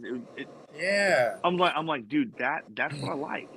Like I can eat that. It's OG good shit. It's not heavily breaded. It's not commercialized bullshit. Yeah. But and it was like I was like other fish. I'm just like I'm not a salmon person. I'm not. Sorry, it's just not a thing for me. Now I'll eat tuna sashimi. Right. It sucks that I like one of the more fucking expensive ones. Hey, buddy, I'm gonna tell you this: tuna sashimi, good for you. 95% of salmon has worms and is nasty for you. Salmon, salmon. No, I worked in a Japanese restaurant. I dealt with the fish coming off the truck. I know what I saw. I know what I dealt with. And the shit that came off our truck was flown in every day to Chicago and drove straight to us. I know what we were getting. And salmon, I wouldn't eat that shit. I wouldn't eat that shit to save my life. I mean, I won't even eat it cooked. It's just not like it just ain't. No, ain't it's still in there, dude.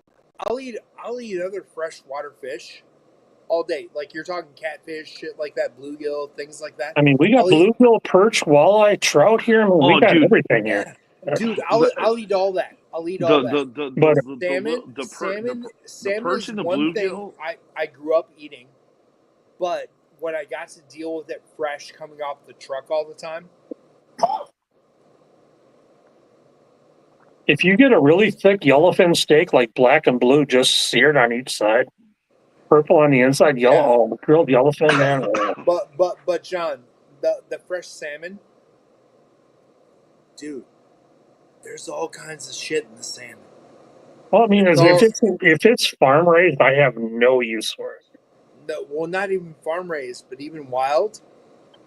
Depending on where it comes from, wild.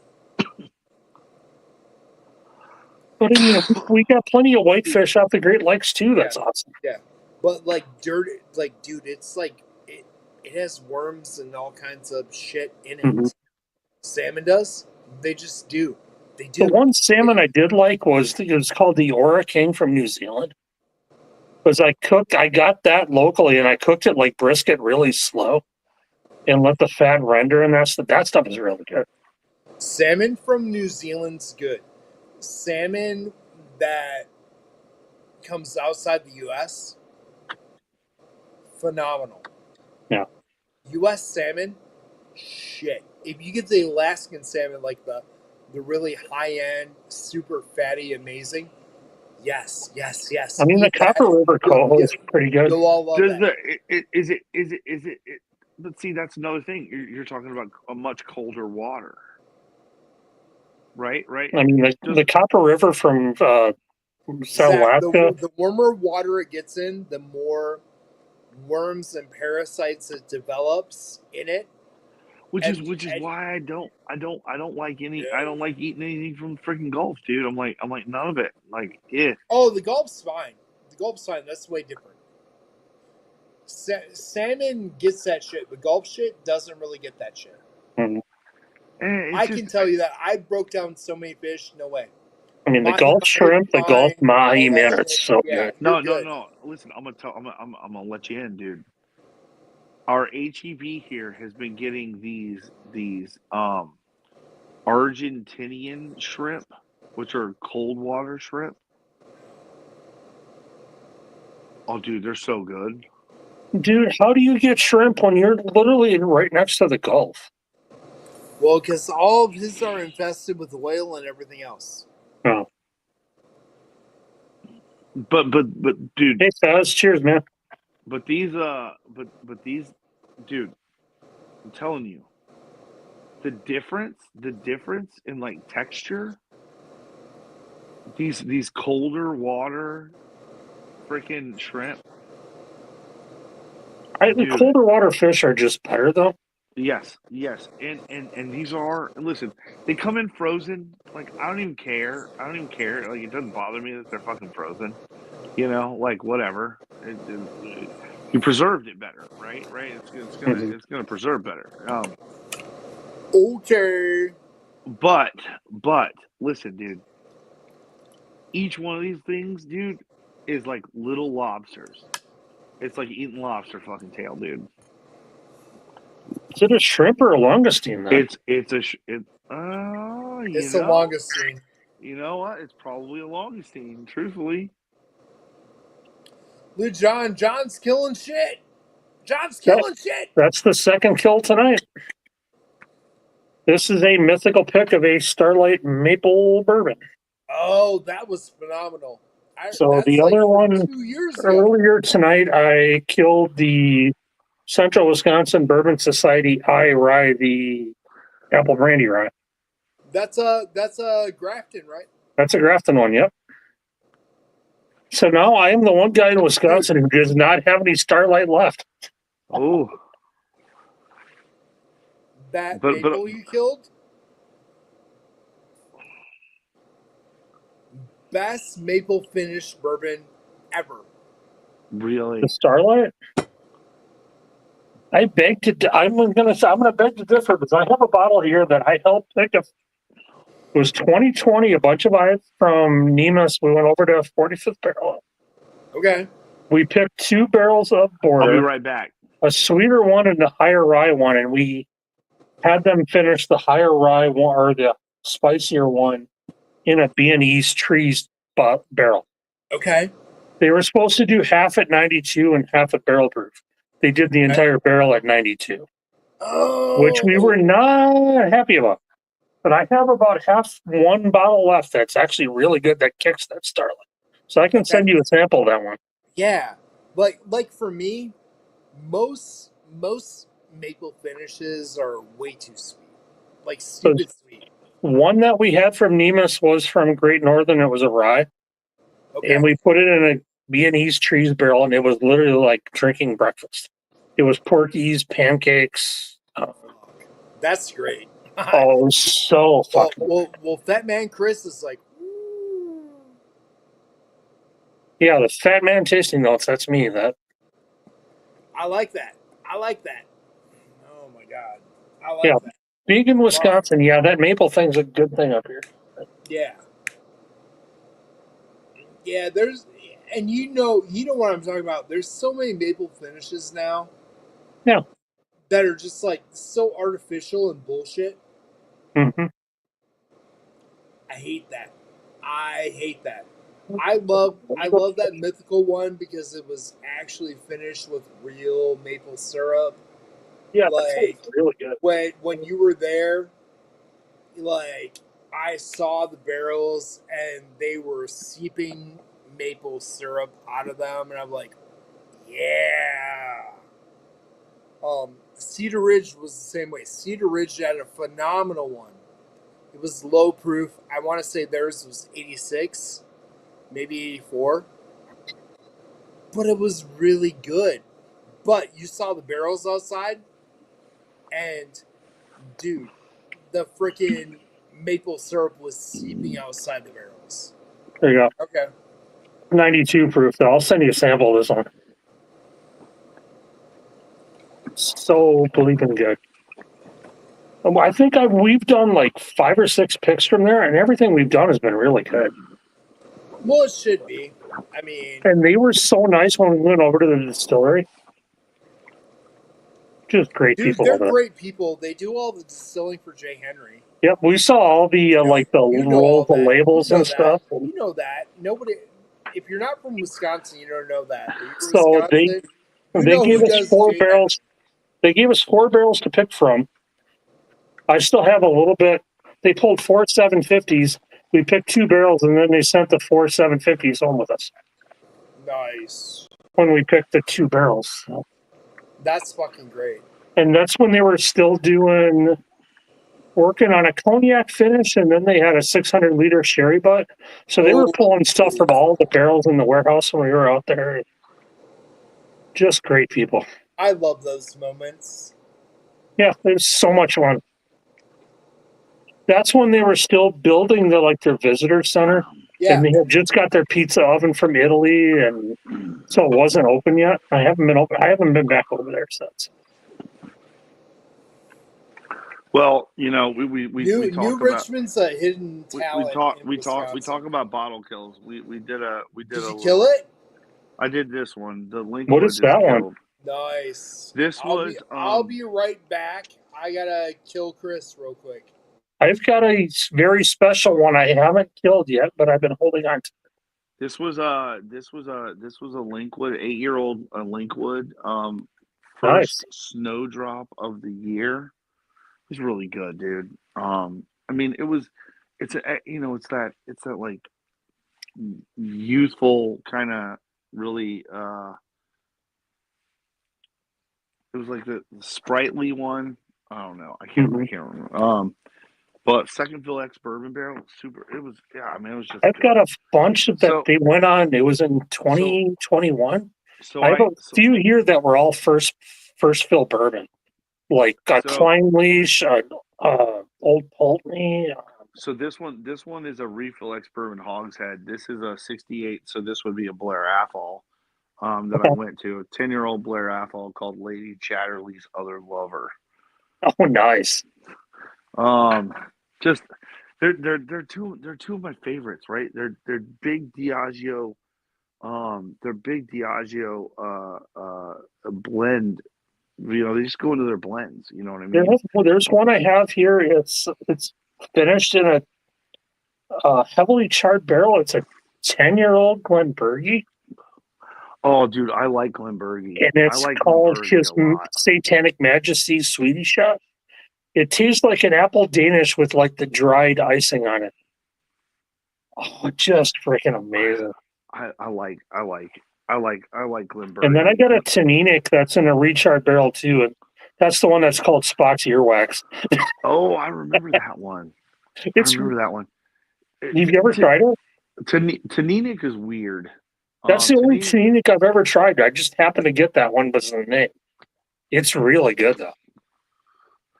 They're listen, I'm just an ex-bourbon guy when it comes to their profiles. I just want the ex-bourbon because I want to know what the malt actually tastes like.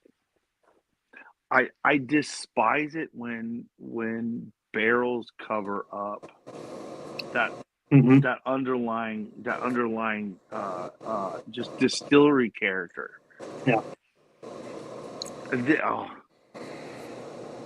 this is like that juicy oak and vanilla profile. John knows that label. Is that one of the older ones? Maybe 2 years ago. Hold on. I probably went through 2 bottles of that one already. So yeah. Where the hell is Vic? He said he's coming in. Because I don't know. If that's the straight back phone from Chad. I met him once and I got 2 bottles and they're both gone. No, dude. Indie Taninic is the way to go. Okay. I mean, Chad's great shit. Chad's not for everyone. Chad's for me. I had so much fun with him. I love Chad to death. Because I would mule bottles up for him up this way. Yeah. But then we would meet up, and my buddy from Nemus, and we go to a bar in Monaco. And he would bring like 4 4-gate bottles, a couple of GTS, and I would sleep it off in the back room of the bar. Hey, we had so much fun, but the bottles Chad would bring. Oh, dude. Like Zach, Chad probably had the greatest old scout collection you've never seen. The one he did like the 5.5 year with a Mons was just the MGP one. Oh. Hey, John, that was actually 7 years old. They labeled it wrong. I'm not complaining, but that was We're waiting for the last one that he did with them. Because they're cutting off their program at older barrels. So it's all going to be like 5-year-old picks from now on. Mm-hmm. They let him do one of the smooth Amblery picks for Mythical, which is supposed to be coming. That's 10 years old. I mean, I see the bottle shares on Facebook, and I'm like, I wish I could drive down there for those. I was at the Speakeasy bottle share. What was it, 2021? He does that shit to me. He's like, Chris, you're not that far away. Come on.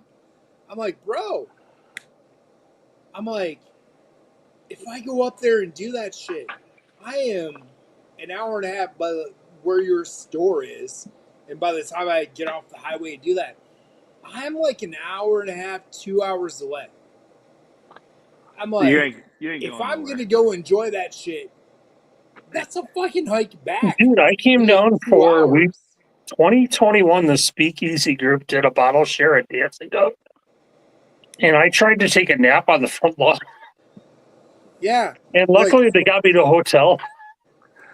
Dude, I went up there. Oh my God, I had so much fun. John, I did one at his house. We were having a great time. We were having a killer time. Dude, the bottles were unreal. Yeah. I brought a bunch of stupid shit. Amin brought a bunch of amazing stuff. Chad had his shit. And one of the other dudes brought amazing shit. Like, it was bourbon heaven. It Yeah. was heaven. Because Chad brought some old purple tops, but then Yeah. Troy from the Speakeasy brought an 81 turkey decanter. He brought a 95 turkey Ooh. candle. Somebody brought Oh. a 70 turkey decanter that I had a pour of. Just stuff that was just insane. Oh, dude. That's how the Dude. house was, and it was amazing. And Chad's like, hey, let's go downstairs. I know you're going to stay here, you know, because you drove up here. We're having a good time. I'm like, okay. We got down there. He sat down on his couch that he does his videos from. He's like, go look in the bourbon room, find something you want to pour, and pour it. I walked in there. I'm looking at all of it. I'm like, okay, I'm going to pour this. I pour it. I walk out. Chad's snoring. I tried for 30 minutes to wake him up, and he wouldn't wake up.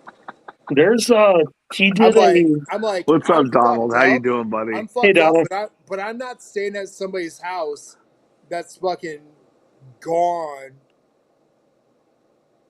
and just hanging out. I was about to text you. I'm like, Hey, what the Vic. fuck? What's Chad's such a cool guy, though. Hold on. He This had is actually, what was it, a 9-year you mean- NBC pick a few years ago? You mean he's And I actually killed it cool on enough? stream, and he's like, let me know if you need another one. I got him hanging out here. I'm like, that 9-year NBC that Chad did was so John, good. John, Dude. you don't even want to know what's hanging out in that room. I figured he's got a lot of stuff hanging out there. What up, Vic? Hey, Vic. What are you What's up, y'all? smoking, you dirty bastard? Same shit always, bro. Fucking cigarettes. The Marlboro label. Apparently, Cigarettes. your feelings. Ultralight, silver light. Okay. What I was sent that? you a lot of Loser? good cigars. What are you smoking? Apparently, your feelings. No. This is yours with that fucking golden vest, bro. What the fuck is that? What the fuck are you talking about, man? It's fucking Yo. North I Face, sent you a dude. lot of good It's cigars. fucking- What are you smoking again? I'm letting those rest for a couple more days. Some fucking bullshit right there. Okay. No, I haven't. Allocated shit. Yeah, I haven't fucking. It was a rough day, so I wasn't even gonna fucking get into fucking cigars tonight. So here you go, Zach. Oh, dude. How's the work going, bro? The King of Malts. What is 2? 13-hour shift. 2 is one Attaboy. is Glen Parkless. Is 2 Highland Park? It was a rough Glenn fucking day. Levitt. Glen Levitt. Tim Evans, what's going From on, 2007 Tim Evans? refill Tim Evans, carrier. are you in the binnies This is a Charlie McLean pick. drawing Ooh. for BTAC, buddy? So It's on the app. Make sure you're on there, A bud. bottle kill. Look at fucking Keep Craig's going. bottle kill. I've been holding on to that for that long. That's Oh, dude. Glenn Levitt and refill sherry, 10 years old. Oh, dude. I bet that's wonderful. We Dude, want and Vic to do a Vic bottle 60.3. kill. what was it? 60.3? I can't do no bottle kill, bro. It's Wow. It's a 10-year-old Glenn Copper Levitt and a cask? refill sherry. copper cask. It's a pick. That boy. What'd you guys do on your stream tonight, dude? So Zach, I'm saving this bottle since it was a Charlie McLean pick. Shit, I was late to it. I came in fucking late. But no, same shit, same bullshit. Chilling. Tim, did you go to the game tonight? cigarettes. I miss you fools. Yeah, bro. Fuck, we need to do that Zach, shit. this smells just Well, so. yeah, dude, Oh, I we bet. need to do this, but I want to hang out with So Vic I've had again. this bottle since Dude, like when me and you 2018. hang out, we have fun, bro. Hey, I'm here, bro. I'm here. Come to Illinois. Oh shit. Come hang in the dugout, bitch. Shit. It's gonna be cold. I'm as in fuck. Wisconsin. Can I say come hang out with the Fibs? Yeah. Vic, No, my brother-in-law actually just sent us a picture from Wisconsin. He said you guys got a shit ton of snow. Well, not a shit ton, Where is but he in we got- Wisconsin? Yes, Fuck. I don't know. Close to the Green Bay Stadium, some shit around there. Okay, because I'm about 30 miles north of there. We got a little bit, but then it started raining this morning, so it was gone right away. Yeah. Yo, Vic. Yeah. You can stay here, man. I'll pick you up at the airport. Mm-hmm. Oh yeah. One of these days, bro. I mean, you go everywhere else. I came to see you, bitch.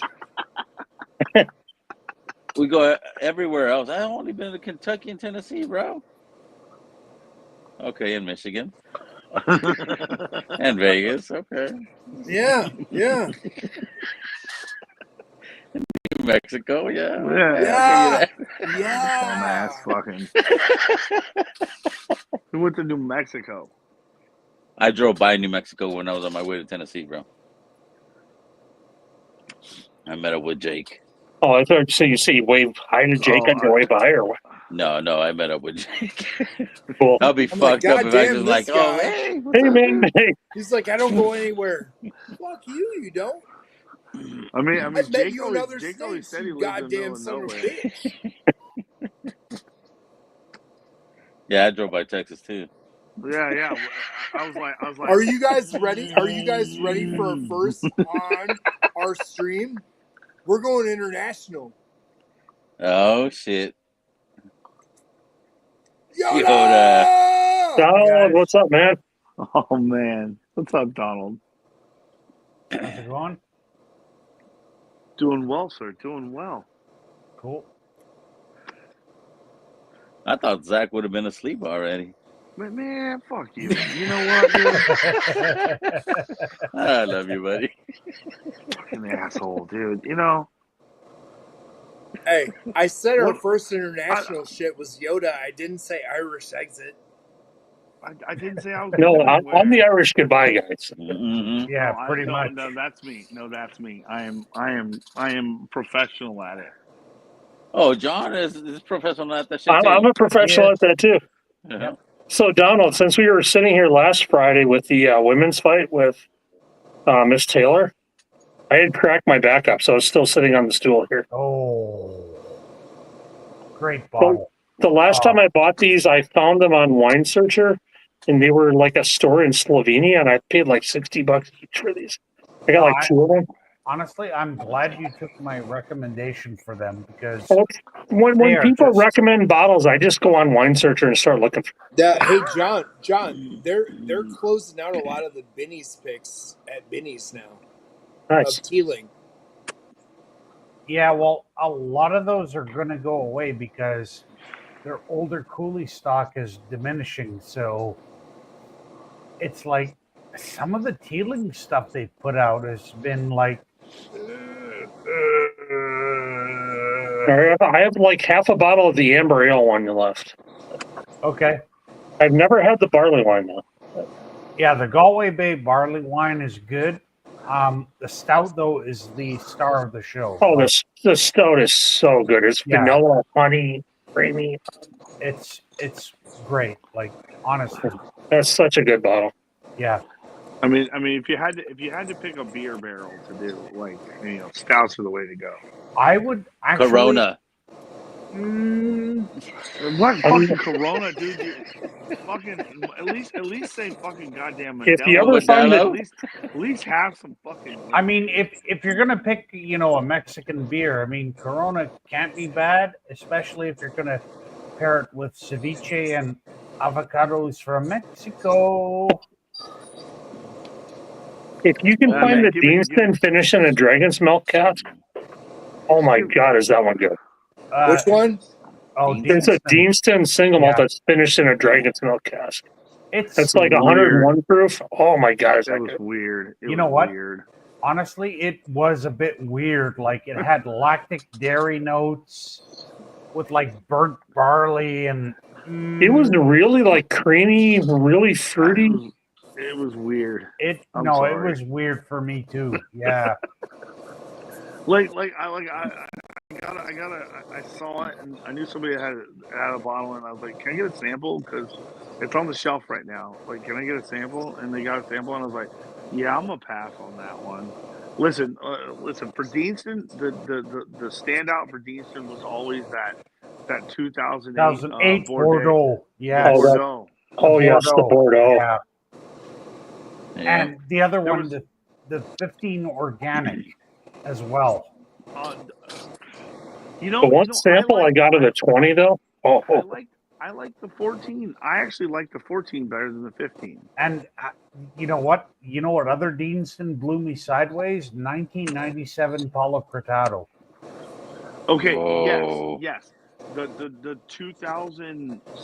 No. Whatever. They did another one. It wasn't that one. It was a 2003 Paulo Cortado. Yeah. And because the Paulo Cortado. Yeah, I asked Roy about that. He's like, no, it's not the 97. You want the Yeah. 97. That's the one you want Mm-hmm. for the Paulo Cortado. But I'll tell you what. Listen, Stacy from Four Leaf Whiskey sent us. I can't even remember. It might have been a Dunville's.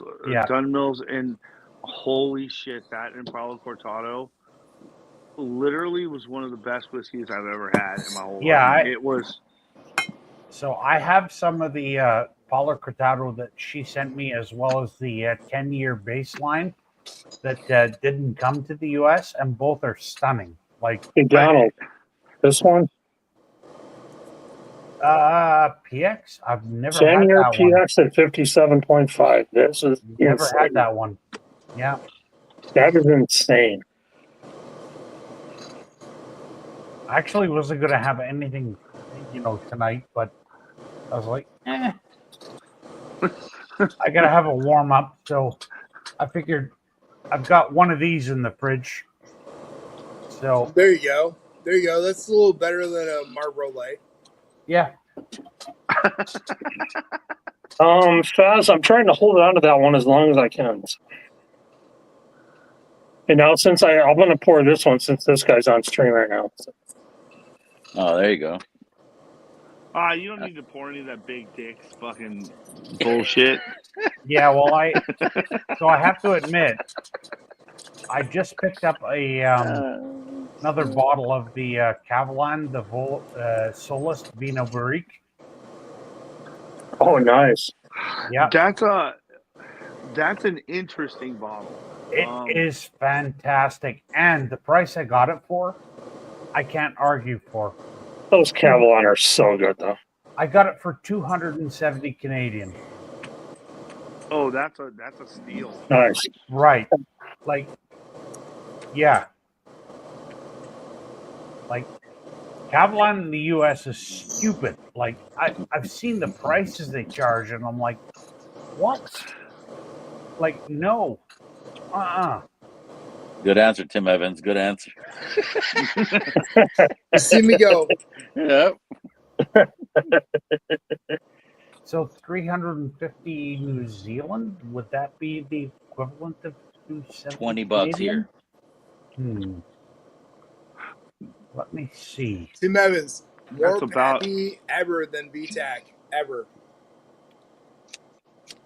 Don't let him fuck you. But even a 3-year-old Cavalan and Cherry, man, compared to So yeah, guys, 20 years old. It's nearly the same price here. Yeah. So I would pick it up for that. Absolutely.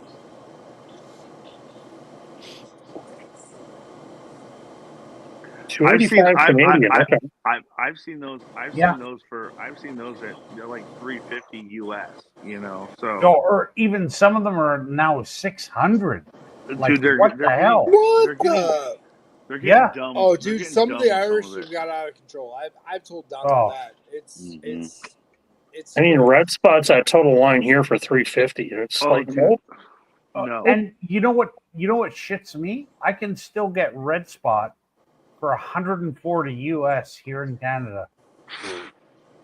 I would buy that all day. I would, like listen, 130. Red Spot used to be 115 US. I mean, the first bottle of Red Spot I bought was $125. Yeah, but that's about Red Spot, MSRP. Yeah, same here. Red Yeah, Spot I'll be for right me, back.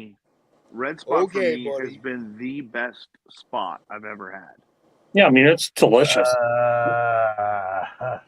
For me, Red Spot was that's the best no, one. That's cool. For me, it's always been Chateau Layville Barton. See, I'm going to agree with Donald on that one. That Layville Barton, I get it, and which I only have a little bit. Well, this is my Monsalena bottle, but that's almost gone too. The red spot for me, I don't know. I It was something different. It was just it kind of, for me, it came out of left field. no, and And actually, Jason has said that red spot has become his favorite. Whereas for me, it's always been Levo Barton because it's just like it's still relatively accessible and affordable. Yeah. It's got lots of that custard cream, berries, melon. Like it kind of reminds me of when my great grandmother would make, fresh custard and then put all those red fruits on You top. got that memory that makes it special, dude. Yeah. 100%. Yeah, that's like the stupid Ezra Brooks 99 for me. Well, It's my mom's chocolate frosted yellow cake all day. yeah, and like another stupid memory I have, and a lot of people are going to be like, really, what? Talisker 10. So the first time I really had seafood, and I'm going to say real seafood, I was in Nova Scotia, and I had oysters that were grilled on the beach, and it was just like, what? And it was just with a few tomatoes, a little bit of shallot, garlic, and all that brininess Yep. with the smokiness. So I got that full savoriness. And every time I go back to Talisker 10, I'm just like, damn, that is it. Like, listen, I get it. Like the first time I ever, and we were talking about this earlier, the first time I ever ate oysters and actually enjoyed them, I was drinking Lefroy 10, and the first time I had cold water oysters, and it was just like, oh shit, this is phenomenal. Like, yeah, and the whole thing about oysters too, like cold water oysters, especially because I'm fortunate here in Canada we have Prince Edward Island with the Malpac oysters, which are some of the best in the world. When you cook with them and then pair them with something like Talisker, they're just such a perfect combo. Like it's incredible. Like even if you cook the oysters, never mind raw, like yeah, just and another dish that really goes well with oysters, clams casino. mm-hmm. All that breadcrumb, all that savoriness, saltiness. Just It's all the butter. Yeah, It's all the butter. The butter. Yeah, like just great. Oh man. Yeah, Bobby. Irish whiskey in the U.S. is just stupid expensive now. I'm Bobby. Yep. Stop it. Oh, okay. Chris is My apologies. Sorry, I'm eh? Bobby tonight. Woo! Okay, sorry, eh? You're good. Your beard, You're dude. good. Your beard sucks. You're fucking good. It's me. It's me, no Bobby. No Bobby McGee. Oh man. No Bobby McGee. It's Where's Bobby? Traveling? He's traveling Yeah. for work, and like, Nice. dude, they're just fucking running through the mill. Yeah. He's earning that paycheck this week. So Zach, I know you probably feel the same way I do about Port Charlotte 10. Well, that's because Zach's gay. I love Port Charlotte 10. I love Port Charlotte 10. Yeah.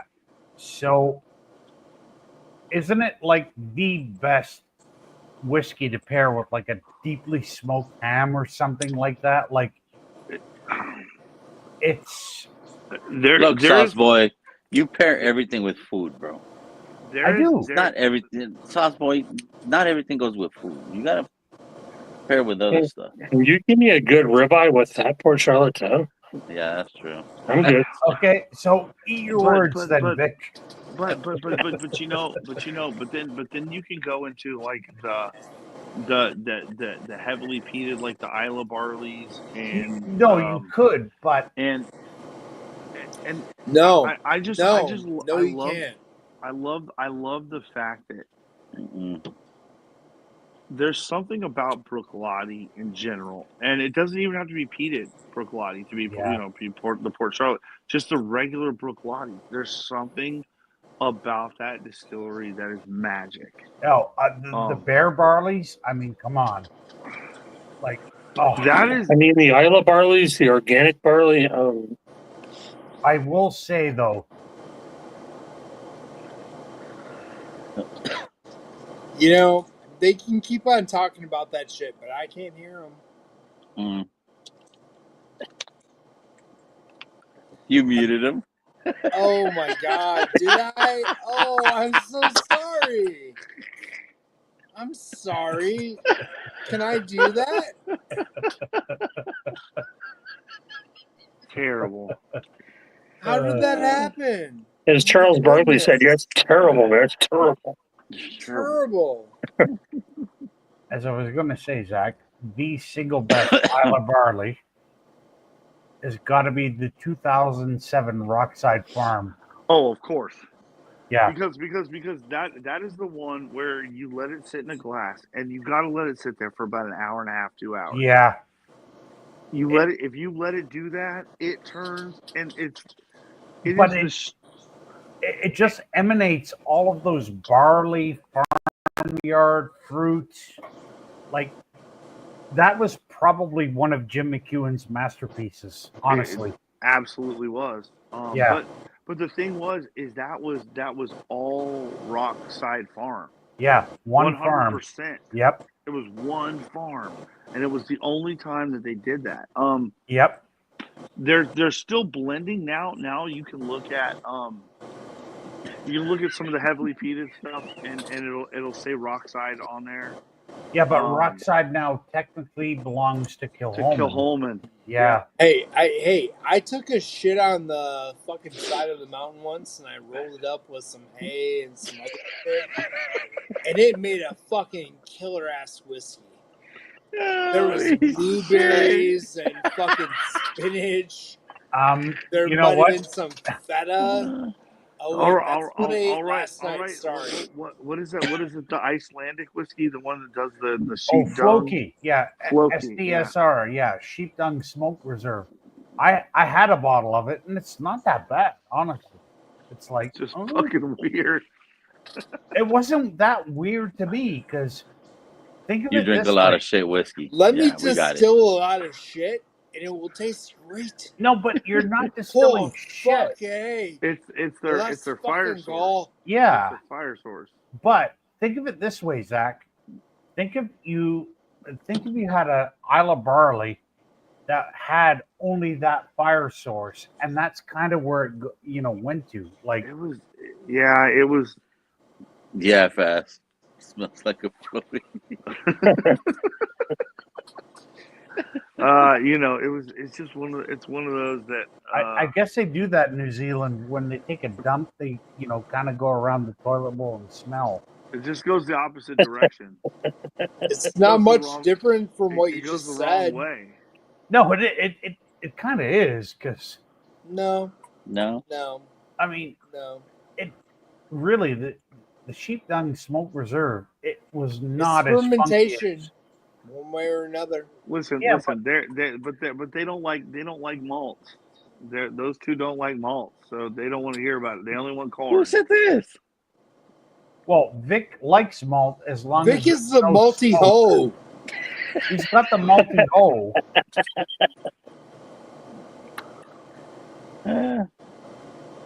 But You didn't Yep. say this, oh. Ho! Hey! Jesus, man, terrible. Those two are terrible. It's terrible. I am terrible. I'm not gonna lie. I'm terrible. I'm fucking terrible. It's terrible. All right. You talk terrible shit. You talk goofy shit. I'll be back in a minute. okay. He Okay. ain't coming back. He is. He will. Yeah, probably. No, it's definitely Bruichladdich is just it's up there, Mhm. It's my number one distiller in Scotland, honestly. It's probably my favorite on Isla for sure. Oh, And honestly, I would have to put Kilholman at number 2. Probably. Kilholman. Listen, I have an 11-year Madeira aged single cask Kilholman at like 58 and change, and it is just There was some stuff that Moose sent me. There was single cast from Alberta that Kilholman. There was a Madeira. There was an STR. So, my God. So, John, Alex will blame me for him buying all of those. Those single cask Kilholman are freaking mind blowing. Listen, they're a little expensive, but but they really do offer. They are worth it. They are worth it. But you know what? What I'm loving right now is these small batch series that they're doing. Like all of these different blending profiles, you know, and they're reasonable. Yeah, they're still relatively reasonable. Yeah, I mean, like Alex will say, he blames me for his Kilholman obsession because I'm like, you need to buy that, and he's like, why? I'm like, I've got bottles, and here's why. And then he bought them, and yeah, you're welcome. Yeah. He sent me like 4 different single cask Kilholmans and like 4 different Octomores. Yeah. And just freaking awesome stuff. Yeah, I've actually got some 32-year Bruichladdich still left. So I know he was showing me that 28-year that he had. And he shared some with me. And wasn't that the stuff that Jim McEwen walked into? A lot of that older 32, 30. Yeah. So he had like to kind of doctor it and fix it and then make it magic. And then the first time I opened it, I'm like, oh. Because it wasn't because that's where they got all like the submarines and all of those were basically recasting projects, you know, that they did. Yeah, like the second Yellow Submarine was a recasting, and I love the story behind it because CIA secret unmanned submarine washes up on the beach right at Bruichladdich, and then they're like, let's call the police, the constable, and then perfect name for a whiskey, Yellow Submarine. Nice. And if you're the CIA, like you're launching it in the sea, why would you paint the whole goddamn thing yellow? Like it's so stupid. Like maybe somebody had a sense of humor. Or, they were slightly, a pre-ejaculate child. Like Donald. Well, I definitely pre-ejaculate child. I definitely was. Well, I mean, a baby technically is a freaking fully baked cream pie. Hey-o. Yep. 9 months in the oven. Holy shit. I mean, right? I mean, yeah. I'm not wrong. No, you're not. You pull it out of the oven after 9 months, and it's like. And then you got to pay for it for 20 plus years, you know? 18, bro. It's only 18. You know. Depending on the family you're in. You're right. You can do what you do with your family. You do what you do. You know. Yeah. I think my parents learned their mistake after me, so it's all good. No, I think my parents look at it and they go, I was the mistake, and then they made 3 other right ones. You know, what do you do? Yeah, well, I pretty much imagine my mom and dad were like, "Oops." Well, I listen. Zach's gay. What? Hmm? You know, Chris. That's Chris, just what was rude. that? What was that Forgate that you showed earlier? Which one? I think it had a wax on top or something. Wax on, wax off.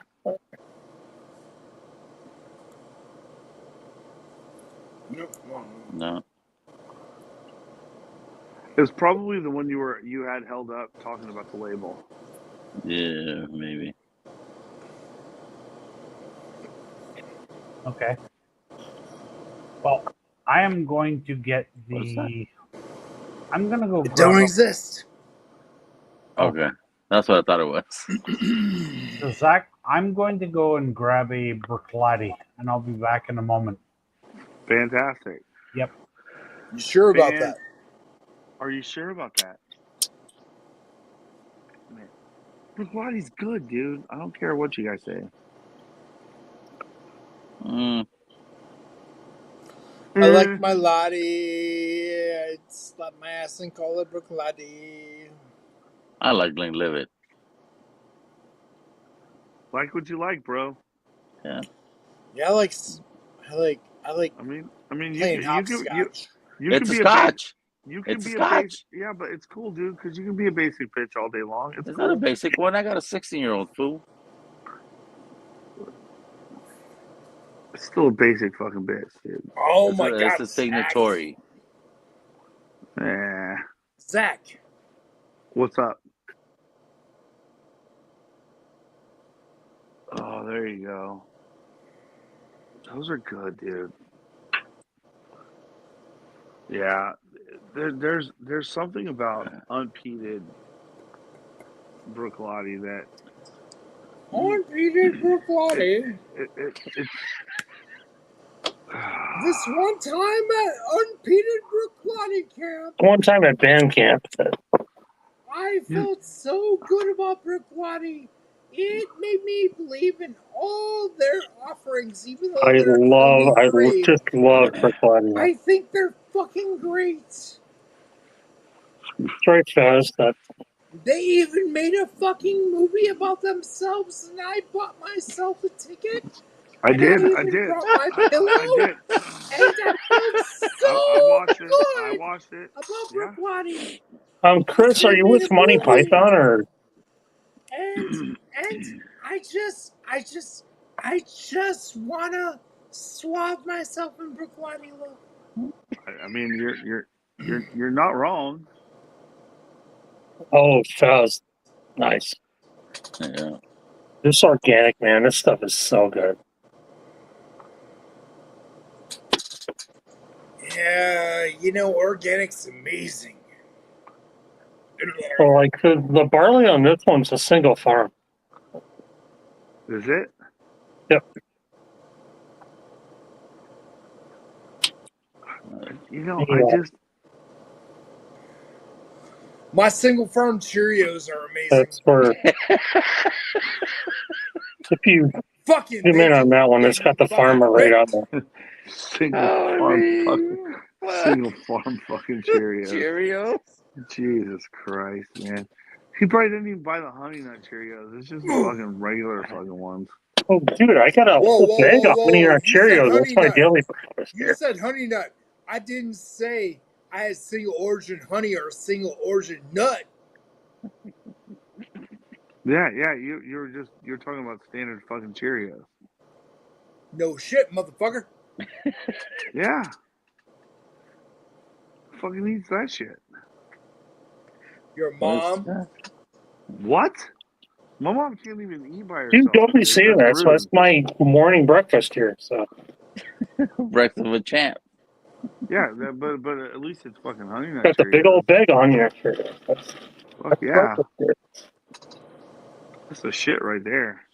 Your mom heard my nuts were that big she needed a bag.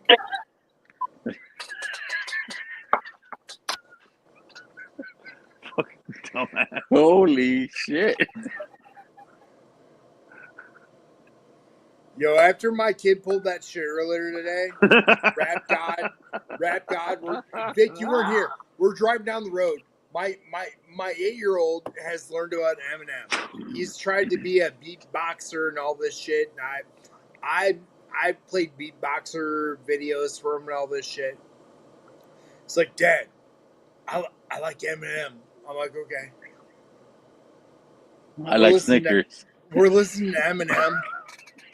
He's like, Hey, Rap Donald. God's my hold on, song, Vic. Dad. Okay. So Vic, I put it on. I do not realize that Rap God slows down about 4 times for 4 verses. 2 things that a kid could say if they're trying to try rap real fast with. He fucking slaps my arm, grabs my hand while we're driving down the road. He goes, oh, it's coming up. I'm like, okay. He's trying to say all the shit. He's trying. He goes, yeah, that's right.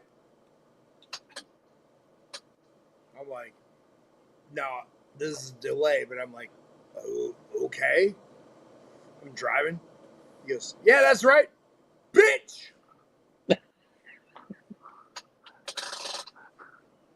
All right. I'm like, what? He goes, So I'll let you guys choose. So do it, Zach. Tell him what he said. I deep throated your mom. Jesus. What? Yeah, in the car. And What? And Chris is like, oh shit. I done fucked up, man. John's phone even fucking fell off of that shit. Oh, He said that shit. And he said it like a goddamn man. He goes, bitch, Jesus. I deep throated your mom. And then he starts singing the other verses. And I look at him, and he's got the big smile on his face. He's 8 years old. He's like, and I'm just like driving, going,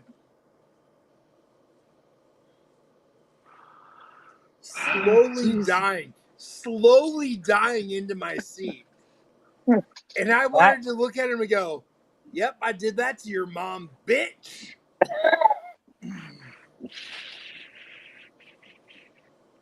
But yet he has no clue what he just said. So I'm just like, shit. don't give a reaction. So we're thinking, so Donald, do you watch that whole short I sent you the other day? Oh, I did. Yes, of course. Could you imagine watching that tape of Fred Astaire calling that horse race? And by the way, for anybody asking, my son's classroom has Winston's word of the day. Because we work on vocabulary. Obviously. So we tell him things, and he tells his teacher, I know his teacher, and he gets to teach word of the day. I'm really hoping he doesn't ask her to do fucking rap of the day. Oh yeah. I'll be fucked. Donald, I would give anything to listen to that tape once. Oh my God. Yeah. I told Zach, I know his teacher, we grew up together and shit. She would laugh her ass off, and she'd be like, Chris, we gotta talk. I'd be like, yeah, we gotta talk. Yeah, I get it. What the fuck? Yeah. I told him, yo, that's funny. Don't ever say that at school. He goes, why? I go, what'd I tell you? He goes, oh, I get it. It's bad. I can't say that. I go, don't tell your mom either. He goes, oh, would mom be upset about that? I'm like, what'd you just say? He goes, well, I don't know what I said, but it said mom. I go, so you think that's bad? He goes, probably. Mm-hmm. He looks at me, goes, you want me to tell mom? I'm like, No. No. He goes, I'm going to tell mom. Like, you little motherfucker, don't tell mom. Oh God. All right. So So I had to warn mom. I'm going to give you guys 3 options that I'll pour. All of them have Woodford Reserve corks in them because Bruichladdich corks are shit.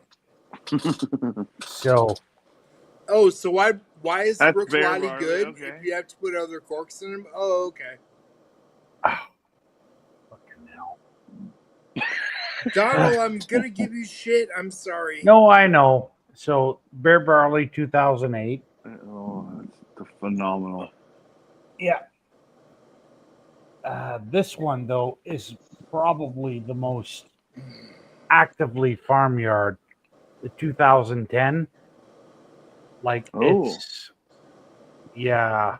Why don't you just pour the best fucking one, motherfucker? Because they're all good, dumbass. They're all good.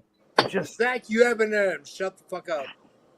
and then 2012.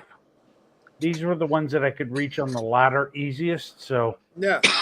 Pour the best one. Just to rub it in Zach's face because he's like, they're all good. I don't have them. Fuck off.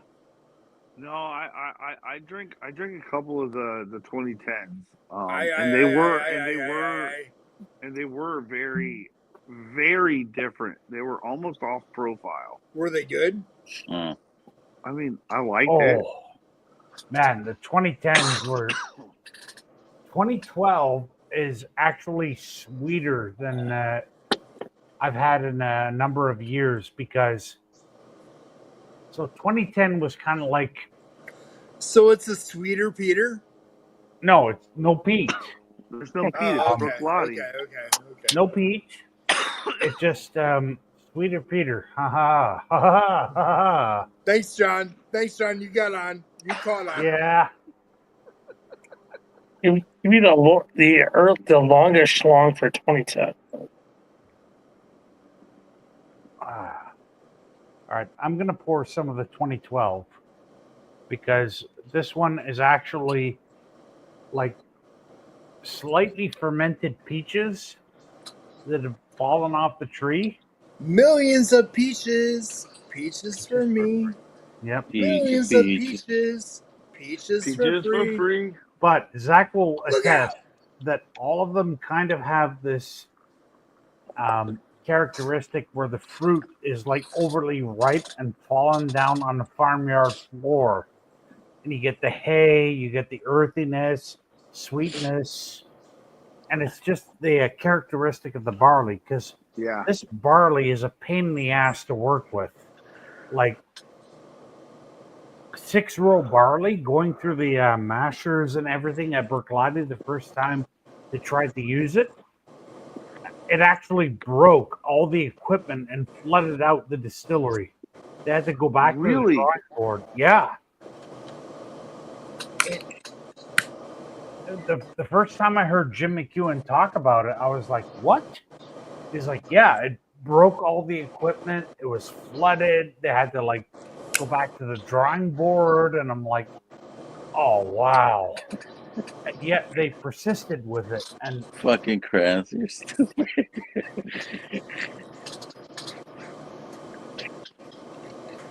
oh, cool, Faz. Yeah.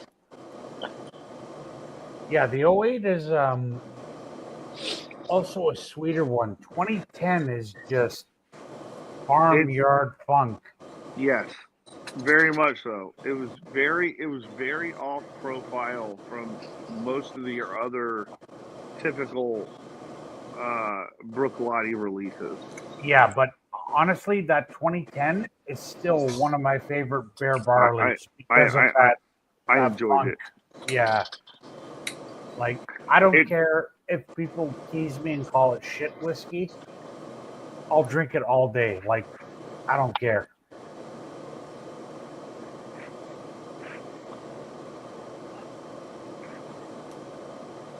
Oh shit! Someone's in trouble. Oh, yeah, she's like, it's 2:00. You know, like who likes the shit, Donald?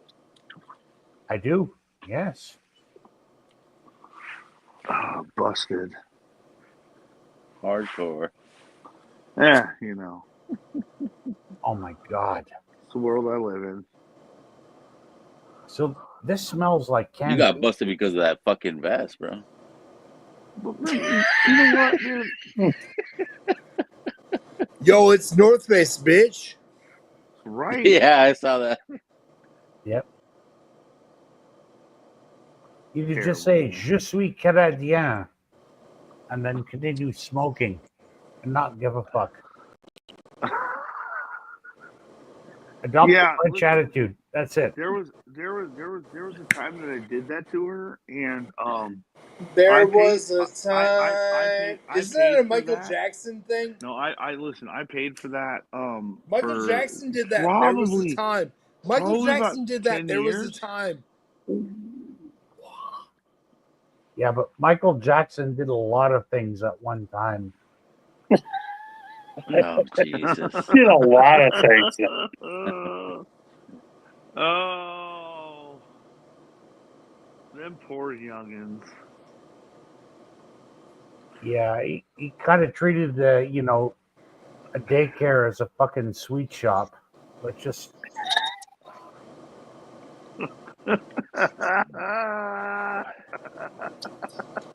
There's nothing Okay. sweeter than a fucking whiskey channel. Mm-hmm. yeah, this Bear Barley just What are you smells guys like smoking? canned peaches. Holy I'm shit. smoking a Uncommon Valor. I'm smoking a ton. The ton 1775. Oh, Best cigar ever. Honestly, my favorite cigar. Honestly. oh man. Anybody that ever says they get that yellow note, and I've heard it a lot of times off of barley, like that kind of The bile fuck is a acting. yellow note?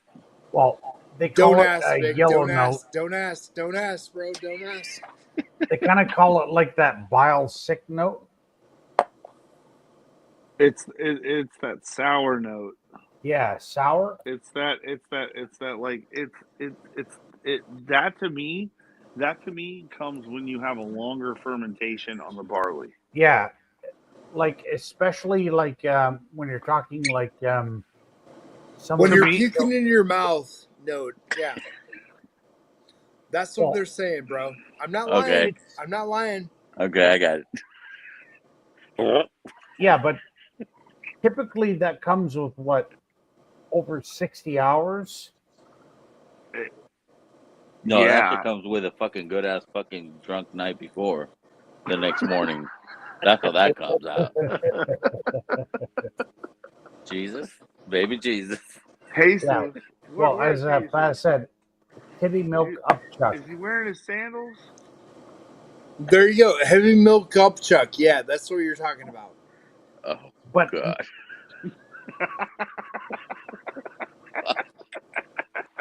yeah, okay, fine. It's so good on the palate. But honestly, you really want that on something like this, like barley, barley, barley, barley. That's it. Like, It's thank you, Zach. You are an educated man. listen, man. You know what? Like they can make fun of it all day fucking long. And a two-time loser. And there he goes. Oh, the crats. Yeah. No, this is just so fucking good. Like, It is. Like we missed out on the 12s. what, the Port Charlotte 12s? No, those or the Bear Barleys. Barleys? Like they didn't. Like, Oh, really? Like we got a couple of them, and then like we didn't see them. I haven't seen another one for a while. Ever since I had the 2010. Well, the 2012 was the last one that I've seen here, and then I've got samples. But if you ever want to find a bottle of Berclati that'll blow you sideways, get the Port Charlotte 12. The handoff bottle between Adam Haddett and Jim McEwen. What is it? The Oleac for cow or whatever Yeah. you call it. Whoa, a question. You just said a bottle will blow you sideways. Yeah. Blow you sideways is a very Commonwealth British expression that just means and you're left there like, oh. Okay. I just wanted to understand. I don't understand, so I want to know. No, I got your question. So Okay. I like that. Blow you sideways. I like that. Or blow up your skirt. Yeah. Yeah, or up your jumper. Well, Yeah. I like blow you sideways better than blow up your skirt Well, in 2024. Well, Yeah. Listen, if you blow up a skirt, you don't know what you may find in 2024. You might find Zach. you might find a pair of bagpipes there.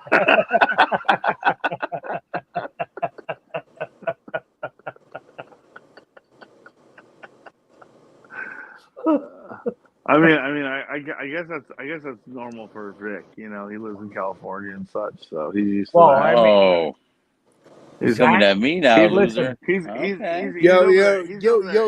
saying that shit, and he lives in Houston.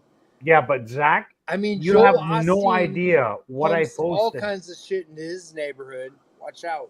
You have no idea what I posted in Discord tonight that I found on a disbanded light post as I was waiting across the street. Oh no! And it was. Well, what the fuck was it? Quit leaving us hanging. He's trying to tell us. He's trying to tell us if you let me have a look. Story. Yeah, so it was a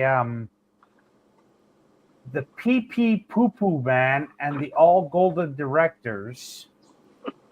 The Golden Director. Yeah. EH24 presents Golden Showers, a new Toronto Bizarre double feature. Back to back with extras.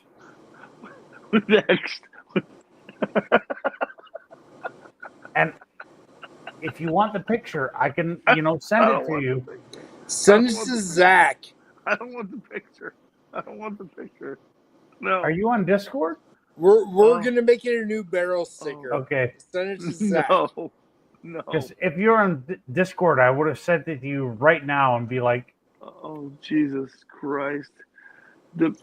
Jesus Christ has nothing to do with this greatness, Zach. Oh my God! Like I said, I was waiting. And I'm gonna put you right in the middle of it, bitch. No, that is terrible. You're gonna be Jabba the bullshit. No, dude. Yeah. Well, I have the picture available if you want to see it and read it. Dude, you told me send it all enough. to Zach, and we'll do it. No, I don't need that. No, you fucking weenus. You're a fucking weenus. I can actually send it to Vic, and he could show it. Nope. But he won't. Nope. Oh my god. Oh, you know you're too liberal whenever Vic says no. Liberal. Vic's not liberal. I'm Mexican, bro. That's the fucking joke, bro. Did you just call him a chode, bro? I said that's the joke, bro. Not a chode. Oh my fucking god! You called him a chode, bro.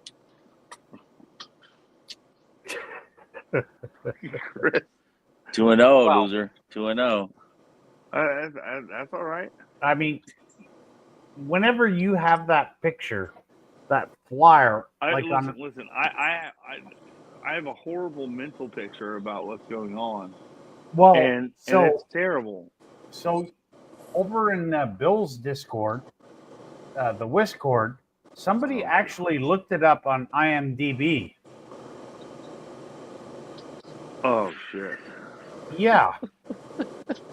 That sounds like something that would go on in his Chris is about to shut this bitch down. Like, you guys are fucking. So apparently, this is the tagline that they used on this film. A person who commits horrible crimes against the people of Toronto. Donald Rance. We all know that. Well, in other ways, but we won't go into that in public. All right. Oh my God, that's terrible. Yeah. This one time at Yoda Camp, not Yoda Camp, Yoda Camp. Yeah. At Sauce Boy Camp. Oh God, no. Zach tried to prove he wasn't the Yoda.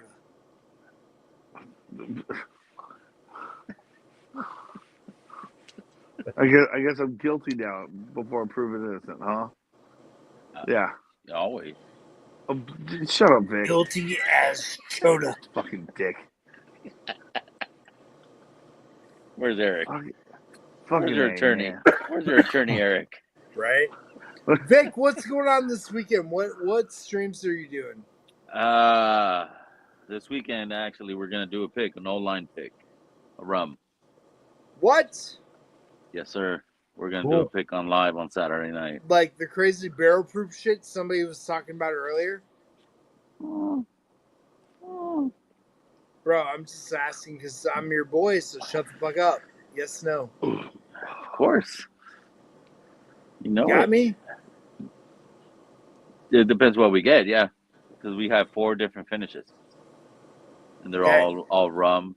Yo, so y'all know my Green River is coming out 132.8 next week. Woo, woo, woo, woo, woo.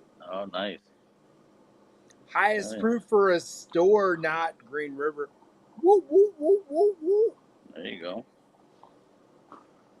What's the price on that? Probably 70.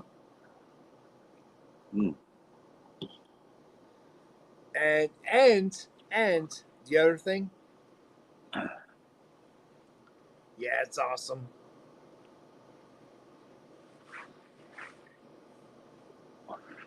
Just saying. What you got, Zach? What do you mean? Zach's gay. Fucking Christ, man. That motherfucker's so happy. I love him. You got those locks of love right there. Locks of love. You're fucking just jealous over there, dude. You got that fucking receding hairline and shit. Hell no, bro. What, receding hairline? What? Bitch? No, I'm not talking about you. Oh, gray boy. Easy, pony gray boy. What the fuck did I join? Man, dude. Yeah. Show me you didn't have girls. Yeah, exactly. Yeah, I don't have girls, bitch. Mm-hmm. Oh, look at all that. Look at all that 50-year-old hair. All I need to hear is that, all I need to hear is that emo, like, it's coming out right now, dude. Bro. I don't have a hair dye, no shit, no nothing. I have boys. My life's good. Look at that. Well, Look at that. I don't have gray hair like you. Oh. You guys all have more hair than I do, so. Stay out of this, Donald. Look at this shit. This is between them two. What, dude? I don't even know where it's coming from or where it's going, dude. Like, for real. I mean, how old are you, Chris? About to be 49. So you're 7 years older than me and less gray hair. That's great. Cool. I was picking on Zach, not you. No, I'm just saying. It's cool. Like, I already, I'm getting the Gandalf winter plumage going on. Bro, I got that shit. But it ain't here. It's here. I've got fuck all up here. Like it all buggered off at 17. So That's fucked up, and I'm sorry, bro. I'm sorry. I'm not actually. It's easy maintenance. Just like doesn't grow back, only grows back here. Done. That's it. More power to you. Score. Yeah. Now, Although you- Zach, Hey, how you hey, doing? How you doing, baby? I'm good, man. I'm good, dude. You're just jealous, dude. It's cool. It's cool, bro. Like, Why I am get I it. jealous? I get it. It's cool. It's cool. I mean, Zach does have that kind of 80s power rocker hairband kind of thing going on. You know, it's like, Listen. My goal in life is to be 90-year-old rocker. dude, whatever, man. I don't care, dude. I'm gonna be in a fucking goddamn wheelchair, fucking in the front fucking row, dude. I don't There care. you go. There you go. I mean, honestly, at this point, Zach, you look like you'd be the bass player for Slade. Dude, that's a compliment. You know, that was a badass fucking band. No, I know. Gentlemen, we've had a great stream. I'm going to close the stream down. It's 5.5 hours. We're talking shit about hair. I love you. Yeah.